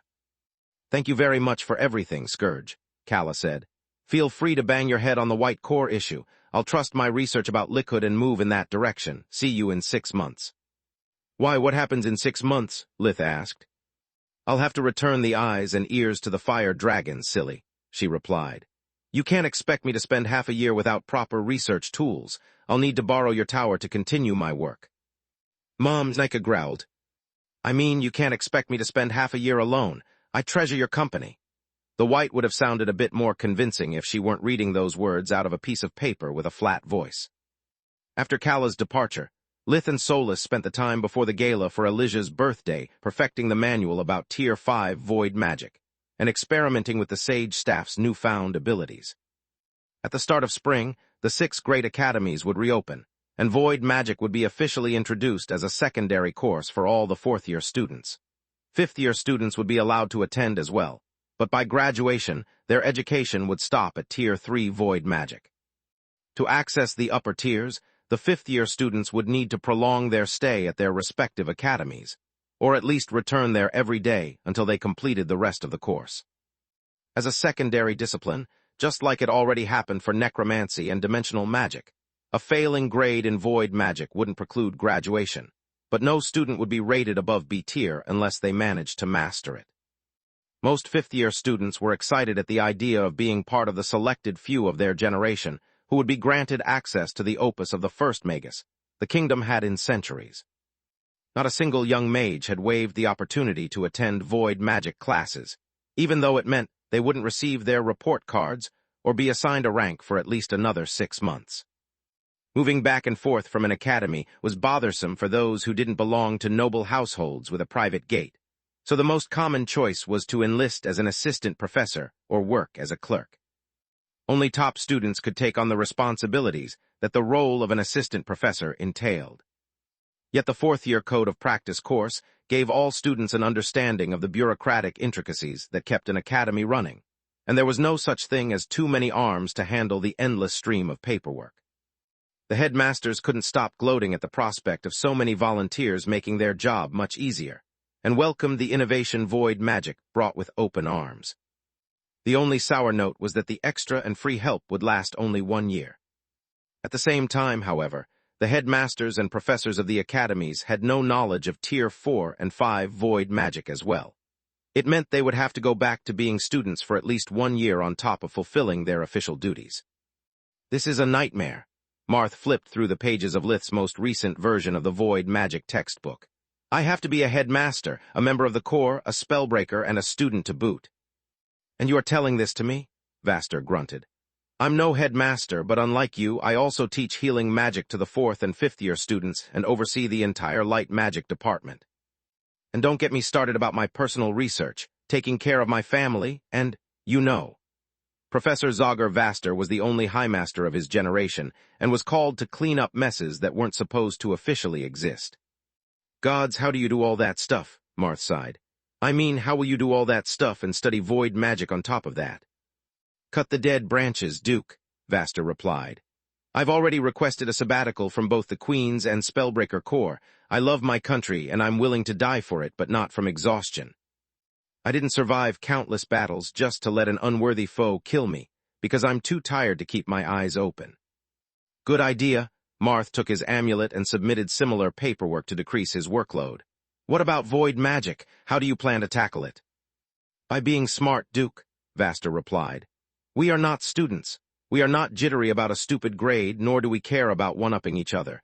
We can exchange notes, discuss our respective doubts, and annoy the hell out of Lith if necessary. We have his contact rune, and I'm not afraid to use it. He put us in this mudhole. It's his duty to help us get out of it. With a bit of luck with our experience, we'll need less than 6 months to master Tier 4 and 5 void magic. Let's hope so.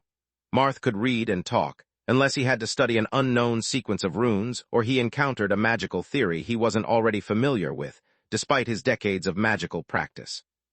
Lith had written his book for students who had a limited understanding of the upper tiers of magic and only a few years of practical experience with it.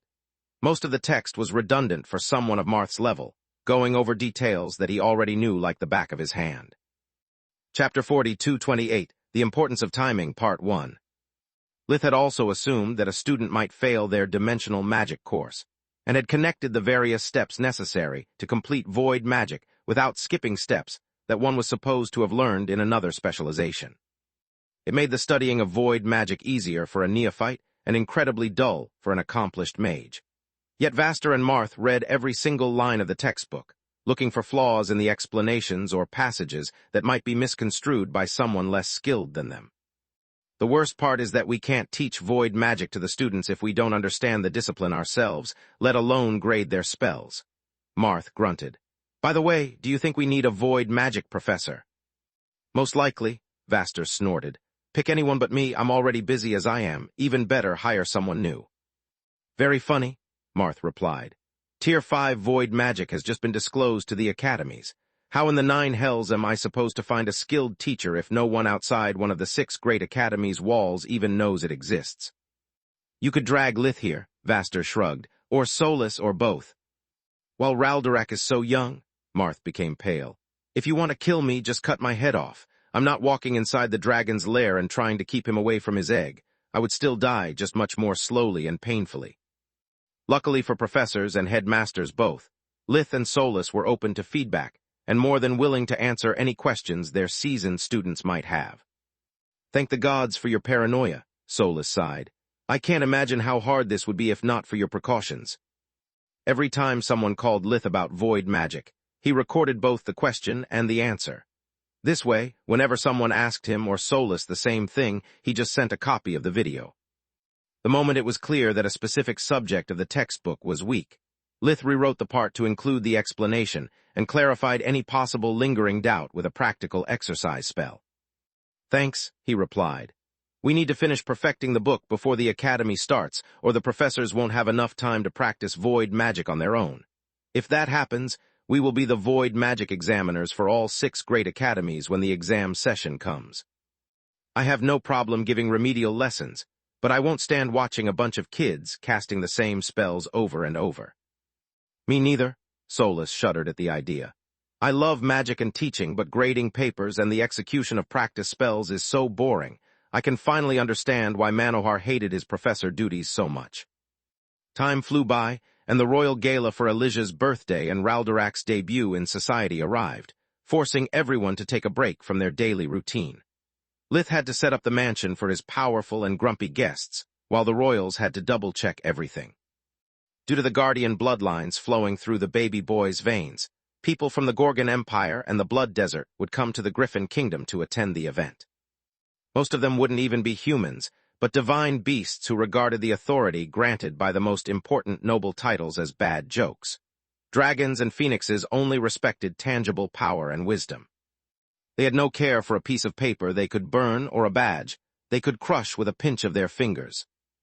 The king and queen were tasked not only with ensuring that the gala wouldn't make the kingdom lose face to their neighbors and rivals, but also with ensuring the survival of the crown's loyal retainers.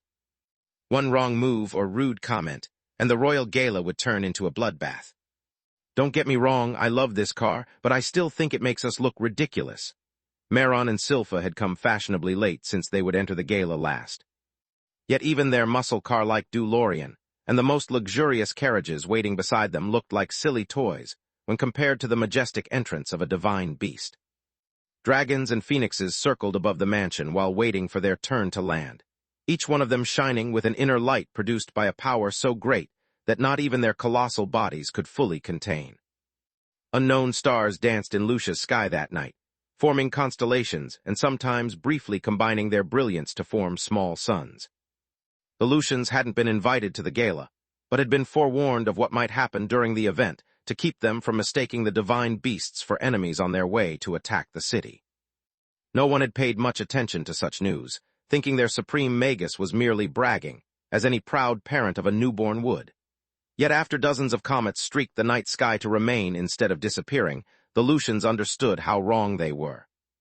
Those who had a terrace enjoyed the spectacle from there, while everyone else assembled in the city plazas, where no tall building would obstruct the line of sight to the mansion. Binoculars, buy your binoculars here, only 5 copper coins apiece. Zekel Proudhammer had, of course, been invited to the royal gala, but that hadn't stopped the blacksmith from seeing the profits come from a mile away. He had paid his assistants overtime to craft as many binoculars as they could and then had Lith enchant them with a simple sight-enhancing spell. Lith actually had the factory floor of the tower doing that, but Zekel didn't know. Then he had paid his assistants even more to walk through the snowy streets of Lucia and sell the binoculars the moment the gala's guests started to arrive. Useless to say, not a single item went unsold. I'm not moving a finger, but I can feel my pockets getting heavier by the second. The blacksmith rubbed his hands with greed, drawing his wife's scowl and making Renab blush. Dad, Senton said, lower your voice. Do you really have to speak like that on such an important occasion? I sure do, you brat, Zekel replied. I'm teaching the kids the importance of timing and networking in case they want to work in the family business. What networking? Senton asked in confusion. Meanwhile, the queen sat in her DeLorean in the mansion's park and unwittingly answered his question. If you, the king, feel ridiculous, imagine how everyone else must feel. Queen Silpha said, as she studied the new arrivals with the luxury opera glasses she had received in an elegant package that also contained her invitation. I must say, it was really thoughtful of Magus Verhin to provide us with enchanted binoculars. Waiting for our turn has never been so entertaining. Unlike the binoculars sold in Lucia, the opera glasses were crafted with the finest materials and bore the engraving of the Proudhammer shop's insignia along with the contact information. The divine beasts landed in a nearby large forecourt with the grace of hawks. Then, they quickly shapeshifted into human form and walked on the long silk carpet that led to the mansion's entrance. Chapter 42:29, The Importance of Timing, Part 2. The divine beasts' beauty, clothes, jewels, and magical artifacts were a sight to behold. Most noble guests were so enraptured by the spectacle that they wouldn't have noticed the passage of time, if not for the nagging of their stagecoach companions to pass the opera glasses. Zekel had sent only one per invite, turning the initially useless gift into a prized possession that would remain etched in the memory of his future clients. This is one of those few times that being an important figure is annoying. Milia Jennys, the magic empress of the Gorgon Empire, sighed.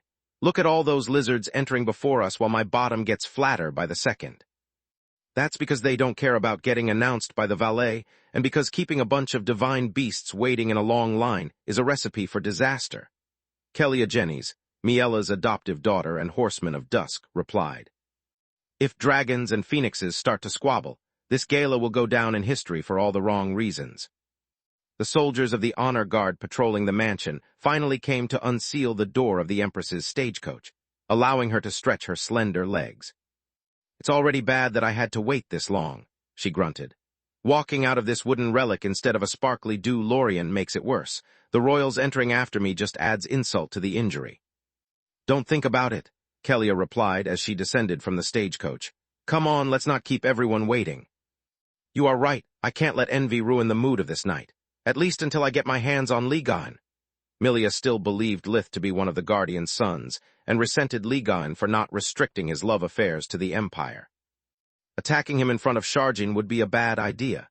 Kelia chuckled at the idea. Even if he can't put so much as a scratch on you, if you make him cry, your remains will fit in a bowl. Don't remind me of that, Milia sighed. Still, I feel sorry for the poor Raldorak. What do you mean? Kelia had never thought she would hear the words poor and Raldorak in the same sentence. Well, his father is a Magus and the first of his species, while his sister is not only the firstborn, but she also has all elemental streaks in her hair. That poor boy will never escape their shadows. Oh, that! Kelia cleared her throat, avoiding Milia's gaze. She lived with the Verhins and played with the baby every day after she was done studying, but she had sworn never to disclose anything about his appearance or abilities. What do you mean, oh that? The Empress asked. Sure, Raldorak is born with 6 wings, but Elijah and Lith will soon develop them as well. As for the elemental eyes, they have no practical value. Raldorak will spend his life being compared to his father and sister, and unless he demonstrates a unique talent or genius, he will always be found wanting. When, in a few years, he realizes it, Raldorak might turn into a jerk if the issue isn't handled properly. I guess you are right. Kelia could say nothing, so she said nothing. I wonder how Milia would react if I told her about the baby's stable mirror magic, she thought. After the Empress, it was the turn of the royals. They came out of the DeLorean, nodding at the divine beasts of the honor guard as a thank you. The first thing they noticed when they managed to lower their gaze to the floor was the change in the silk carpet. Golden embroideries had joined the black and red of Elijah's first gala, tracing lightning-like patterns. The black is to honor Verhin's dark phoenix bloodline, and the red for the fire dragon bloodline, Silpha pondered. What's the golden lightning about? It should be a depiction of vital storm to represent his Indech bloodline, Maron replied. Even though the full scope of the abilities of Verhin's human side is still unknown, its potential is the most debated topic of this year. The 7 colored eyes would indeed be a tacky motif, and the red of the Indech skin would easily be mistaken for the dragon's scales. But I would have opted for the white of the Indech wings. Vital Storm is just one ability, after all, Silpha said. Indeed, but it's the most renowned ability at the moment, Maron nodded. Besides, the white of the wings is temporary. You've seen it during Verhin's gala. An awakened Indech is supposed to have 6 elemental wings, and weaving together so many colors would be as tacky as the eyes. I guess you are right, the queen pondered. There is no telling if even a Tiamat's energy wings will remain white or become prismatic after Verhin fully develops his Indech side. That said, let's hope that our dear subjects behave. They'd better, the king said. We've sent them daily reminders for the past week. If anything happens, I'll skin them alive. Royal galas were never intended as friendly reunions. They were merely gatherings of powerful people who would determine whether the kingdom's power balance would remain the same or be redefined.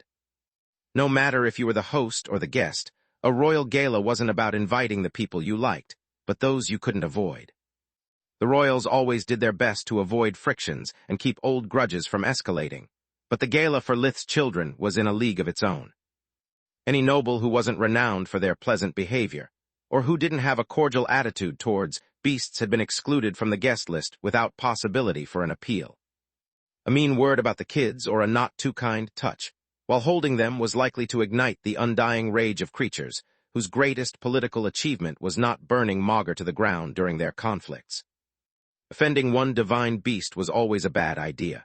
Offending a bloodline was akin to organizing your own funeral. Offending several bloodlines of divine beasts at once by insulting their hatchlings was the stuff nightmares were made of. No apology or appeal to reason would mean anything, and only the complete annihilation of the offender could end the conflict. Verhin has outdone himself once again. Silpha pointed at the park and then at the sky. Lith always prepared special attractions for his younger guests, knowing that kids had no interest in politics and would have no fun standing all night at attention like little soldiers. It was the reason he had set up a light mastery version of laser tag rifles and armor, along with a hard light battleground.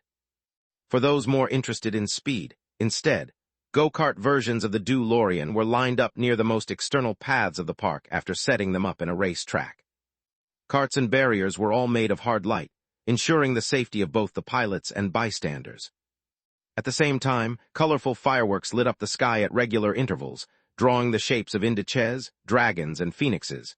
The spells produced no noise to not disturb the quiet of the night or scare the babies. The king nodded, staring at the young nobles with envy. Chapter 42, 30 Bloodline Resonance, Part 1. Meron too would have liked to have fun and spend the night racing, but when duty called, he had to answer. The royals walked along the red carpet to the entrance of the mansion, where the honor guards waited for them to confirm their identity one last time before allowing them entrance. On the right side stood dragons in their human form, wearing a red suit of armor whose scales were shaped like blazing flames. Their vertical slitted pupils betrayed their inhuman nature, while the color of the membranous wings that rested on their back like a mantle marked their bloodline of origin. On the left side of the carpet stood the members of Salark's nest, wearing a black suit of armor whose plates were shaped like feathers. They also had feathered wings on their backs and plenty of forge-mastering tools that they used to expose possible shapeshifters and even skinwalkers. No one stopped the royals nor asked them to slow down, but they could feel the divine beast's eyes piercing through their skin and searching for any anomaly that would warrant further inspection. "My king, my queen, thank you for coming," Lith said once the royals reached the main door. "I'm sorry for the wait, but after the last demon dirge I had to tighten security around the mansion." "No, thank you for the invitation, Magus Verhin," Meron replied. "And don't worry about the wait, it was far from boring." "A word of advice," Camilla said as she gave them a perfect curtsy. "Please be careful with the babies. Elijah doesn't like strangers and likes being separated from Raldorak even less. She's too young to understand what's happening tonight, but old enough to be dangerous if she thinks someone is a threat to her or her brother." "Thanks for the advice, Lady Varen," the queen nodded. "We'll do our best to be quick and avoid any behavior that might be misunderstood." Silpha took a good look at Camilla and noticed that her condition was much better than after giving birth the previous year. Camilla was still struggling with the loss of her powers, but every time Raldorak called her mom, her spirit soared. Whenever he called someone else mom, instead her spirit soured. In particular, her annoyance peaked when Raldorak called a man mom. The baby boy had a tenuous grasp on the meaning of words, yet while he called only adult men Daya, Raldorak was much less selective with mom. The chatter that filled the main hall died down immediately when the valet slammed the heel of his metal staff against the ground and announced the arrival of the royal couple. Well, this is new, Silpha said via mind link. All the noble guests from the kingdom gave the royals deep bows and curtsies, while everyone else stared at them in annoyance, as if they were a very late server that could expect a lousy tip at best, and none at all at worst. Under normal circumstances, coming in last during a gala was the highest honor a guest could receive. This time, however, it just made the royals the slowpokes everyone had to wait for before the gala could start. About time, Milia clicked her tongue in annoyance. First, you entered right before them. Much to everyone's surprise, it was Urgak who replied to her accusations. Second, I had to wait to meet the young Raldorak for a month. I'd appreciate it if we didn't waste time in pointless squabbles. The Fire Dragon clan was renowned in the Empire for the forge-mastering skills of its members and their thoroughness in purifying enchanted metals. Antagonizing its patriarch would have only made the Empress' life harder, so she gave Urgak a nod in apology. The royals knew it was impolite to kick an already defeated opponent and added nothing to the patriarch's words. Yet etiquette didn't frown upon silent gloating, and the royals exploited the loophole to grin in the Empress's face. I suppose the schedule of the gala will be the same as the last time, Supreme Magus Verhin. King Meron pointed to a side room with 2 honor guards standing before its entrance and 4 more inside. Is that correct? Yes, Your Majesty, Lith replied. I'll introduce the rulers of the 3 great countries first, then to the members of the honor guard, and after that my guests will have to take turns in descending order of importance. Then he turned to Urgak. I'm really sorry, Patriarch, but I can make no exceptions. Lith gave him a shallow bow. If I let you in, the Patriarch of the Dark Phoenix bloodline would claim your same right. And at that point, Gentor and anyone else who has a good relationship with you would do the same. Urgak sighed. The resulting chaos would be no different than if you just brought the baby into the main hall and tossed him in the middle of the crowd. Don't worry, Lith, I understand. But can you please tell me how many people are going to see Raldorak before me? Only the royals, the Empress, the Guardians, and the 6 divine beasts who will stand guard to the crib for the duration of the gala, Lith replied. Then, it will be your and the Dark Phoenix Patriarch's turn since the Verhins share your bloodlines. Excellent, Urgak smiled from ear to ear, and a short puff of black smoke came out of his nostrils in excitement. Don't let me keep you any longer, please. Lith gave the Patriarch a polite nod and gestured for the others to follow him. The Phoenix and the Dragon guarding the door scanned everyone with magical devices and examined them with their breathing technique. Even Camilla and Lith had to undergo the security check every time they entered the room, which was going to happen many times that night. The Guardians were no exception either, yet no matter how ridiculous the honor guards felt detaining their forebearers, they thoroughly performed their duty. You have to believe me, Salark, this pretty young Phoenix means nothing to me. Ligoen said as one of the honor guards patted down his black ceremonial armor and searched the pockets of his ample mage robe. He and the Empress wore a pink ribbon on their left shoulder that identified them as relatives on Alina's side of the family. You are not as funny as you think, Salark grunted. She wore a magnificent, bright red gala dress whose fabric seemed to dance like burning flames under the magical lights of the room. She also had a blue ribbon tied around her slender right shoulder, identifying her as a relative on Roz's side. The other rulers repressed a laugh and tried to peek at Raldorak. Alas, the crib had been placed in the middle of the room, and an honor guard stood before it on every side. The divine beasts kept their wings unfurled at all times, blocking all kinds of mystical and natural sight. Before we start, I have to ask you to be quick, Lith bowed deeply. Elijah and Raldorak don't understand what's happening. The only thing they know is that they have been forced to wear funny clothes and are being kept away from their friends. Chapter 4231 Bloodline Resonance, Part 2. They are already in a bad mood, and it's only a matter of time before they get sick of getting picked up and throw a tantrum. At that point, the babies would perceive the remaining guests as enemies, and I wouldn't be able to guarantee their safety. The clothes weren't a big issue since they were the Voidwalker armor shapeshifted into a formal appearance.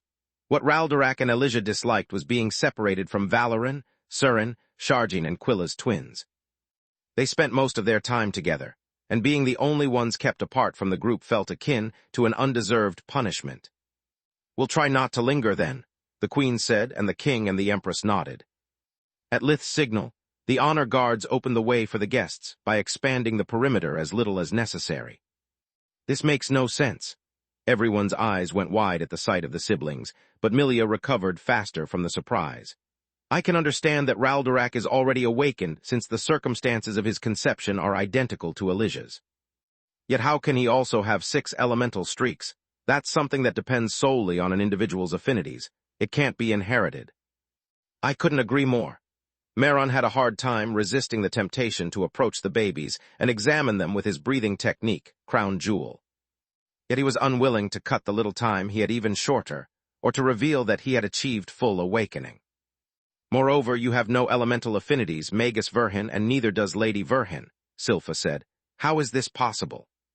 I'm not sure, but I have a theory. I can share it with you if you want, Lith replied, and Milia gestured for him to continue. As you know, the characteristic trait that humans gain through evolution is a strong connection with the world energy. The eyes and wings are just the means that an evolved human develops to tap into that connection and manifest their bloodline abilities. In fact, Balors are always born with the elemental streaks corresponding to their eyes, and Famers always possess all streaks but emerald. The rulers of Garland looked at the members of the Famer race outside the room, noticing that, unlike humans, the beards of their men also carried the color of the elements. So are you saying that Raldorak's and Elijah's streaks are a manifestation of their evolved human side? Silpha asked. That they are not the mark of innate talent, but just a family trait? Not at all, Lith shook his head. I was only pointing out the basis for my reasoning to you so that you could follow it. The flaw in your conclusion, my queen, is that Raldorak and Elijah are hybrids. You would be correct if they were in their Tiamat or Indech form, but this is undeniably their human form. Any diagnostic spell will confirm it. Then they have the strong elemental connection of the Indiches and the innate talent of the humans, Meron asked in disbelief. Something like that happening once would be a miracle. Twice is just absurd.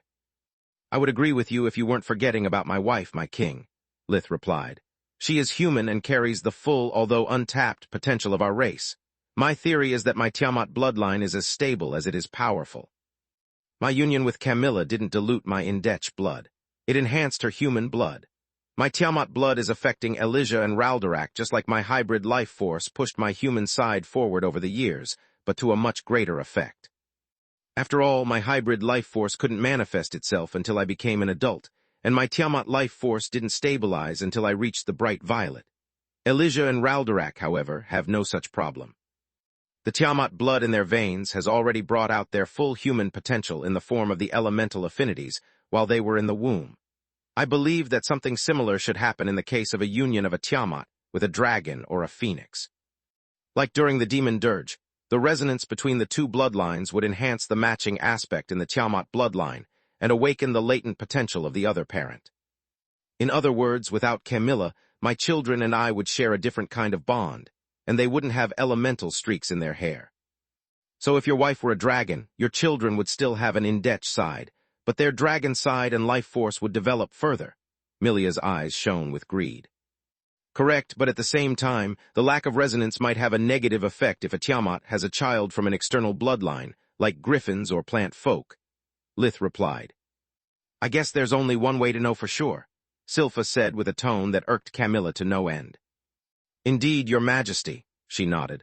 We'll have to wait until the kids grow up and start a family of their own for that. It might take a couple of decades, but luckily it's not that long. It's not a long time at all. The queen wasn't actually referring to the kids, but there was no point in souring her relationship with the supreme Magus wife, so she played along. Okay, little man, it's time to show our friends what you can do. The moment Lith bent forward to pick Raldorak up, Elijah started to cry desperately, and so did the baby boy. They think we are going to separate them. Calm, if you please. She lifted the baby girl in her arms and lulled Elijah until she calmed down.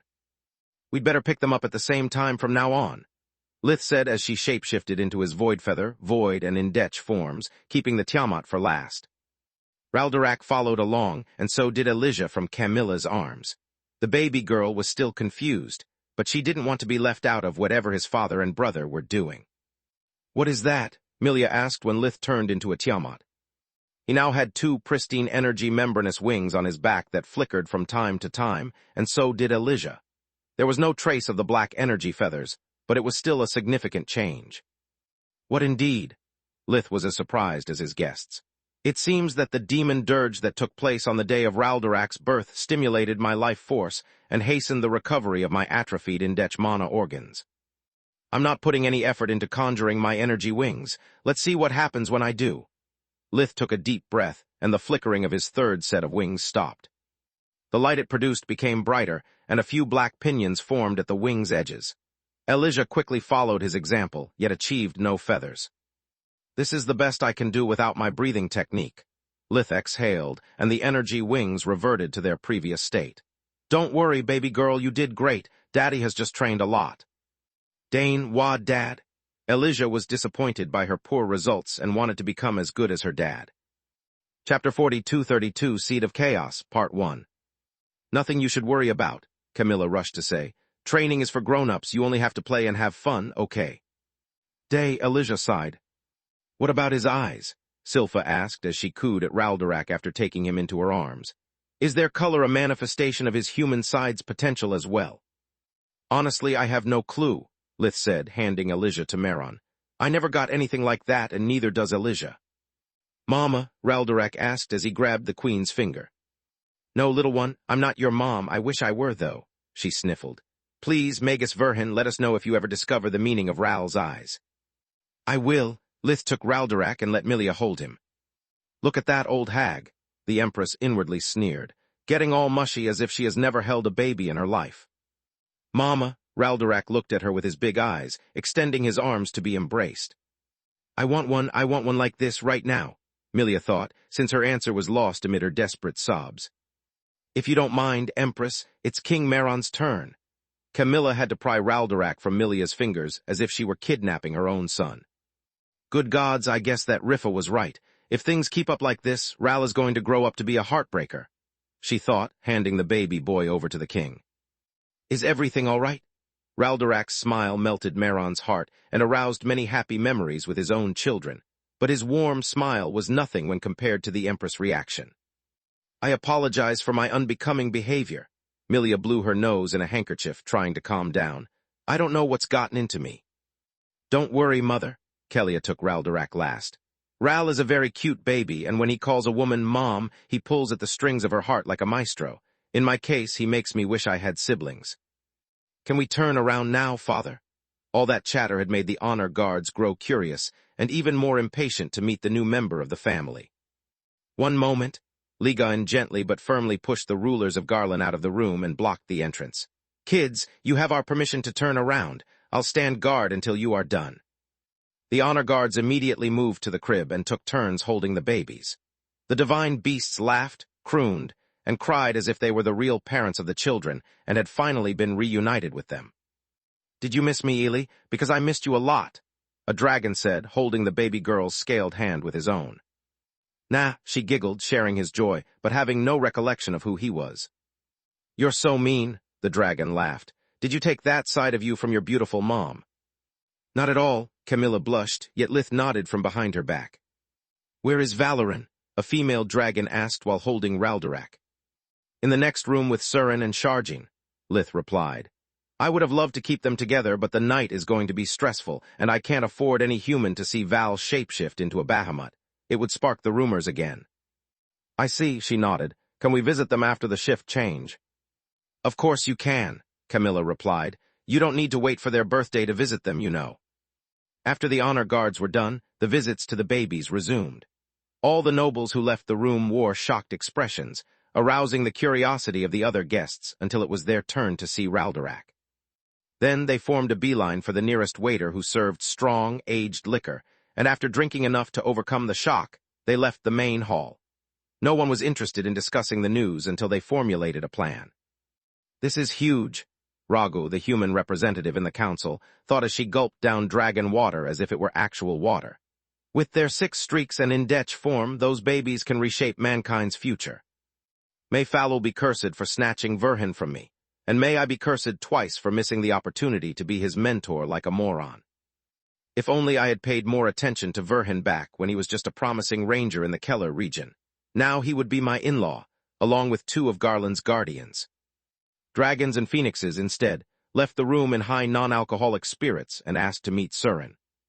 I'm sorry to bother you, but I don't want to ruin your baby's birthday with another visit, little sister.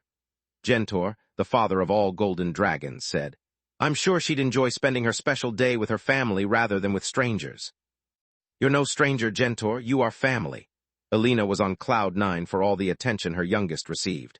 Surin loved your last birthday present, and she'll like this one even more. Why don't you come back in a week and give it to her yourself? Most of the dragons and phoenixes had brought gifts for both the baby girls, and Roz had already filled a room with them. Because in my experience, babies like creating chaos but hate being surrounded by it. Gentor laughed. If I come, the rest of the brood will follow, then the phoenixes will come as well. At that point, you'll have another gala, just with a less strict dress code. You have a point, Alina pondered as she handed the baby girl to the golden dragon. I'm not sure Surin would take it well, not after tonight. Surin had the face of someone who was there because she had lost a bet. She hated being separated from her friends, and she hated not having her parents with her at all times even more. Being passed around by a bunch of weird strangers was just the icing on the cake. Who's a good girl? Who's the best girl in the world? Gentor covered most of his skin in golden scales, creating sparkles and rainbows that dazzled Surin and brightened her mood. Ma, she replied, trying to snatch a scale that stubbornly resisted her best efforts. You can talk already, Gentor cooed. What can you say? Mama dada na, ya ma. The detailed answer flabbergasted the golden dragon, but not as much as Surin counting the words on her tiny fingers. You can count, Gentor said in disbelief. He turned to look at her parents, discovering they were as shocked as he was. Nah, Surin replied, having no idea what counting was. Humble and precocious. The golden dragon tilted his head, making the lights dance on his scales. What does ma mean? Ma, Surin pointed at herself. Okay, color me terrified, Gentor said without changing his expression or tone of voice. Surin understands when you speak to her and has already developed a sense of self. Were all your children so bright at this age, little sister? No, Alina said. They were all normal babies, I mean normal human babies. Do you think this can be Manohar's doing, dear? Chapter 4233 Seed of Chaos, Part 2. I hope not, he's a baby too, Roz swallowed hard. Can you please check Surin's life force for anomalies or awakening? Sure, Gentor examined the baby girl thoroughly, finding a dormant red monocore and no signs of alterations in her life force. By all accounts, your daughter is just a healthy baby. Except that babies don't talk like this, can't count, and for sure don't answer questions. Can this be an effect of the demon dirge? After all, Surin experienced both of them. Good thinking. Let's share the good news with the rest of the family. Before Roz and Alina could recover from the shock, Gentor was already bringing in more dragons. They all took care to take on a cute or shiny appearance to appease the baby girl. The phoenixes, instead, looked so goofy and fluffy that one would have easily mistaken them for giant stuffed toys. Only a few among the human guests had the presence of spirit to notice the extra space left by the absence of the divine beasts, but the alcohol level in their blood prevented them from wondering where they had gone. Surin had no dragon scales to understand why so many strange people came to visit her, but with her parents present and the divine beast's silly appearance, she remained calm, thinking it was some sort of game. Unfortunately for Lith, most of his human guests lacked the joyful calm of the dragons. Fear and worry battled for dominance when any powerful noble met Raldorak, afraid of what would happen to their household if one of their rivals got their hands on the Tiamat bloodline before them. Cold sweat often covered the nobles when Lith shapeshifted through his 4 forms with the babies, and when it was the noble's turn to hold the baby, they handled him as if he were a live wire. Some humans even had intrusive thoughts of getting rid of the threat here and there, making it pass for an accident. No one was stupid enough to attempt anything, and the thoughts remained just that, but the babies sensed the tensing of muscles and smelled the fear.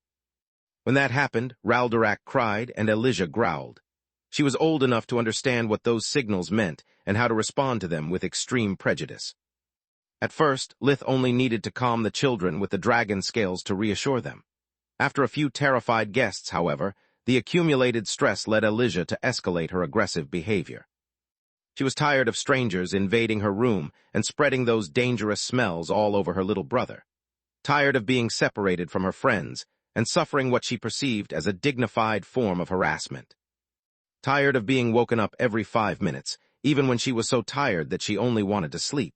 To make matters worse, every time Raldorak cried, she felt as if she had failed to protect him. No matter how many times Lith explained in simple terms what a royal gala was to her, it didn't change the fact that the night was a constant headache for her, and that her guests were mean. Ba, Elijah snarled as Raldorek cried one time too many. Ba de ba. She shapeshifted into her Tiamat form and escaped Camilla's arms, hurling a jet stream of bright orange origin flames against an already terrified Baron. Calm down, Ely. Camilla used tendrils of spirit magic to catch the baby, while Lith shielded the Baron with an air spell. Ba gia, eo. Elijah replied, tracing a circle with her small hand, and then crossing it vertically with her index and middle fingers. A blast of zero magic shattered the emerald tendrils, and a projectile of chaos magic went straight for the Baroness. Only the mansion's defensive systems saved her life, yet it was still far from over. Protect the son, Ragnarök plunged into the ground between the guests and the crib. Protect the daughter. Latches and seals snapped open one after another, as the angry blade surrounded the baby boy with several barriers, and prepared to fight to the death. Enough, Lith's voice was level, barely a whisper. Yet both Ragnarök and Elijah froze, ceasing their attack before it even started. Baron and Baroness Tika, Duke and Duchess Falren, I'm sorry for cutting your time short, but my children need a break, he said, rocking Raldorek into his arms until the baby boy stopped crying. This is my fault. I didn't consider the stress the royal gala would put Elijah and Raldorek through. Camilla, please, inform our guests that from now on, we'll give the babies a few minutes between visits to decompress. Come back as soon as you are done and bring Protector with you. In the meantime, I'll clean this mess. Melting ice soaked the floor, and burn marks stained the walls, all things that Lith fixed with a thought and a couple of chore magic spells. Take 5, please, Lith said to the honor guards. I know you are doing your best, but I think the kids need some peace and solitude. The fewer people are around, the easier it should be for them to calm down. You didn't need to worry, Ely, an ice dragon said, and offered the baby girl his crystal-like finger to prove his sincerity via dragon scales. If any of those brutes so much as touched you or your brother the wrong way, we would have ended them. Ba, Elijah snorted, not feeling much reassured. Ba ma, ba wama. I agree those were bad men and women, but they did nothing wrong, the ice dragon replied. Nice spells, by the way. I've never seen anything like that before. And with a bit of luck, you'll never see it again. Lith chimed in, unwilling to reveal the existence of the stable cursed elements. That said, what kind of honor guards ignore people in danger? If not for me, those nobles would have died. We are guarding the babies, the 6 divine beasts replied as one. We don't care about humans and have no duty towards them. They can all die for what we care about, especially those with sick thoughts about our hatchlings. I noticed that too, but what am I supposed to do? Lith's keen instinct had sensed the noble's wild emotions, but since his guests didn't act on such impulses, he had pretended not to notice. This is a political event, and crapping your pants is not a crime. On that, even Elijah had to agree. She still wore diapers, after all. I don't envy your position, little brother, a molten phoenix said on her way out. In your shoes, I would have already killed a few of those humans who visited your children. Once alone, Lith used a pulse of darkness magic to erase all the foreign smells from the room and gave a milk bottle to the babies. They had recently eaten, but eating helped them to relax, and stress made them hungry. Also, Lith opened a small warp steps, allowing Sharjin and Valoran in for a visit. Are you okay, Ral? Valoran II asked. Wah, Raldorek was so happy to see his friends that he dropped the bottle and extended his little arms. Chapter 42-34 Tainted Snow, Part 1. Ely, you shouldn't harass the weak, Sharjin said as he licked the baby girl's face. It's what a bully does. Bah, too tired and hungry to explain herself, Elijah touched the wormling with the dragon scales and let them do the talking. It's still your fault, Sharjin tilted his head. You are strong and your dad was here, nothing could happen. Meb, with her stomach full and her head clear, Elijah wasn't so sure she had done the right thing anymore. Here we are. Camilla entered the room with a warp steps, recognizing the closed door as a request for privacy. How is our little tyrant doing? Her voice was calm, but Elijah knew that when her mother scowled, she was in big trouble. Well, are you proud of yourself, young lady? First you attacked our guests and then you attacked your mother, Camilla said. What did we say about mirror magic? What if someone got hurt? The idea of injuring her mother hit Elijah like a bucket of cold water. So why, Mama, so why? She started to cry, suddenly afraid of herself and her own powers. You better be, young lady. Camilla took the baby girl in her arms to reassure her, and was saddened when she couldn't reply to the warm touch of Elijah's dragon scales. I forgive you this time, but you must remember that when Mommy restrains you, she does it for your own good. Are we clear? Yeah, Mama, Elijah nodded like a frenzied parrot. So why, Mama? You seem to have everything under control, and I don't want to intrude.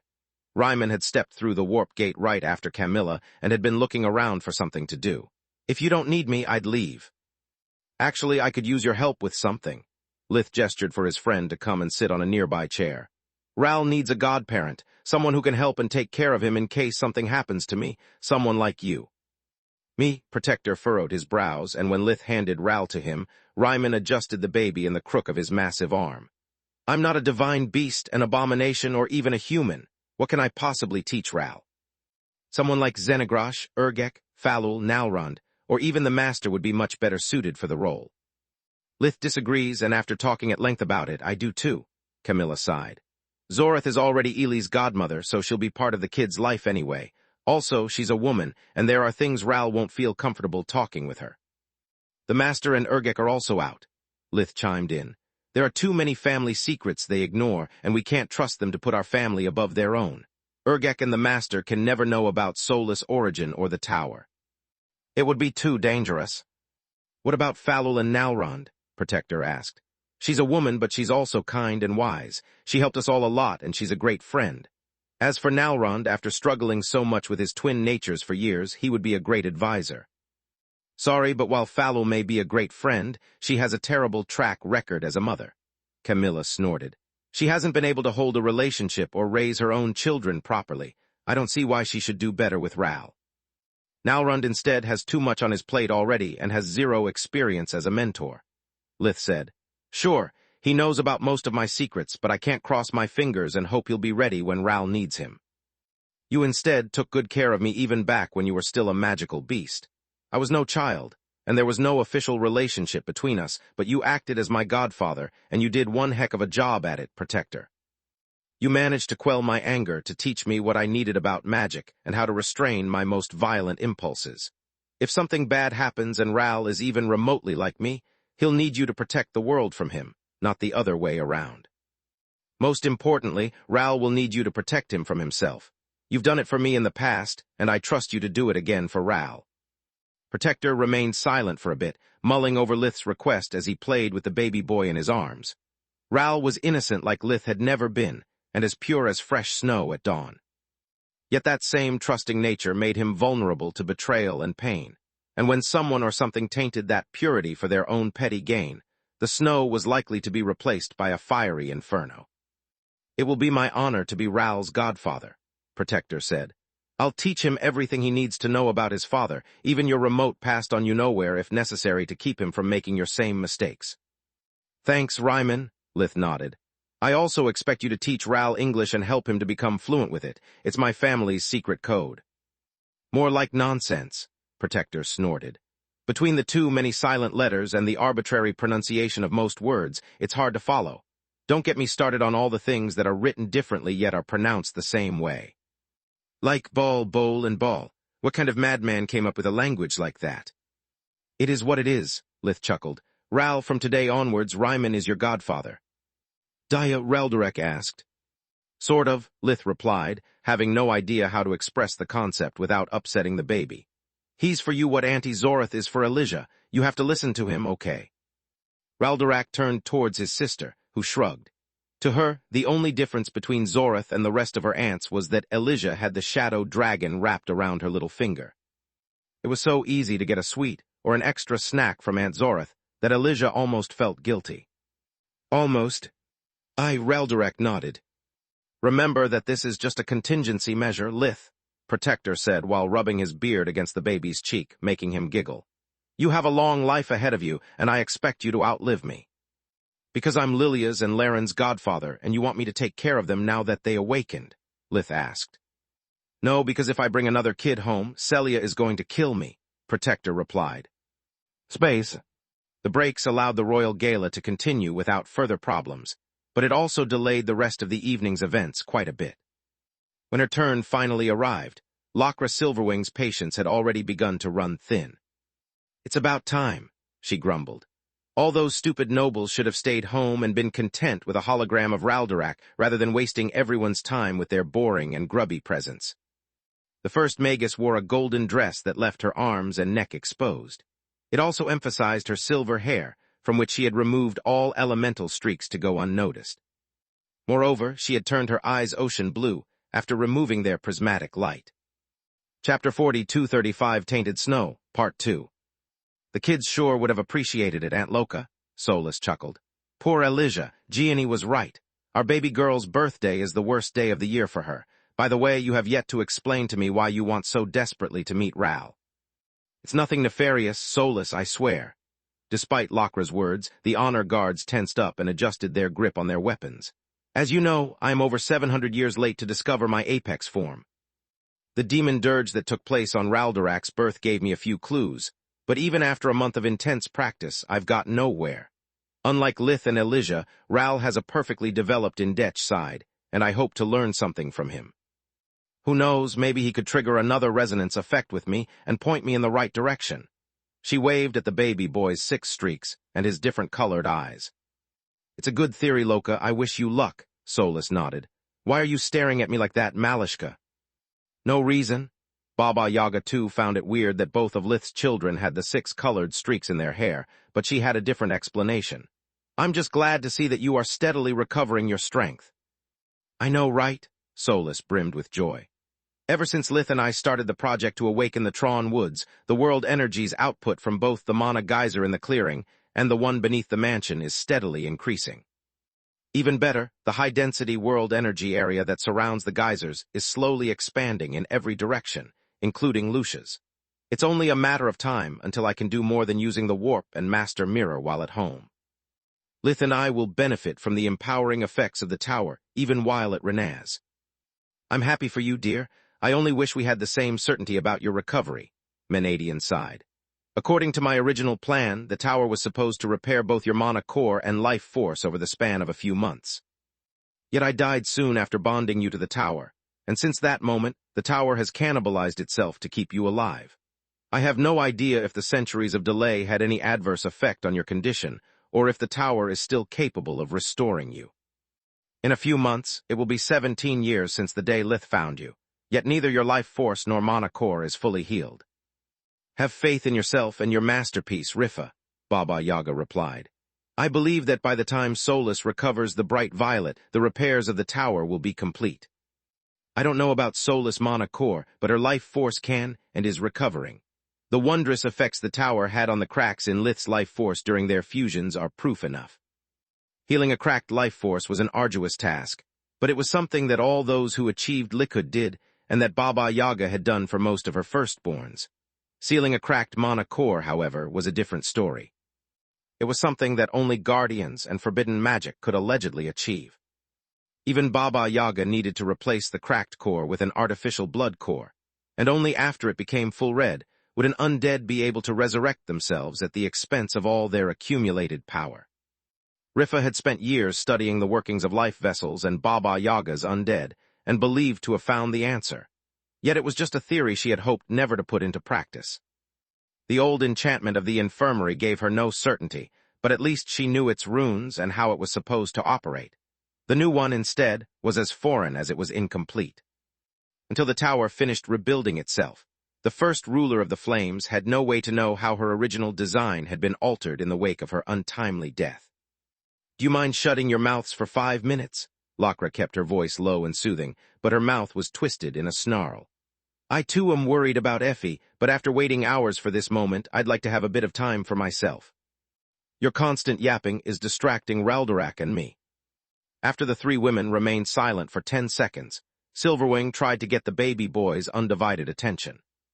I'll be honest with you, little one, I have no idea what I'm doing here. She lifted him to her eye level, making him coo. I'm clutching at straws, but I hope you can help me. Trigger a resonance between us, show me the way, anything will do. I'm willing to take you as my master for the next 100 years if this works. Do we have a deal? Mama, Raldorak grabbed Silverwing's face with his tiny hands and rubbed his head against her. Silverwing used her breathing technique, Ascension, to study Raldorak's life force and connect her own with it. She breathed with his same rhythm until even their hearts beat in sync. Okay, he's adorable, but this is not working. Silverwing felt nothing but the baby's warmth on her skin. Can you please make him turn into an Indetch, Effie? Yes, but my name is Solus. A quick mind link and a blanket of hair, and Raldorak happily shapeshifted. Thanks, Solus, the first Magus nodded. Here goes everything. She studied the evolved human life force and tried to rearrange her own to resemble it. Silverwing used no body sculpting spell, only her breathing technique. She hoped that the connection with the baby Indetch would allow her to achieve her apex form, or at least show her the order with which she had to trigger the dormant mana organs in her life force in order to bridge the abyssal gap between her human and apex form. Silverwing felt a faint echo of what she had experienced during the last demon dirge. Something in her body stirred, wishing to take the first step towards a form she instinctively knew was similar yet different from an Indetch. The first Magus held onto that feeling, injecting massive amounts of energy into the few mana organs that her human form shared with Raldorak. Power swelled in her chest, but no change took place. She felt as if she was trying to push a loaded cart while two horses were bridled on its front. In other words, she was doing everything wrong. This was an utter failure, but it was worth the wait, Silverwing sighed, interrupting the connection. I had the right idea, but I executed it the worst way possible. My apex form is rank 4, Ral's Indetch is rank 3, and I'm stuck at rank 0. The resonance is there, but his life force is too different from mine. I need a perfect rank 1 human to identify the first step. Then I'll need a rank 2, and only once I'm done with that can I ask for Ral's help again. How close is Quilla to undoing the fallen state of the people of Zelex? Chapter 40, 236, Wild Rumors, Part 1. Nowhere close, but if you need help, I can ask Arhin and Garrick to let you study their life forces. Solus replied while dispelling the hush field that had kept the honor guards from overhearing them until that moment. They are the most stable Balor and Falmer that Gleemo's research ever produced, yet there's something you must do for me first. Which is? Silverwing asked in confusion. She had waited for a long time for the opportunity to help Lith and Solus, hoping to prove her worth and mend fences with them. Put down the baby. The honor guards at the entrance crossed their spears, blocking Silverwing's way and answering her question. What are you talking, good gods? I was certain to have put Ral back into the crib. Only then did Silverwing notice that she was keeping the baby boy tight to her bosom as she walked towards the exit. I don't know how this could have happened. You and half the women who came here tonight, the ice dragon growled. Now put down the baby. I won't repeat myself a third time. Mama, Raldorak asked, and dozens of icy knives seemed to pierce the first Magus' heart. Her whole body screamed in denial at the idea of parting herself from the baby boy, but she did it anyway. Silverwing handed Raldorak to Solus, ensuring that her hands wouldn't betray her again. The moment the baby boy was safe between Solus' arms, Silverwing ran away, unable to deal with the mix of humiliation and sadness that plagued her heart. That was weird of Aunt Loca, Solus crooned to reassure Raldorak and Elijah that everything was all right. Or rather, it would have been weird if not for all the people who did the exact same thing. I'll go after her, Baba Yaga said. Please send Lakra a message if your offer is still valid. We'll contact you later to arrange the details. See you soon, Solus. The rest of the evening proceeded quietly. Raldorak received lots of compliments from the Wyellans, the Larks, and the Marths.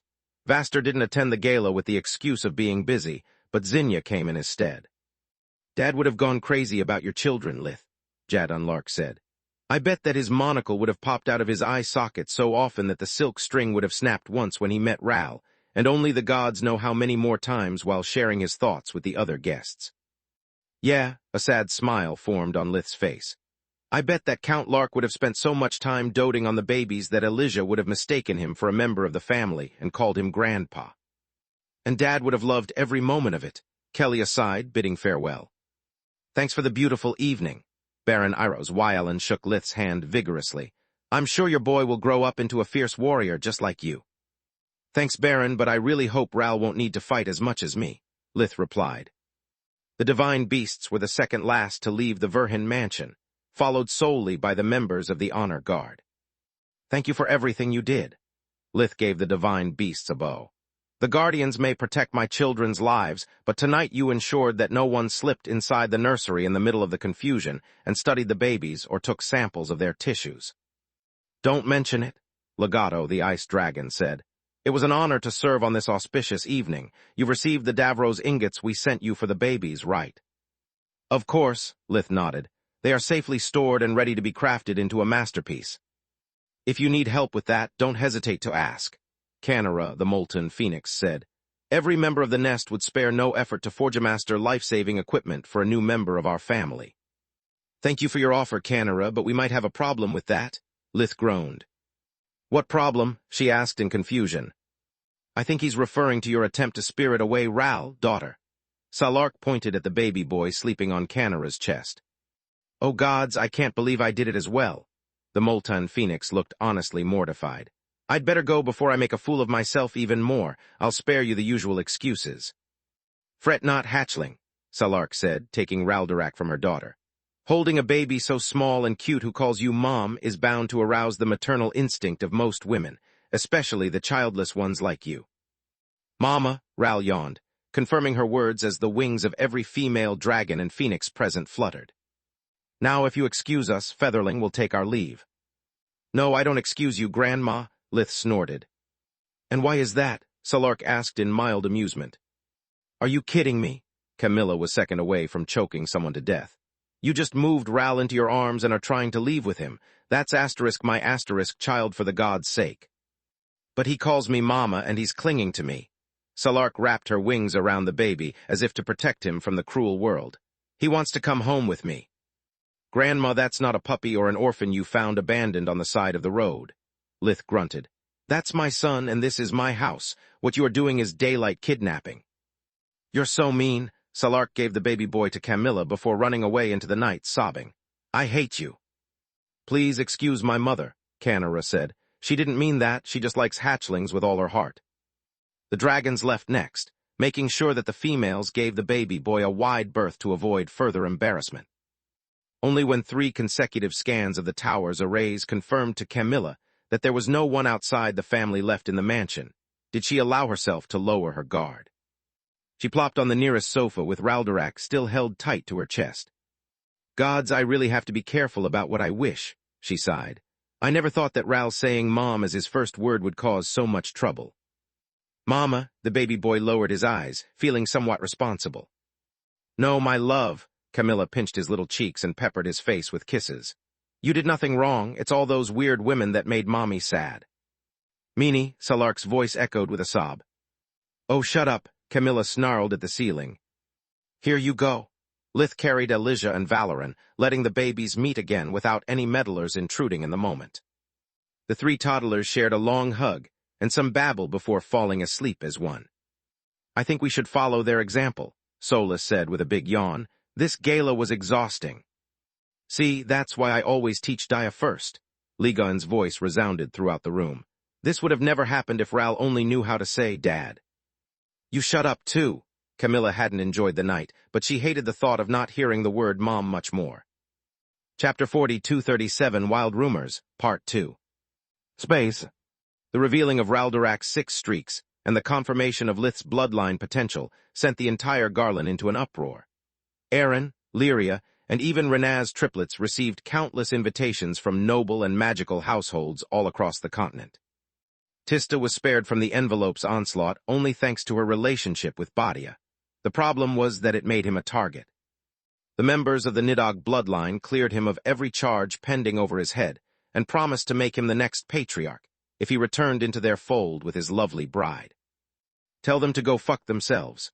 Vothel the Nidhogg, Badia's grandfather, advised him. I get our brethren is shameless and opportunistic. Any awakened bloodline is no different, but this is too much.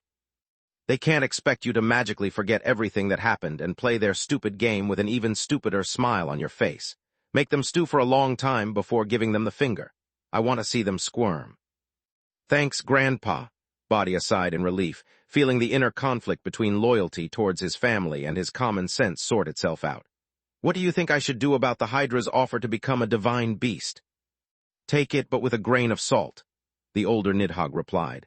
Right now, there isn't really a treatment. Only that guy, Adjutor, succeeded, and until he discloses his procedure, the Hydra's offer is just hot air. Even when the Sapphire Dragon shares his research with the rest of the lesser divine beasts, if he does it at all, it will still take you a lot of work to adapt Adjutor's technique to your unique physiology. You can't trust the members of our bloodline. They would love nothing more than making an unfortunate mistake that would make your life depend on them and put you in an eternal debt of gratitude towards them. Since Ajatar is a friend of Verhin, ask for his help. He's your best shot. Sounds like a plan. Badia half smiled and half frowned. You can't fool me, child. You didn't come all the way to Righia to ask me something you already knew the answer to. A call would have been more than enough for that. What's the real issue? Tista, Badia sighed. Did she cheat on you? Vathal's tone turned into a low rumble. Does she lord her divine beast status or her countless suitors over you? I'm glad you worry for me, Grandpa, but rest assured, if any of that were to happen, I would have come here to tell you that I dumped her. That kind of decision is not hard to make if you have a shred of spine and self-respect. Badia snorted. Then what did she do that troubles you so much? The older Nidhogg leaned back on his chair, sighing in relief. More like what she didn't do, Badia replied, rushing to clarify. Not that, Grandpa. There is no issue in our intimate life, and even if there were, I wouldn't discuss it with you. I mean that there's something she's not telling me. Many things, actually. I'm confident she keeps a significant part of her life hidden from me. How can you be so sure? Vathal steepled his fingers. Tista often disappears for hours, always with someone of her family, mind you, and when she returns, she refuses to tell me where they went and what they did, Badia replied. At first, I thought she just went to Lith's lab, but too many things feel off. Whole conversations stop when I enter a room. The entire family moves around the Garland continent as if it's their backyard, and they do plenty of trips somewhere I can't follow. They do a good job hiding it, but I've lived with them for a while now, and I can tell when Tista lies to me. Even worse, whatever her secret is, many of her friends know about it. It's me she doesn't trust. Well, this has an easy solution, child, Vathal said. Just tell her what you just told me. Make no demands, just let her know that the existence of this secret makes you uneasy. At that point, listen to her reply and make up your mind. Just remember that no reply is also a reply. It means that she respects you enough not to lie to you, but she doesn't value you enough to tell you the truth either. Thanks, Grandpa, Badia exhaled as a huge burden had been lifted from his back. What about our family? If I broke up with Tista, you would also be exiled again. As I said, they can go fuck themselves, Vathal snorted.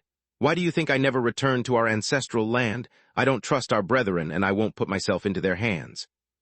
If they want to use me as a bargaining chip with you, they'll have to make an enemy out of the entire Beast Empire. I'm a respected elder here in Righia, and the Emperor Beasts of Giera hope to establish a good relationship with Verhin through me. They won't let the Nidhogg clan take me without a bloody war. Space.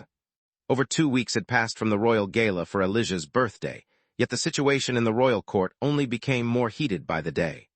All those who had been denied an invitation demanded to verify the reports about Raldorak with their own eyes. Those who had attended the gala kept spreading a mix of truth and lies to deceive their political opponents and slow down the development of their agenda. There were wild rumors in the royal court about Elijah using Tier 5 magic already, and Raldorak being able to wield Ragnarök with the skill of a sword master. They would have been dismissed as blatant lies if not for Manohar, the second performing absurd feats for a 2-year-old in front of plenty of witnesses. Sharjin helping the baby boy in his experiments only made things worse. After all, Elijah and Raldorak were human hybrids like Manohar, and carried the same blood as Sharjin. Don't stare at those idiots, Sharjin, the baby boy said with perfect pronunciation. Mom says it's rude. Apparently some grown-ups are both stupid and thin-skinned. Okay, the fact that they were playing chess, and nobody could follow their moves, only made their conversation more surreal. I don't like asking you to do this, Magus Verhin, but there is no other choice. King Meron sighed. Rest assured, no noble can bother you if you refuse my request, yet the unrest will keep growing until I can no longer contain it. Sooner or later, Lucia will be invaded by nobles coming there in the hope of meeting you or Raldorak by chance, not to mention the countless invitations and requests to visit your home you'll receive. Sadly, it's already too late for that. Lith showed the unopened mail he used to fuel his fireplace. I have nothing against bringing Ral to the royal court, but you've seen what happened here. If Elijah gets upset again, someone might get hurt, or worse. That's why I'm thinking of arranging a much quicker and simpler event, Meron replied. Chapter 4238, No Other Choice, Part 1. We'll use the arrays of the throne room to keep everyone in their place and the kids safe. Thanks to your supreme Magus robe, you'll be free to move around and introduce Raldorak to the court, the king said. You have to do it only once, just make sure you show your son's 6 streaks and all of his forms. That will be more than enough to quell everyone's curiosity and put an end to this nonsense. Also, it would help relieve the pressure on the Urnas. I see, Lith nodded. Gianni and Orion live here. Just by claiming that they have a privileged relationship with Ral, they should be able to buy themselves a bit more time. Indeed, Meron nodded. I say that achieving so much and sparing us so many annoyances is worth a few hours of our time. Are you sure that a mere court audience will be enough? Lith asked. He had already received numerous complaints from the Lucians about the horde of nobles infesting the streets and making everyone's lives miserable with their absurd demands. I'm sure, Meron nodded. Also, most of the court audience will be spent on protocol that doesn't require your presence. You can wait in a side room with your family until I'm done with the formalities and carry the baby around the throne hall. Let the nobles take a good look up close to Raldorak for a couple of seconds, and then move forward. This time, no one but you and a healer chosen by the royal court will be allowed to touch the baby. I wouldn't even involve the healer if we didn't need an impartial party that the nobles trust to confirm our words. It's not an issue, Your Majesty. Lith shook his head. As long as I hold Ral, he'll remain calm. If the healer tries anything funny, anyone involved won't come out with their lives, and the best part is that neither of us will have to lift a finger. If only I would be so lucky to get rid of so many fools without bearing the blame for their untimely demise. Meron sighed. If only. Space. It didn't take the king long to arrange a full royal court assembly, using important affairs of state as a pretext. Meron only needed to spread the rumor that he was open to readjusting the distribution of the resources mined in Giera, based on each noble household's individual contributions, to have the full attention of his opportunistically loyal subjects. He had also planned to pretend to be willing to reduce the restrictions on the features for the civilian Dulorians if necessary, but he had underestimated the greed of the new and old households. The prospect of increasing their profits was a great allure, but the idea of siphoning off those of their rivals was impossible to resist. Allegedly, whoever played their cards right would increase their standing in the royal court while knocking the competition down a few pegs. Missing the event would have meant leaving one's own entire household naked in the middle of a bloody battle, while those who attended worked as both the sword and shield of their estate. The heads of the noble families rushed to answer the royal summons, guaranteeing their presence at all costs, and pleading with the king to investigate their main rivals if anything happened to them that forced them to be late. The Urnas left the Verhin mansion first. Gianni's and Orion's position was already precarious due to their prolonged leave of absence. They couldn't afford to stir more trouble by refusing to attend a court summons meant to support their cause.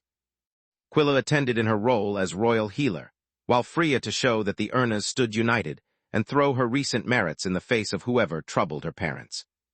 I won't be away for long. Lith donned his supreme mage robe and sighed heavily. Just the time to parade the poor Ral around the throne room and go back.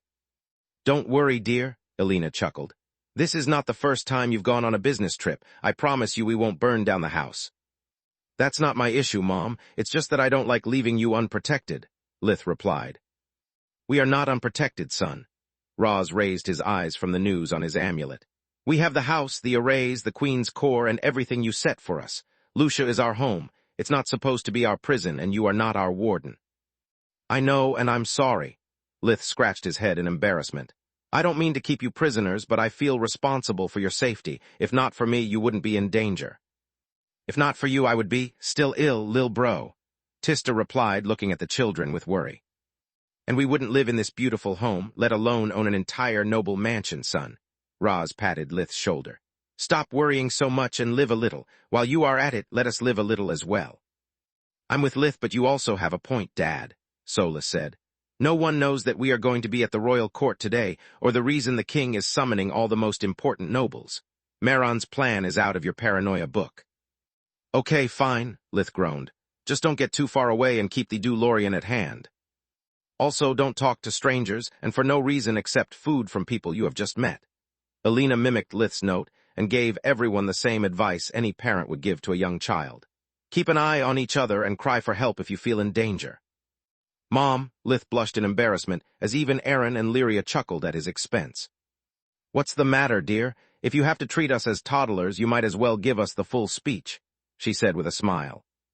Jokes aside, Mom, Dad, please be careful, Tista said.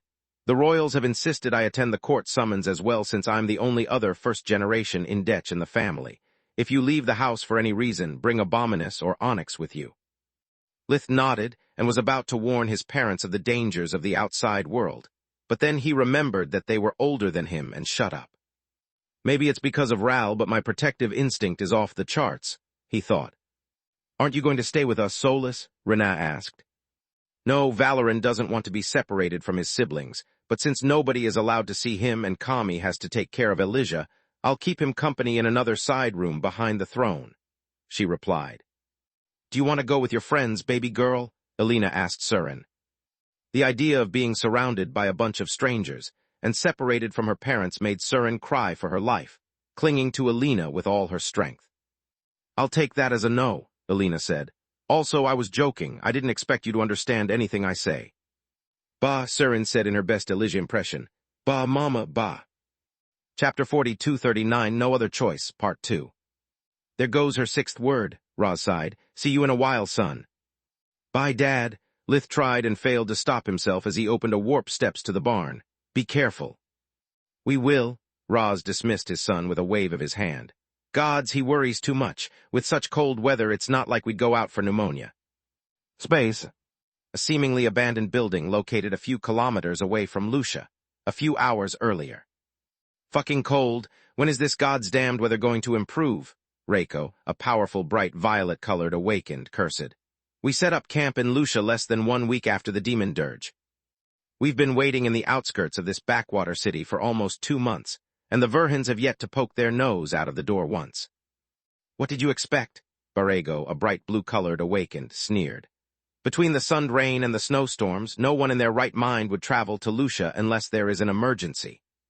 There is no medical emergency that Verhin can solve by himself, and even if it's something magic can't solve, he can just call for help with his amulet. The members of his family have no reason to set foot outside at all. Don't worry, things are about to change, Zardo, another violet core, said. According to the weather mages, it's going to stop snowing for a while. All we have to do is clear up a few clouds to give the bored people of Lucia the first sunny day of the new year. Why today, what's so special? Reiko asked.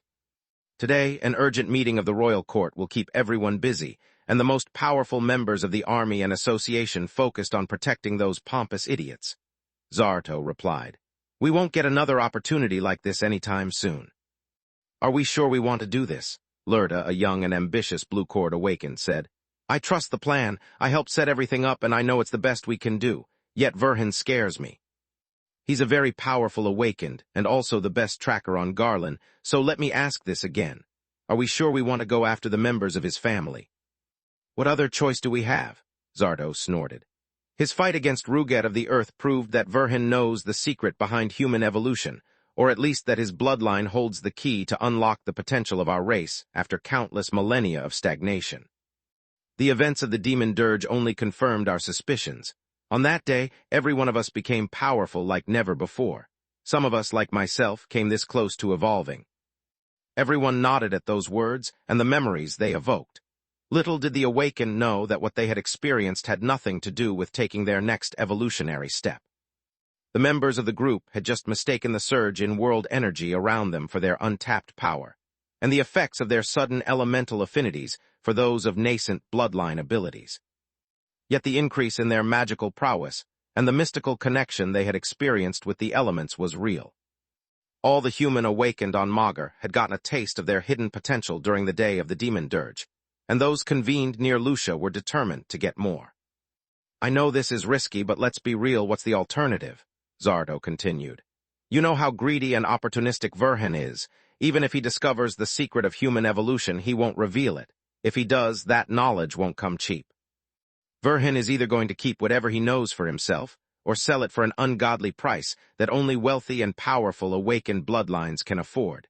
Things will be no better with his children. Once they grow up, they will get to pick and choose whoever they want as their spouse, and you can bet everything you have that they won't consider any of us as a potential suitor. Why should Elijah or Raldorak waste their time with grassroots awakened when they can join an ancient bloodline? and add the bloodline legacy of their spouse to that of their fathers. By the time the Indech bloodline becomes accessible to those like us, we'll be all dead, and so will our children and the children of our children. So the real question here is not if we should capture the members of Verhin's family, but if we can afford not to. Are you willing to give up on the power of an Indech, to live your lives in mediocrity and die knowing that while others strode forward, you could only watch them in envy from the sidelines? A long, awkward silence fell over the room. None of those who had joined the small cabal of Awakened was famous, particularly brilliant, nor did they belong to a young but promising magical bloodline. They were all young self-awakened or old awakened who had already lived more than half their lifespans and had failed to establish both their reputations and households. It was a very diverse crew, the younger members of which had a bleak future at best, while the older members had no future at all. They were considered a bunch of failures on the decline who couldn't find an heir, because their so-called legacy amounted solely to the secret of the Violet Core. No young awakened would waste hundreds of years following such a master just for that.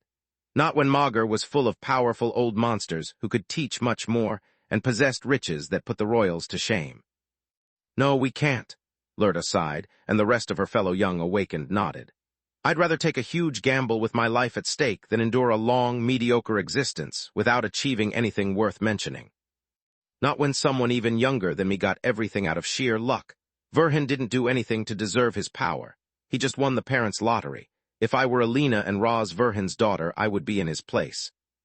Muttered grumblings filled the air as the other young awakened cursed their bad luck.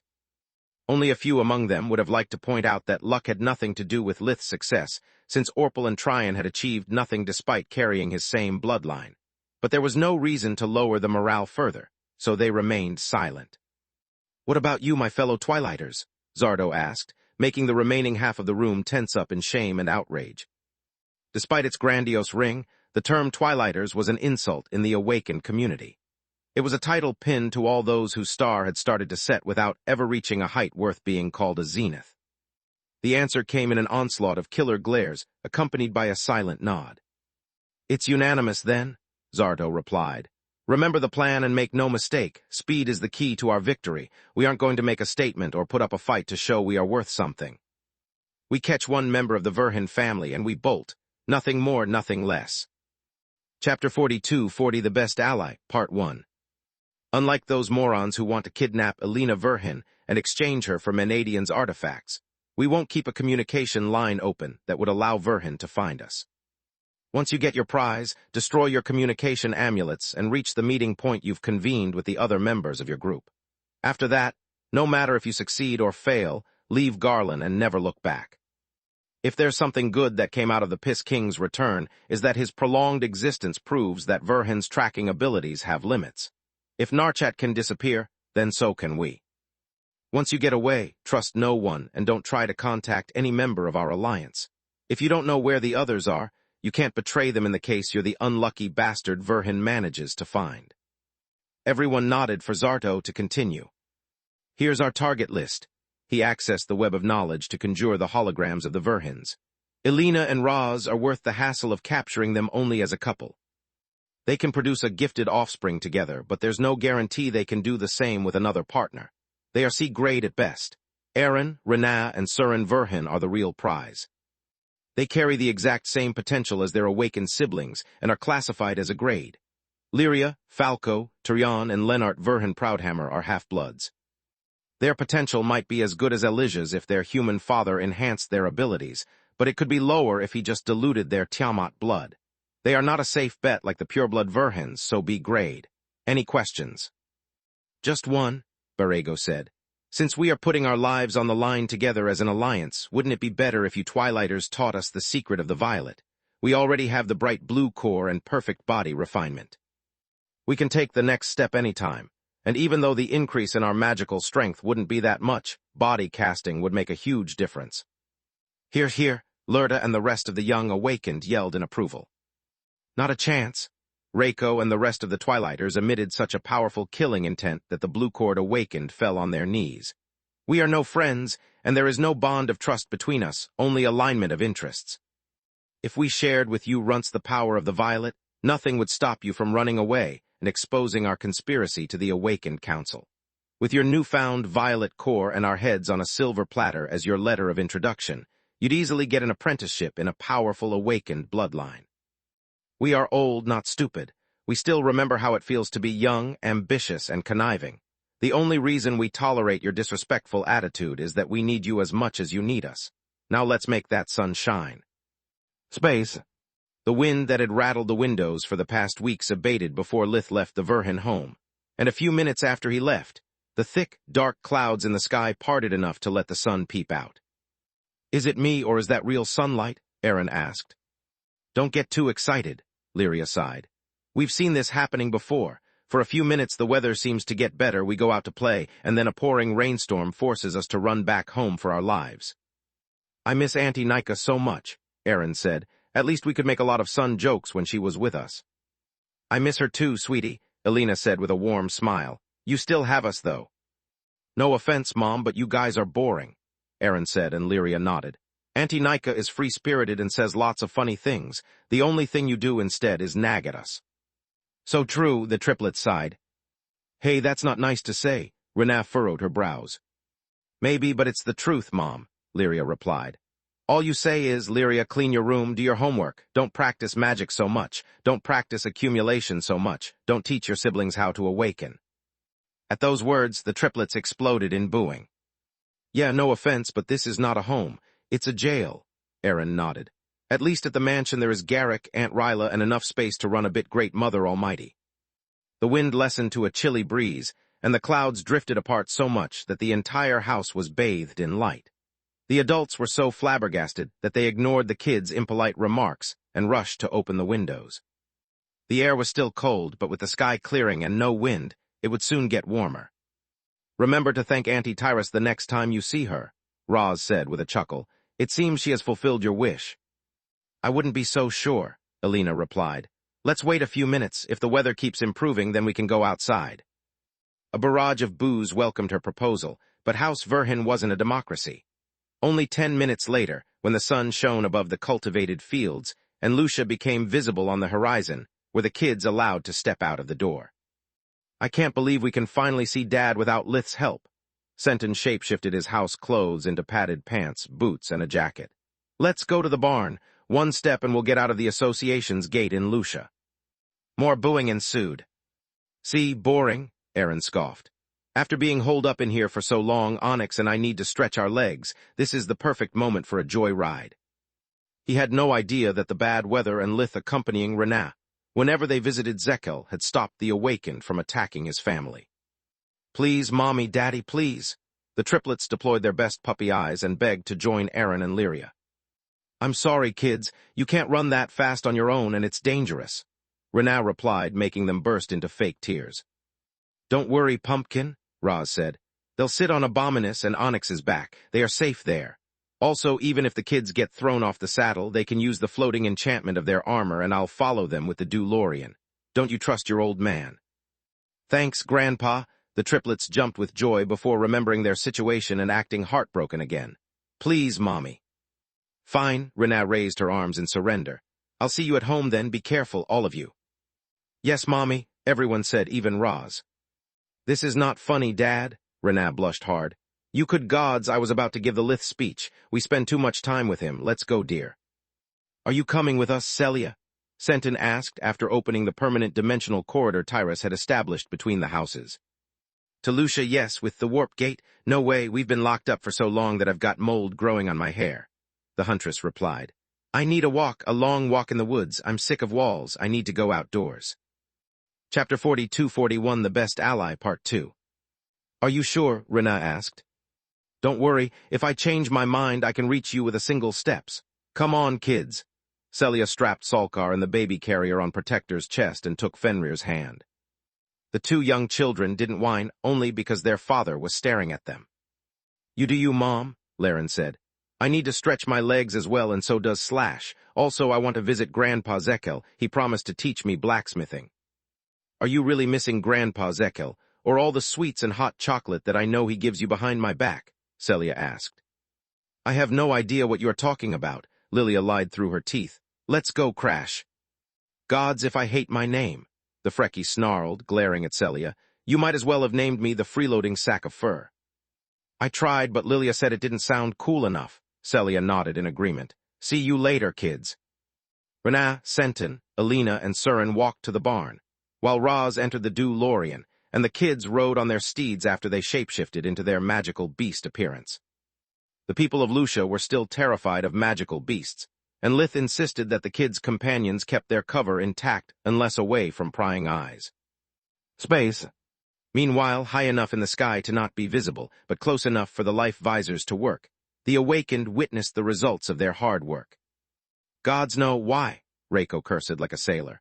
Roz Verhin is useless, and the only grade of Verhin going to Lucia on foot is Aaron. All the others are taking the gods' damned gate. How can they be so lazy?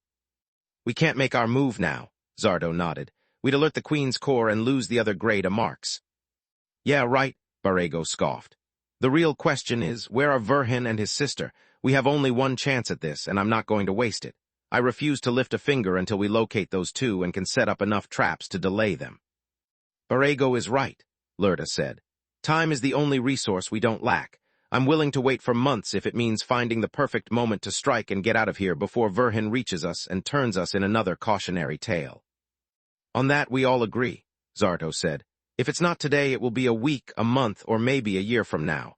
As much as it's annoying, the element of surprise is our best ally. No one has ever attempted what we are about to do in Lucia. It's amazing, Reiko completed the phrase for him. One of my contacts in the royal court just repaid me for all the money I spent on her over the years. Both Verhin and his sister are in Valoran for a demonstration of their Indech powers. Are you sure? It was too good to be true, but Barrego couldn't stop smiling from ear to ear. We'll know in a moment.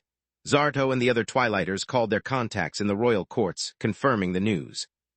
Even though they had never reached a high position in the council, there was no need to have a duke in the family to learn the secrets of the royal court. Valets, butlers, and maids were more than enough. They were the ones tasked with decorating a specific wing of the castle and bringing food appropriate for the event. The palace staff often learned about the real purpose of a royal summons before the nobles themselves. Even if they didn't, they were allowed to move around and peek through the curtains, even once the arrays of the throne room paralyzed the noble guests.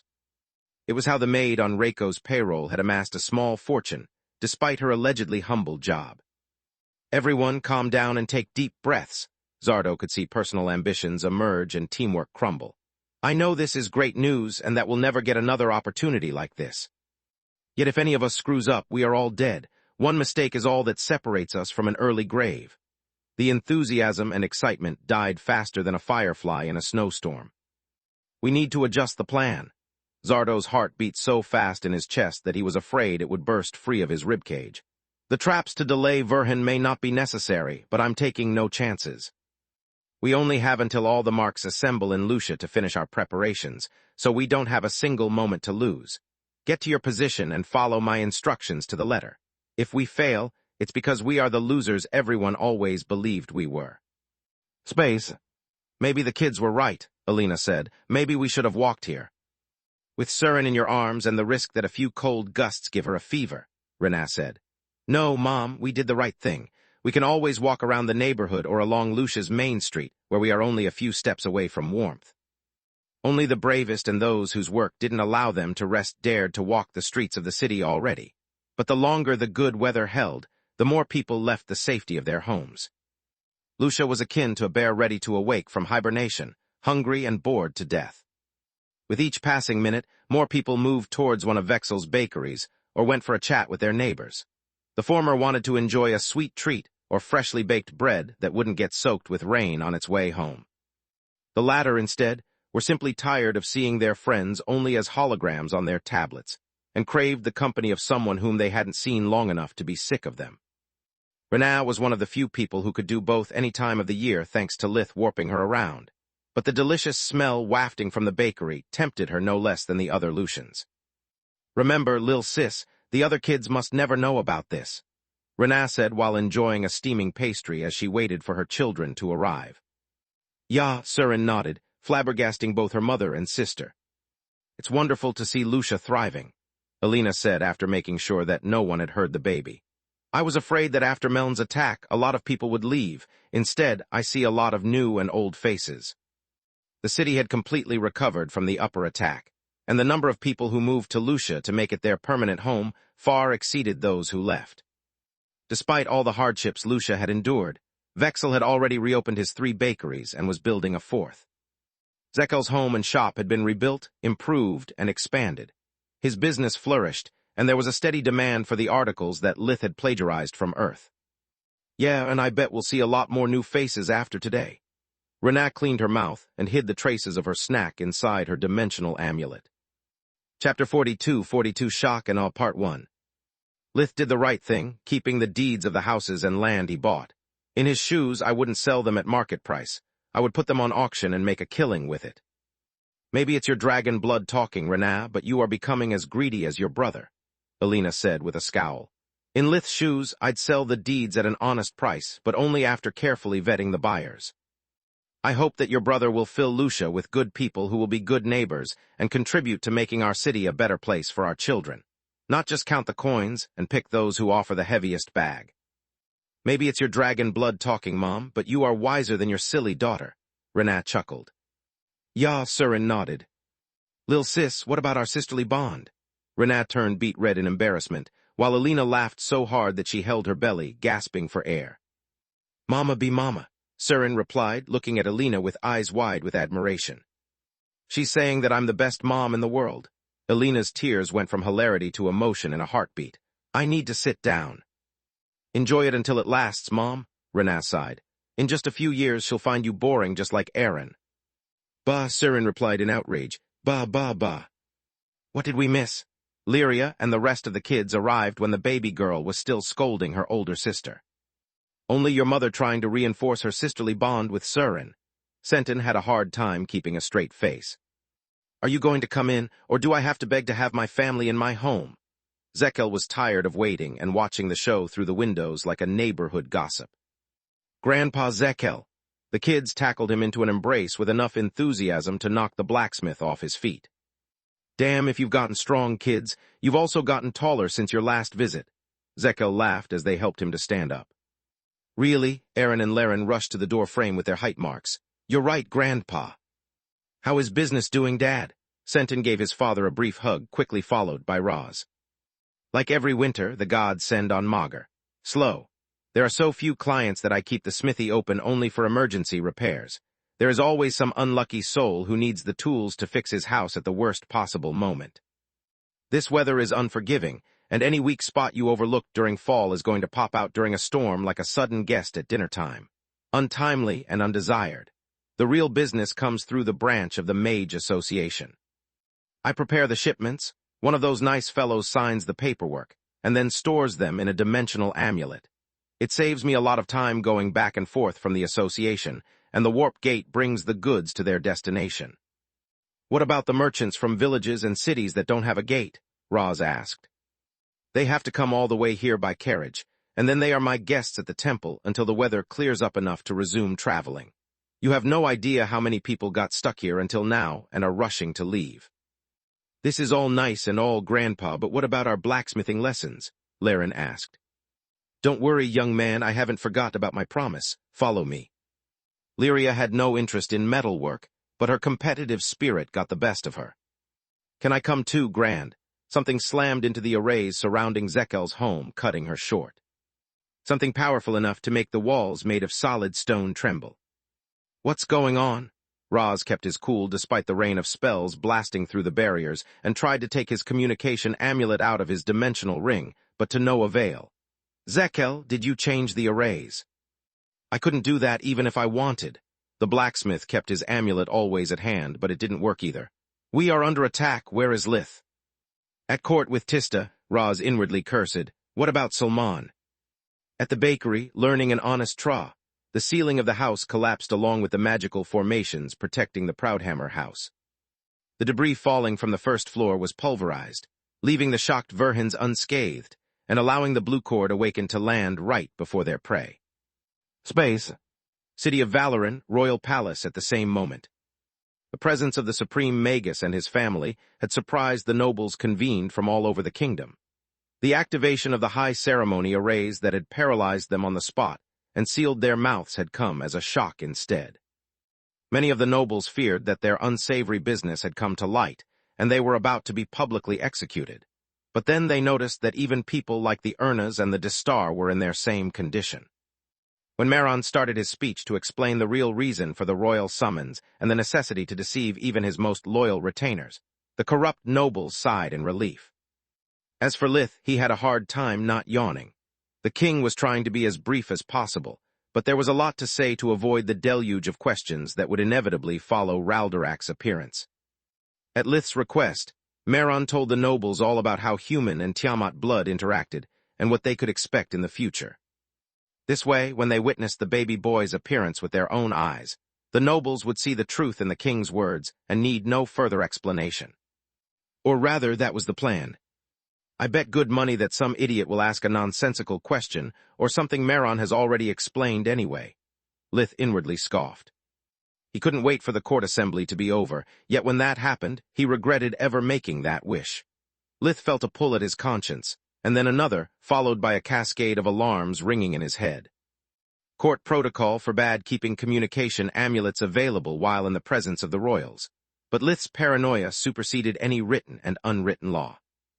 He took his amulet out of his pocket, discovering that the runes of the members of his family in Lucia had become unavailable.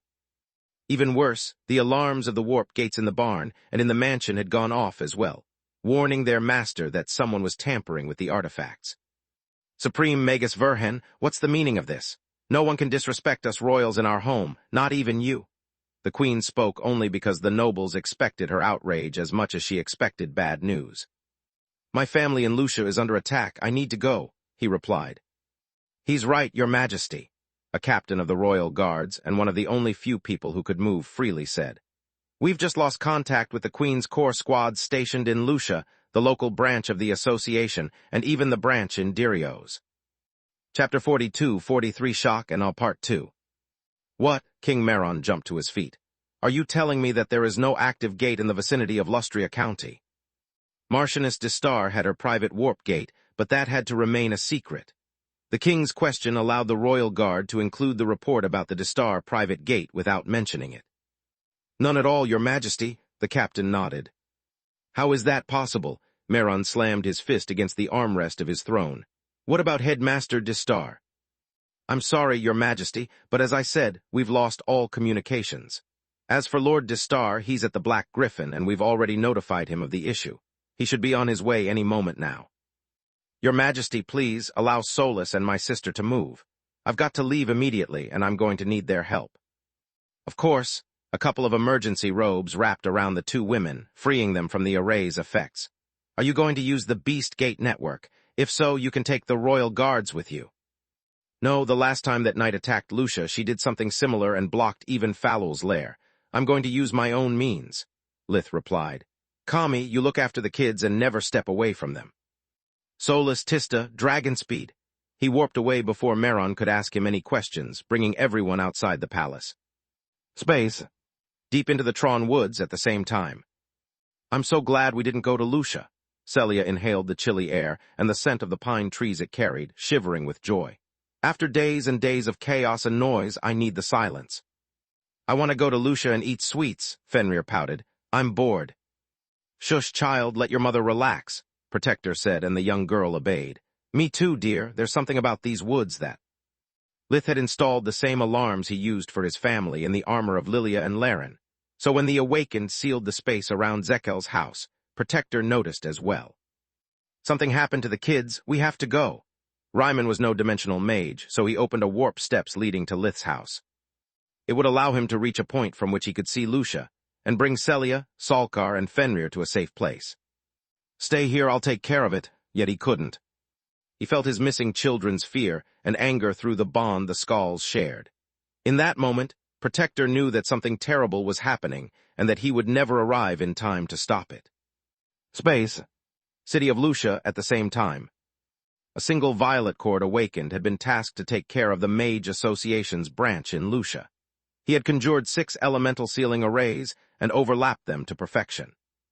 Fake mages couldn't cast spells without world energy, and the 6 magical formations turned even the most powerful among them into a regular human. Like shooting fish in a barrel, Arget conjured a Tier 1 spirit spell against anyone who dared to step out of the association. The lucky ones got back inside after suffering only minor wounds, while the unlucky ones fell to the ground, never to stand up. Just like him, more awakened were stationed near the other warp gates, but unlike him, they remained at the fringe of the magical formations they had placed. Close enough to fuel the arrays with mana, but far away enough to be hard to find. The Violet Core Indirios sat comfortably in a cafe located between Brynja's house and the Association branch. Only another awakened could have spotted the invisible mana flow that connected him to the magical formations, and there were only humans around him. The ones in the Tron Woods weren't so relaxed. They were scared of Protector and all the magical beasts that could spot them. They wore the best cloaking items the group could provide and took care to erase their smell and presence constantly. Space. Zekel's house at the same time. Like picking puppies in a box, Borrego said, landing right in front of Renaa. Grab 1 Verhin each and get out, we have no time to waste. The shock from the sudden turn of events and the aura of power the blue cord awakened exuded froze Renaa's limbs. She could only watch as Borrego's arm wrapped itself around her waist and gripped her like a heavy box. The same happened to everyone, even Alina. Her eyes filled with tears when a young awakened woman named Perna took Surin from her arms, yet her body refused to move. Get your hands off my daughter, or rather almost everyone. Roz's trauma from Orpal's kidnapping had kicked in the moment the attack on the arrays protecting the house had begun, and he had reacted by pumping the potions stored in the tattoo on his arm into his bloodstream. The artificial mana flow they produced neutralized the effect of the Awaken's auras and allowed him to move. Roz slammed against Perna with a shoulder bash, managing to shove her away only because of the surprise effect. He felt as if he had charged against a boulder, while she felt as if someone had rudely pushed her. I commend you for your guts, old man, but I'm not going to waste my time on a C-lister. Just die. Perna released a bolt of lightning strong enough to fell a tree or turn an adult man into a charred corpse.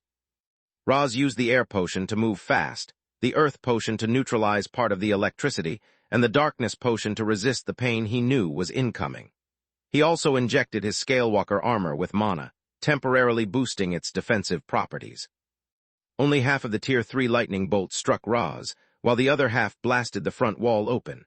He gritted his teeth, exploiting Perna's shock for his survival to release all the mana he had in a darkness blast. I know it's slow, but there's no other element I can use that's powerful enough to kill her, he thought. If I extend my arm, there is almost no space between us. Please hit. Roz's prayers went unanswered. Perna had already recovered from the amusing turn of events and sidestepped the amateurish spell with ease. Nice try, any last words? She pointed her open hand at Roz. He lay on the floor, gasping for air. Stop hurting my dad, Aaron reacted next. A green aura burst out of his body as he threw Perna off balance with a double palm strike. The runt is already awakened, Gorko said. Lucky me.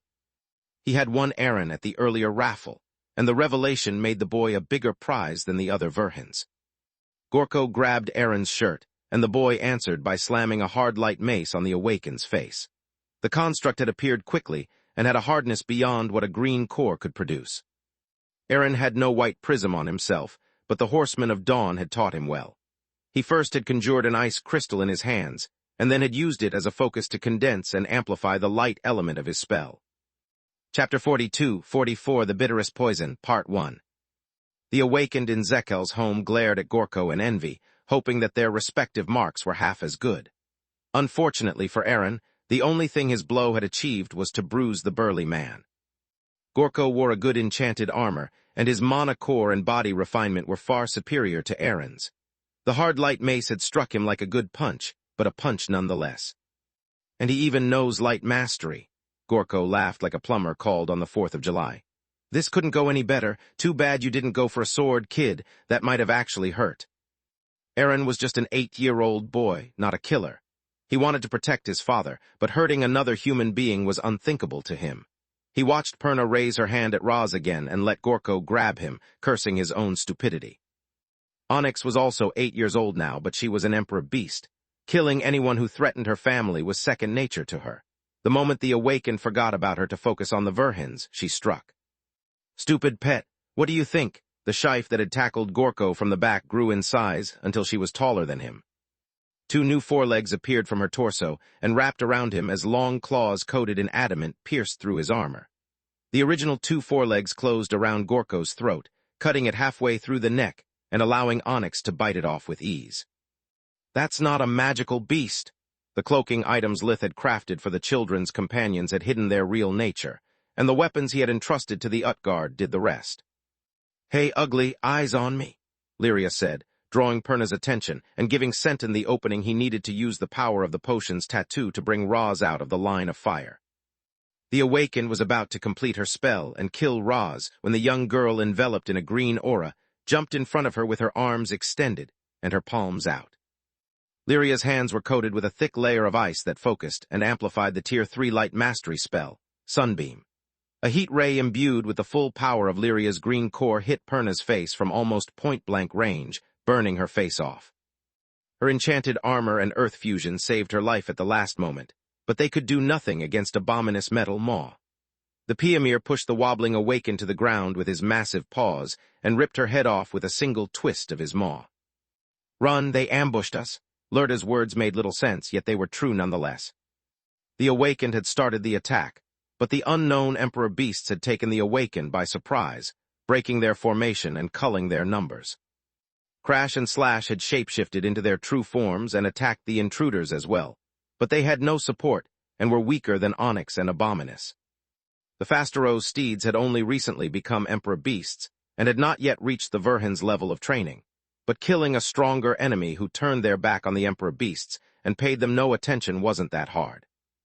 Slash and Crash killed 2 more Awakened before the light from Lyria's spells faded. The surviving Awakened crashed through the walls, each running in a different direction. The silence that followed their escape was the loudest thing the Verhins had ever heard.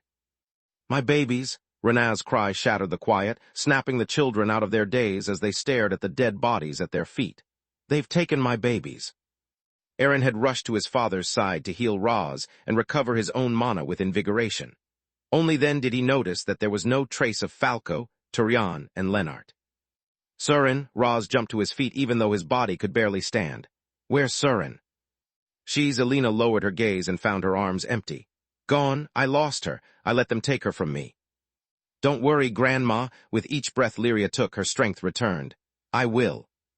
You'll do nothing, Abominus growled. You'll stay here with the others where I can protect you. I can let those people take my siblings, Lyria screamed in frustration. You can protect me as we go. And who will protect the others? Abominus nodded at the adults. If 2 or more of those guys come back, do you think Eren and Onyx can defend so many people? Lyria looked at the grandfather she had almost lost seconds ago, and the mother who had remained frozen during the crisis. We'll wait here and hope that Slash and Crash can do it. The Verhins looked around the room, noticing that the Fasteros were gone as well. We can't leave them alone. They are weak. Lyria's words struck everyone like a punch to the gut. She was referring to Lilia and Laren, but there wasn't one person in the room who didn't feel as if Lyria was talking about them. They were the parents. They were supposed to protect their children. Yet they had been helpless the whole time. Roz had at least tried to resist the Awakened, but he didn't feel any better. His failure had a different flavor than the others, but it was too bitter to swallow nonetheless. Once again, I can't do anything without my sons. He silently gritted his teeth. Lith's potions and armor saved my life no less than Eren's bravery. How can I, their father, be so useless? Most of the adults in the room asked themselves the same question. The phrasing was different, but the answer coated their tongues like the bitterest poison. Space. Near Lith's house, at the beginning of the attack. The 3 squads of the Queen's Corps assigned to the protection of Lith's family had reacted immediately to the threat. 2 of them were already in Lucia, and had charged towards the unknown assailants before they started the attack on the Proudhammer house. They would protect the Verhins, or at least bring them back to the safety of their home, while the squad left at the Verhin house worked on unlocking the warp gate. Or rather, that was their intention. Unknown people shrouded in bright violet auras blocked their path with unsettling ease, neutralizing every spell the Corps members cast with a mere wave of the Awakened's hands. I have nothing against you, and this isn't my real face. Run away, and I'll let you live. It's better to be dishonorably discharged for relinquishing your duty than dying an honorable and pointless death, Reiko said. The Violet Cord members of the Awakened group hadn't taken part in the raid on Zekel's house because they had a much more important duty to uphold. During the long months of planning, the scouts had noticed the 15 elite soldiers of the Corps protecting the Verhins and couldn't let them interfere with their plan. There weren't enough Blue Cord Awakened to defend the elemental sealing arrays from so many soldiers, and if even one of the 3 warp gates near Lucia was reconnected to the gate network, the kidnapping of the Verhins would fail. "Ignore the bastard and bring down the hammer," Captain Zarko of the Queen's Corps yelled. Chapter 42-45, The Bitterest Poison, Part 2. He and the other soldiers reacted as one, pointing their fists at the Violet Corps. Each member of the Corps was equipped with what looked like a bracelet made of several wooden sticks, exactly for that kind of situations. The alchemical wands of the hammer produced a barrage of powerful Tier 3 spells that couldn't be stopped by elemental sealing arrays, and required no cast time. The world energy was stored inside each wand, and the spells ready to be unleashed. "Please, this is ridiculous." Reiko blocked the first volley with a spirit barrier and immediately blinked in the middle of the soldiers, releasing a Tier 5 spell from his body. The raging sun took the members of the Queen's Corps by surprise and threw their battle formation into disarray. It would have also killed them, if not for the protective barriers imbued in their battle armor. "Still alive?" Zardo said in amusement, like an adult watching a kid's exhibition. "You fake mages are way better than I expected."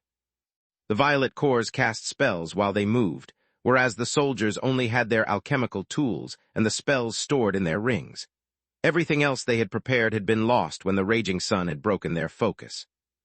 Even though the soldiers had a significant numerical advantage, every one of their attacks was easily countered.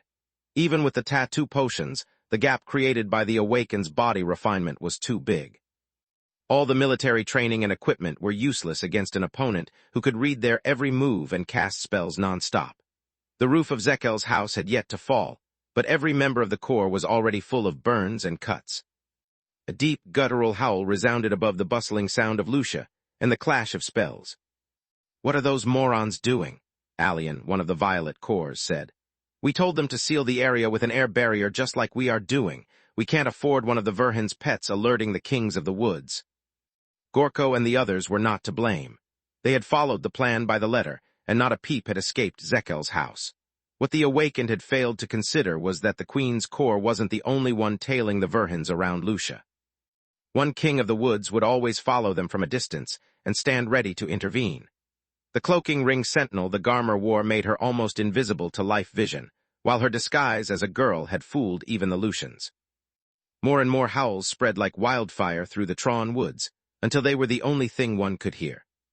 "It doesn't matter," Reiko grinned at the sight of the Proudhammer's roof coming down. "They're just blue-cord beasts we have plenty of." A glaive thrown like an arrow pierced his barrier, armor, and chest.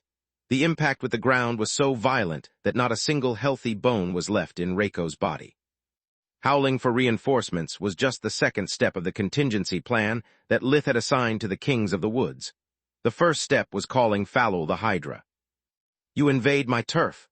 She appeared in her hybrid form, with 7 serpentine heads swaying on as many long necks. "You attack my disciples." Strife returned to her hand as one of her heads unleashed a heat ray large enough to hit Allian from head to toe. It carried so much heat that, even with the spirit barrier protecting him, the air surrounding the Violet Cord Awakened burned his lungs with every breath of invigoration he took. He spirit blinked to safety, but Falul cast the collapsed space spell on his exit point. The dimensional door collapsed while Allian was crossing it, displacing his body for dozens of meters. "Falul, please wait, we can explain." Zardo raised his hands in surrender. "You attack my godchildren?" The Hydra ignored the plea and performed a 2-handed lunge that turned Zardo into a gory firework. "You made a mistake, the last you'll ever will." The members of the Queen's Corps didn't miss the opening in the formation of the remaining Violet Corps and bolted towards Zekel's house. Just in time to see flocks of Krons, bird-type magical beast, blot out the sky. Packs of Rise, Shifes, and bikes emerged from spirit steps in the middle of Lucia, flooding its streets. The agile Rise ran amid the citizens without touching them, while the nimbler Shifes preferred jumping from one roof to another. The bikes had no notion of finesse and just charged forward like a living catastrophe.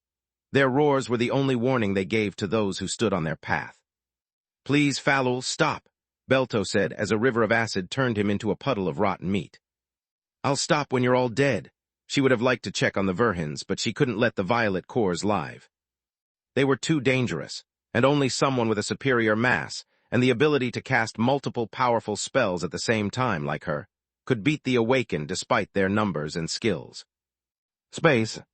Give Tyrion back. Laren's body had moved before he could realize what was happening. Renaz's daughter was just a bit younger than Fenrir, his younger sister, and every fiber of the human-skull hybrid burned in anger. The unknown men were threatening a helpless member of Laren's extended family, and that was an unforgivable crime for him.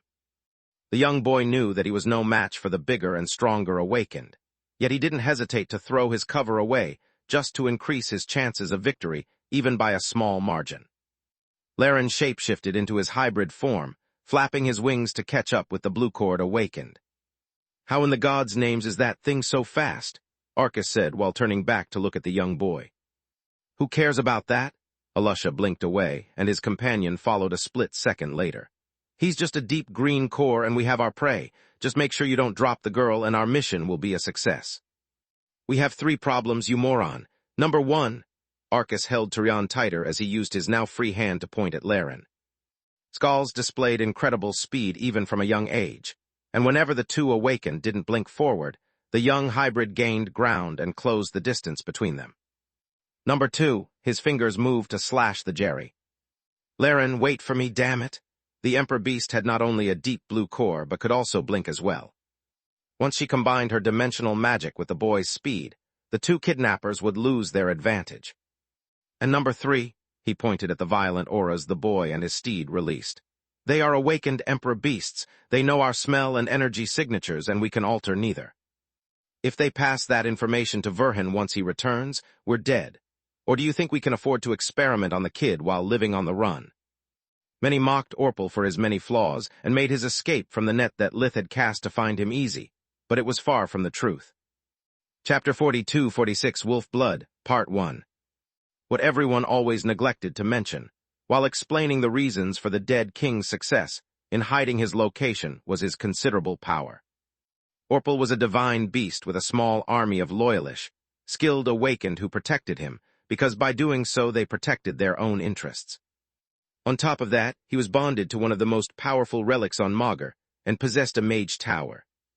Sometimes, wanderers and hunters would get close enough to his fortress, but they would always be spotted long before they noticed anything suspicious. The dead king had the means to capture the interlopers, interrogate them to discover their intentions and how they had found him, and stage their demise close enough to their last known position but too far away from his hideout to draw attention to it. The group of Awakened after the Verhins had nothing even close to that level of power or numbers. If discovered, they were likely to fail even to relocate their lab's equipment and be forced to choose between their possessions and their lives.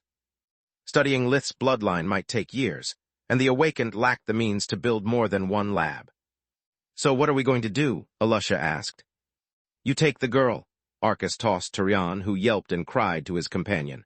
I kill the Emperor Beasts. Verhin will have no traces to follow if there are no witnesses. He jolted to a halt and turned around to face his pursuers. Slash had already blinked to Laren's position and used gravity fusion to let him carry her like a puppy while Slash prepared their next blink. I deal with him, you chase the woman, Laren said. And pigs fly faster than you, silly boy?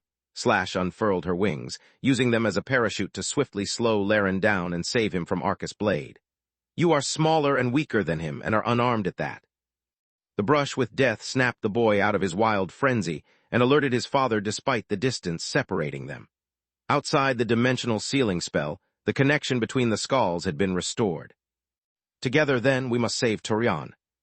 Only if we save ourselves first, Slash inwardly cursed. She was the same age and race as Abominus, but she had awakened later and had no one to provide her with powerful equipment. Laren would have nothing either if not for Lith gifting him a Scalewalker armor for his birthday. The Jerry howled, releasing a wind blast that pushed Arcus away as she unleashed a barrage of electrified ice shards. The awakened man grunted, using an earth spell to conjure a stone wall that blocked the shards and softened the ground to stop his skidding. Laren was upon him before Arcus could understand what was happening. The young hybrid injected his mana into his Scalewalker armor, turning its clawed gloves into sharp blades. He struck so fast that Arcus noticed the first cut in his flesh only when the fourth had already started bleeding. Each strike was aimed at a vital point, with the surgical precision that only the killing instinct carried by the wolf blood coursing through Laren's veins could bestow. Each one of those wounds would have been deadly if only it had cut a few centimeters deeper. The Scalewalker armor was meant as a defensive tool, not a weapon, and Laren's fusion magic couldn't compare with Arcus. Earth fusion stopped the skull's claws millimeters after they pierced through the armor. Light fusion healed the shallow wounds the moment they opened, and darkness fusion removed any discomfort they might cause. This kid is a monster. If he were just a bit older, stronger, or better equipped, this would have ended differently. Arcus lunged with all the speed of air fusion and the strength of fire fusion as Laren's barrage left him wide open. The boy had no defense and could only see his short life flash in front of his eyes. All three awakened remained shocked when Laren's arms moved in a circle, the left deflecting the blade with a minimal shift of its weight, and the right delivering a palm strike that pushed Arcus back. A breakthrough in the middle of a fight? What is this, a bard's tale? The awakened man refused to believe his own eyes, but he couldn't stop himself from coughing up blood. Laren's posture had become more stable, his eyes cold, and his body exuded a bright cyan aura. Such a sudden increase in strength was supposed to blow him up like a firework or at least make him faint in exhaustion, yet the boy stood. Space. Back in front of Lith's house, Celia watched Protector's arms crack and bend at an unnatural angle in multiple points. The wounds started to heal immediately, yet he coughed up blood from an invisible internal injury. "What's wrong? Who's attacking you?" she asked, weaving the best spells in her arsenal. "No one," Protector replied with a mind link to not waste time talking. "I'm using my connection with the kids to share my strength with them, yet their bodies are too weak to wield this kind of power, so they get hurt with every movement they make. And since you wouldn't let them suffer any harm, you're taking their wounds on yourself."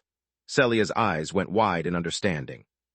She stopped spellcasting and used invigoration on her husband to heal his wounds and replenish his stamina, leaving him free to focus on saving their children.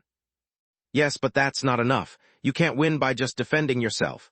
Protector took his enchanted maces, barrows, out of his dimensional amulet and threw them towards Lucia with all his strength. "Go, find me."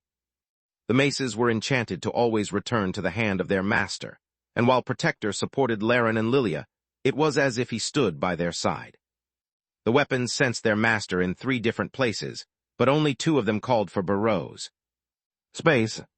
Lilia and Crash the Frecky fared no better than Laren and Slash. The young girl was older than her brother, but not by much, and her mana core was no better.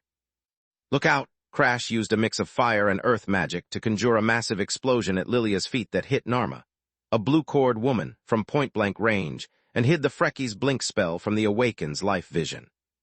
"Thanks for the save," the girl panted. "Less talking, more focusing." Crash emitted a low growl, hoping to scare the opponent and buy precious time. "Nice trick, beast, but it's not good enough." Narma threw her spear at the Frecky. Her strength and the enchantments turned the weapon into a very sharp bullet that sparked with lightning. Crash managed to dodge, but even the glancing blow released enough electricity to send his muscles into a spasm. He was as good as paralyzed when Narma appeared before him, her hands already on the spear's haft. "Nice trick, huh?" The weapon had a dimensional enchantment that allowed its master to move to the spear's position. Narma used it to reach her enemies while they were still stunned and finish them off. She raised her spear, only to pivot on the balls of her feet and turn the haft vertically in a desperate block. Chapter 42-47 Wolf Blood, Part 2. Yes, but not good enough. The voice that came out of the mouth of the young girl was older and much more feral as she wielded barrows with both hands. The blow bent the spear's haft almost to the breaking point and pushed Narma away. Lilia, Protector's voice held the worry of a loving parent. "I don't care, Dad, just do it." Lilia's voice held the fury of an older sister who had failed her sibling. Wild Hunt altered her perceptions, slowing down the world around Lilia so much that the Awakened looked no faster than an average human. The young girl let her father move her eyes, pointing at the openings in Narma's defense in the order she had to strike at them. "Wait for me, Falco, I'm coming." She let the energy of the first skull course through her body, opposing no resistance as it guided her movements. Something clicked inside of Lilia, and Narma seemed to slow down further. Protector didn't need to send his wild hunt to her anymore because Lilia had just tapped into her own. Burrows slammed the point of the spear against the ground and then bounced off it into Narma's face. The awakened woman was still reeling from the first blow when Burrows struck her chin. Her eyes looked in the wrong direction, and her legs trembled like jelly, so she couldn't react when Crash buried her under his weight and ripped her throat open. I might not be able to protect Lilia, but at least I saved her innocence, he thought. I stopped her from killing a fellow human being, and although small, this is a win. Space. Protector's arms and legs broke under the weight of Lilia's sharp movements, and he started to bleed from his eyes and ears. Please stop, Celia started to cry. You're killing yourself. Yet Lilia lives, he replied. Please, I need you to stay calm. If Salkar and Fenrir get worried about their siblings and try to help me, I don't think I will survive. I can't take even more wounds. Celia nodded and started to lull the babies, reassuring them that everything would be all right. Yet she had no certainty, only prayers. Space. Outside Valorin's castle at the same time. Solus had returned inside her stone ring as Lith flapped his wings with uncanny violence. Something pushed him further than ever, to the point that Tista had a hard time keeping up with him. A few months ago, I bartered a few things for the location of the nearest geyser, Lith said via a mind link. We're going straight to Lucia. A flick of his wrist turned the stone ring into a high-speed drill that burrowed through the ground as he conjured a life and an array sensing spells to ensure there would be no witness or magical device recording the events. The tower needed a few seconds to form below the ground, but they seemed as long as hours to him. Then, the two divine beasts dived down, and the soil rippled like the surface of a lake instead of halting their charge. I'm already accumulating the power for a tower warp, Solus said. We'll be there soon. Space. The arrival of Burrows changed everything. Now that the frenzied boy had a real weapon, Arcus couldn't afford to take more blows. Aren't you forgetting about someone? Crash, the Freckie said as she spread a cold aura that affected only the awakened man. She cast air and water spells non-stop while throwing more and more electrified shards from her wings and tail. A single hit dealt little damage, and Arcus could still block the worst of it with his spirit barrier. Yet the cold stiffened his muscles, slowing him down, while the electricity sent him into small spasms, ruining his coordination. The gap between the boy and the man was gone. Laren howled and put all his strength in a blind charge. Arcus smiled, ready to dodge the telegraphed attack and put an end to the fight with a counter. Following the boy's movement required his full focus, so he did forget about Crash for a second. A sudden quake and the ground swallowed Arcus' legs up to his knees. Incapable of moving, Burrows smashed his head open at the same time as Crash cut him asunder with her razor-sharp wing. Damn it, Laren, what have you done? She said in worry, afraid that the child she was tasked to protect would remain scarred for life. Turian, Dad. Laren wanted to chase after his friend. He wanted to cry for the life he had taken. He wanted to run back to his father and make sure Protector was all right. Instead, Laren collapsed in an empty street of Lucia, his small body pushed beyond its limits. Space. We found them. Captain Zarko of the Queen's Corps pointed down at the awakened carrying Turian and Falco. The awakened couldn't fly because of the flocks of Krons ready to shoot them down, and couldn't run fast because of the Rise and Shifes that kept jumping at them from every alley and roof. Lilia and Laren had failed to rescue their friends, but they had bought the Kings of the Woods and the Queen's Corps a few precious seconds. One squad, one awakened. Make no mistake and do not underestimate them. Go. The third squad kept following the rush of beasts, hoping to find another of the Verhin kids. Oh shit, Alusha said. Why do these beasts pester only me? This isn't fair. Stop and we'll talk about this. Arai, who almost managed to bite her ankle, replied. The members of the Queen's Corps landed in a 5-pointed formation, making no requests and giving no quarter. The magical beasts made space for the humans, while also surrounding the area and blocking Alusha's escape routes. Let me go or the girl dies, she yelled, pointing a blade at Turian's throat. If you do that, nothing will stop us, all of us, from tearing you apart, Zarko replied, and the beasts snarled in approval. The captain raised 3 fingers, and then 2, following up on his warning with a lunge of his blade. Alusha blocked it easily. The other 2 strikes aimed at the openings her block created, however, almost slipped past her guard. Even with the corpse tattoo's potions, the body refinement gave her enough advantage to manage the 3 versus 1, but it wasn't easy. She was forced on the defensive because while her attacks left her open, whenever a soldier attacked, their companions would cover for them. Even worse, holding Tyrion forced Alusha to fight with one hand. What about the other two? Why do they stand there and do nothing? The fact that the remaining soldiers didn't chant spells only worried her. It meant they already had everything they needed and couldn't afford to conjure more. One of the two soldiers on standby exploited the moment when Alusha put most of her weight into a parry to smooth the ground beneath her feet with earth magic and freeze it with water magic. She flailed her limbs to recover her balance and lost Tyrion in the process. The other mage who was waiting on the sidelines blinked the little girl to safety while his companions attacked. Chapter 42-48 Warrior's Oath, Part 1. Captain Zarko's lunge at Alusha's right shoulder crippled her guard. The second soldier's deep cut to her calf disrupted her footwork, and the third soldier's slash to her neck snuffed her life out. Code 1 on Tyrion Verhin, the captain said. I repeat, Code 1 on Tyrion Verhin. We proceed to move her to a safe location. Space. What in the gods' names is going on? Arget, the Violet Court awakened tasked with keeping the Association's branch of Lucia in check, watched the communication runes of his accomplices disappear one after another. This doesn't make sense. The attack started less than 2 minutes ago, and I've seen the flares for mission accomplished. How can things go south so quickly? He was the only Violet Core in Lucia, and also the only one still flying despite the flocks of Krons raining spells on him from above, and the packs of Rise and Shife attacking him from below. His only advantages were the inability of the magical beasts to use all elements and cast the disarray spell.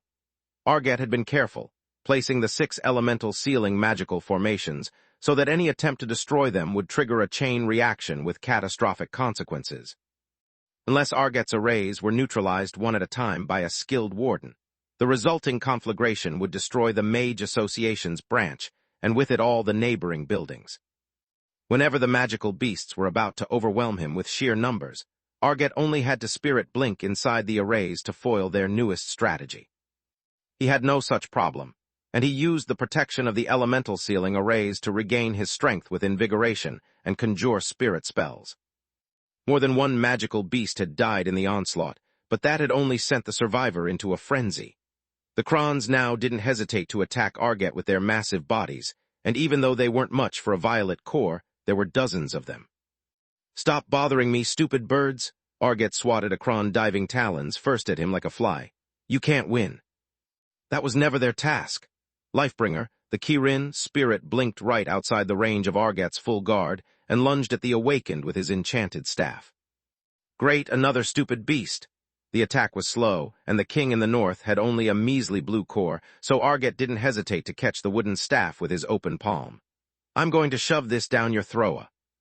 At the last moment, Lifebringer's bright violet aura burst out of his body, and his attack speed increased dramatically. It was too late for Arget to react, and the blow shattered his metacarpal bones, wrist, and ulna. The Kirin had never reached enlightenment. He had accepted Lith's teachings, sacrificing his potential future in exchange for the strength he needed to guide his herd. The king in the north didn't mind such a small sacrifice, and had entrusted his children to find the perfect way for the future Kirins and Gylads to conquer the violet. You wear a cloaking item, the human awakened cursed. What a coincidence, so do you. Lifebringer unleashed the Tier 5 spirit spell Wheel of Destruction from his staff.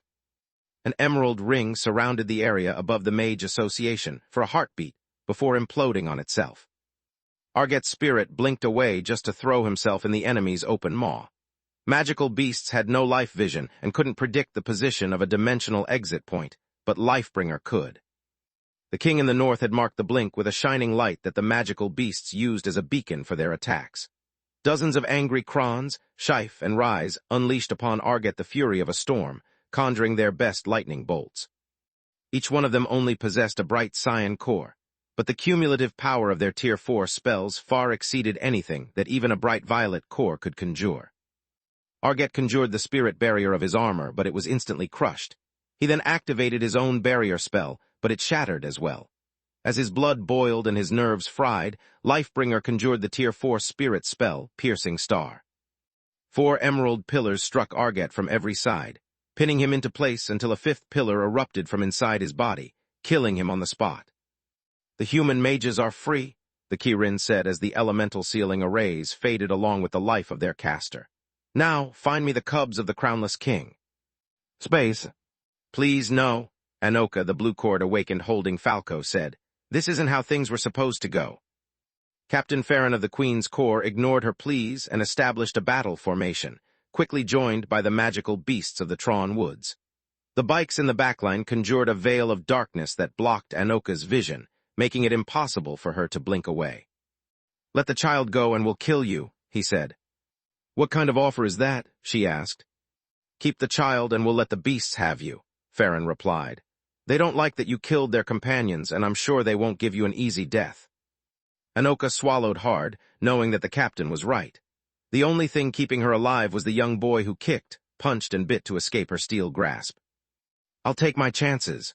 She looked left and right, feeling helpless as the five-pointed formation tightened, closing every escape route she had left. Falco panted in exhaustion, cursing his weakness and his non-existent magical mastery. If only Uncle Lith were here, he would. His eyes fell on his clothes and finally remembered what he was wearing.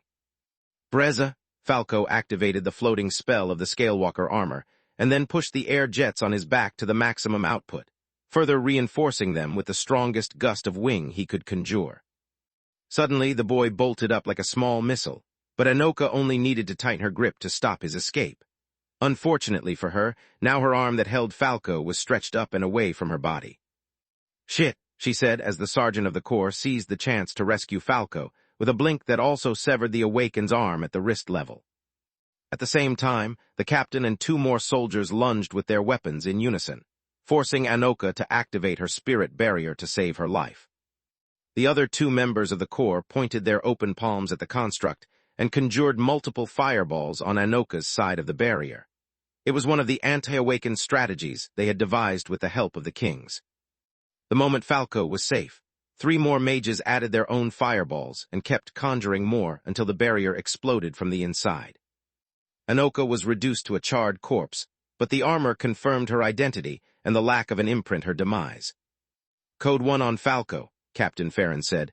I repeat, Code 1 on Falco Varen, who's still missing. Space. Lith's contingency plan to deal with the coordinated attack of multiple Awakened could be described as a rising tide that swept away the enemy on the ground, while a single bolt of thunder killed those in the sky.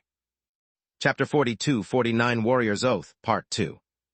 Sentinel, the king in the east, couldn't afford to fight so many powerful Awakened alone, especially when the weak members of Lith's family might be caught in the crossfire or used as meat shields. As soon as the Awakened had appeared, she had contacted Falul and the other kings with her communication amulet. Only then did she howl. It alerted the enemy to her presence, but it also forced their hand. Knowing that the kings of the woods and their magical beasts were coming, no one could afford to take their time to reach whatever goal had brought them to Lucia. At that point, Sentinel cast a spirit spell to conjure a dimensional beacon that allowed the other kings to lock on her position. Normal steps were faster to cast and required less mana, but a simple elemental sealing array could disrupt such spells with ease. The spirit steps led the battalions of warrior magical beasts before the enemy, creating the first wave of the tide. Anyone and anything would be trampled over if they stayed, and chased after if they ran away, which was what had happened after one spirit steps for each clan opened. The Awakened humans had formed a perimeter around Renaz's house that was supposed to fend off the squads of the Queen's Corps, and delay any reinforcements that might interfere with the plan. The flood of magical beasts had slaughtered the lookouts, opening the way for both the Queen's Corps and creating a surveillance net that forced the Awakened who had kidnapped the children to take detours. A single magical beast was just an annoyance for a powerful blue cord Awakened. A pack was a threat, and an entire clan was a death sentence. With the Krons and Lifebringer patrolling the sky, it only took one howl to draw the attention of the magical beasts and start a charge. The Awakened couldn't afford to slow down or fight, they could only hide and run. It was the reason the squads of the Queen's Corps had caught up with the runaways so quickly. The opening move of the Bike clan was known as the Black March, but everyone else just called it a stampede. The magical beasts simply charged at full speed while conjuring as much darkness element as they could. Being rammed by a bike meant facing a creature weighing almost a ton that released a pulse of darkness magic upon impact. A well-armed blue cord Awakened could easily resist the first blow, but not all those that quickly followed. The awakened standing watch who had dared to stand their ground against the Black March had been knocked off their feet, weakened by the darkness blasts, and then stomped to death. The bikes didn't bother stopping to finish the awakened off. They just put their full weight in their steps and released more darkness from their paws. After breaking the cordon, the Black March scattered but didn't stop. The magical beast switched from killing to searching, looking for any sign of the enemy or the members of Lith's family in need of help. Macari was patrolling the western area of Lucia when he stumbled into Barrego. The awakened was fleeing the scene of the kidnapping, carrying Lennart over his shoulder like a sack of potatoes. According to protocol, Macari had to roar and alert his allies of the sighting. It would be the Kings of the Woods' role to perform the rescue. Yet doing that would also mean alerting the awakened man and potentially losing the child. The Bike clan still suffered from the humiliation for Urdu's and Jurda's crimes. The fact that none among their ranks had managed to become an emperor beast and take the mantle of king in the west only made things worse. Despite all that, Lith had provided the Bike clan with food, magical books, and everything they needed to survive. Without his help, many cubs would have starved in the winters following the Wither's rampage. It was the reason the Bikes took an oath on the day of their coming of age. The day when a cub became a warrior. To wash away their shameful past and repay their benefactor, the Bikes vowed to protect the members of the Crownless King's family at all costs. Macari knew he only had a fleeting chance to rescue the young boy, yet he didn't hesitate. The Bike used earth magic to make his steps lighter and quieter than a cat's, conjuring all the darkness element he could muster. Barrego was too far and too fast for Macari, but there was one trick that the Bike clan had inherited from Urdu the Betrayer. Macari leapt forward with all his strength, using earth magic to turn his landing spot elastic like a trampoline. The ground below Macari's paws bent instead of breaking, and bounced him up faster and higher than before. When Barrego noticed the black beast flying at him, it was too late. Macari slammed into the awakened man with his full weight, releasing all the darkness magic he had accumulated and conjuring more. Barrego lost his grip on Lennart, who tumbled on the now soft ground without a scratch. All magical beasts knew about the Scalewalker armor, and that no fall could threaten the life of the Verhins.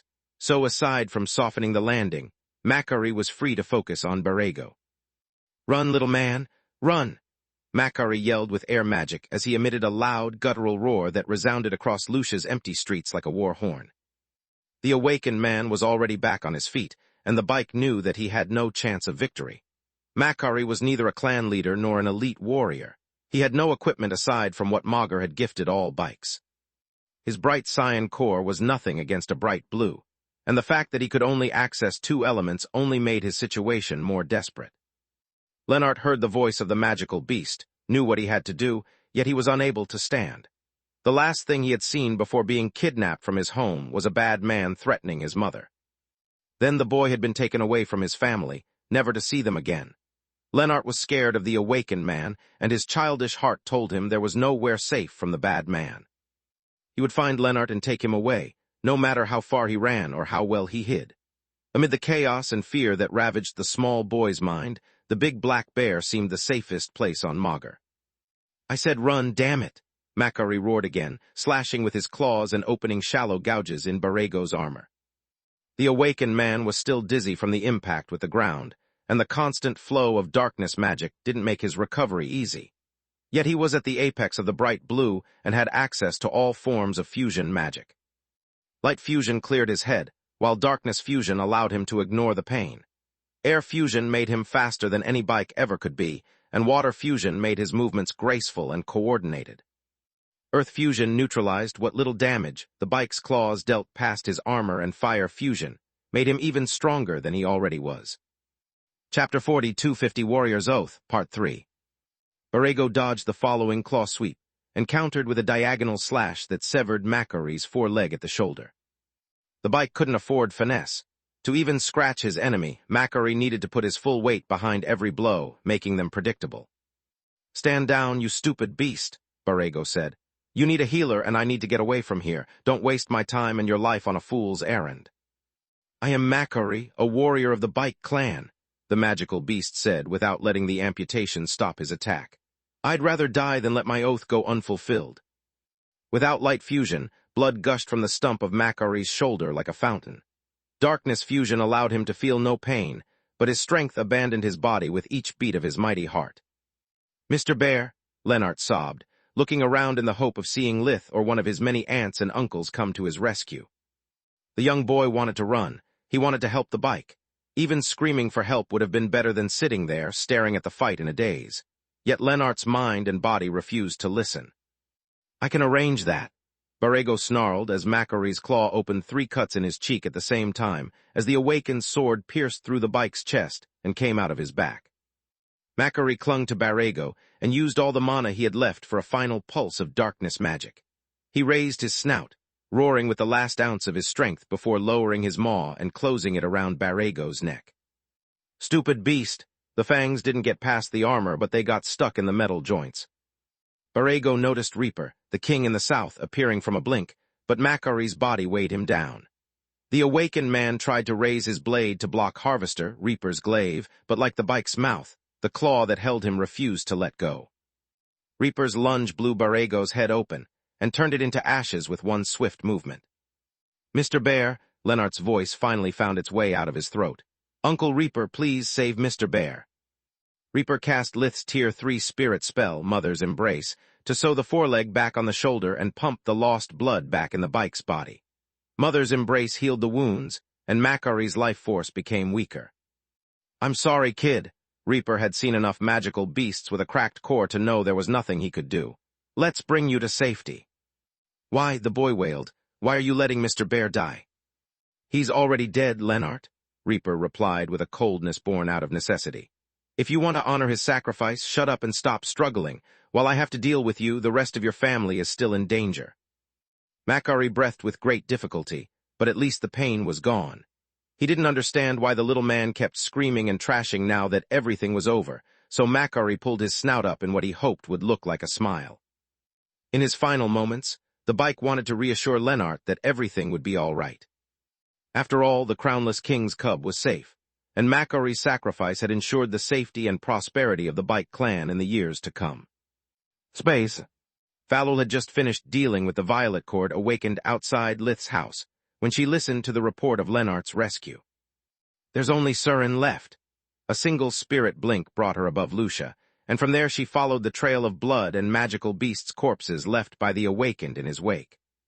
Falul had listened in real time to the battle reports and had already traced in her mind the original escape routes of the awakened, where they had been spotted, and in what direction they had been moving.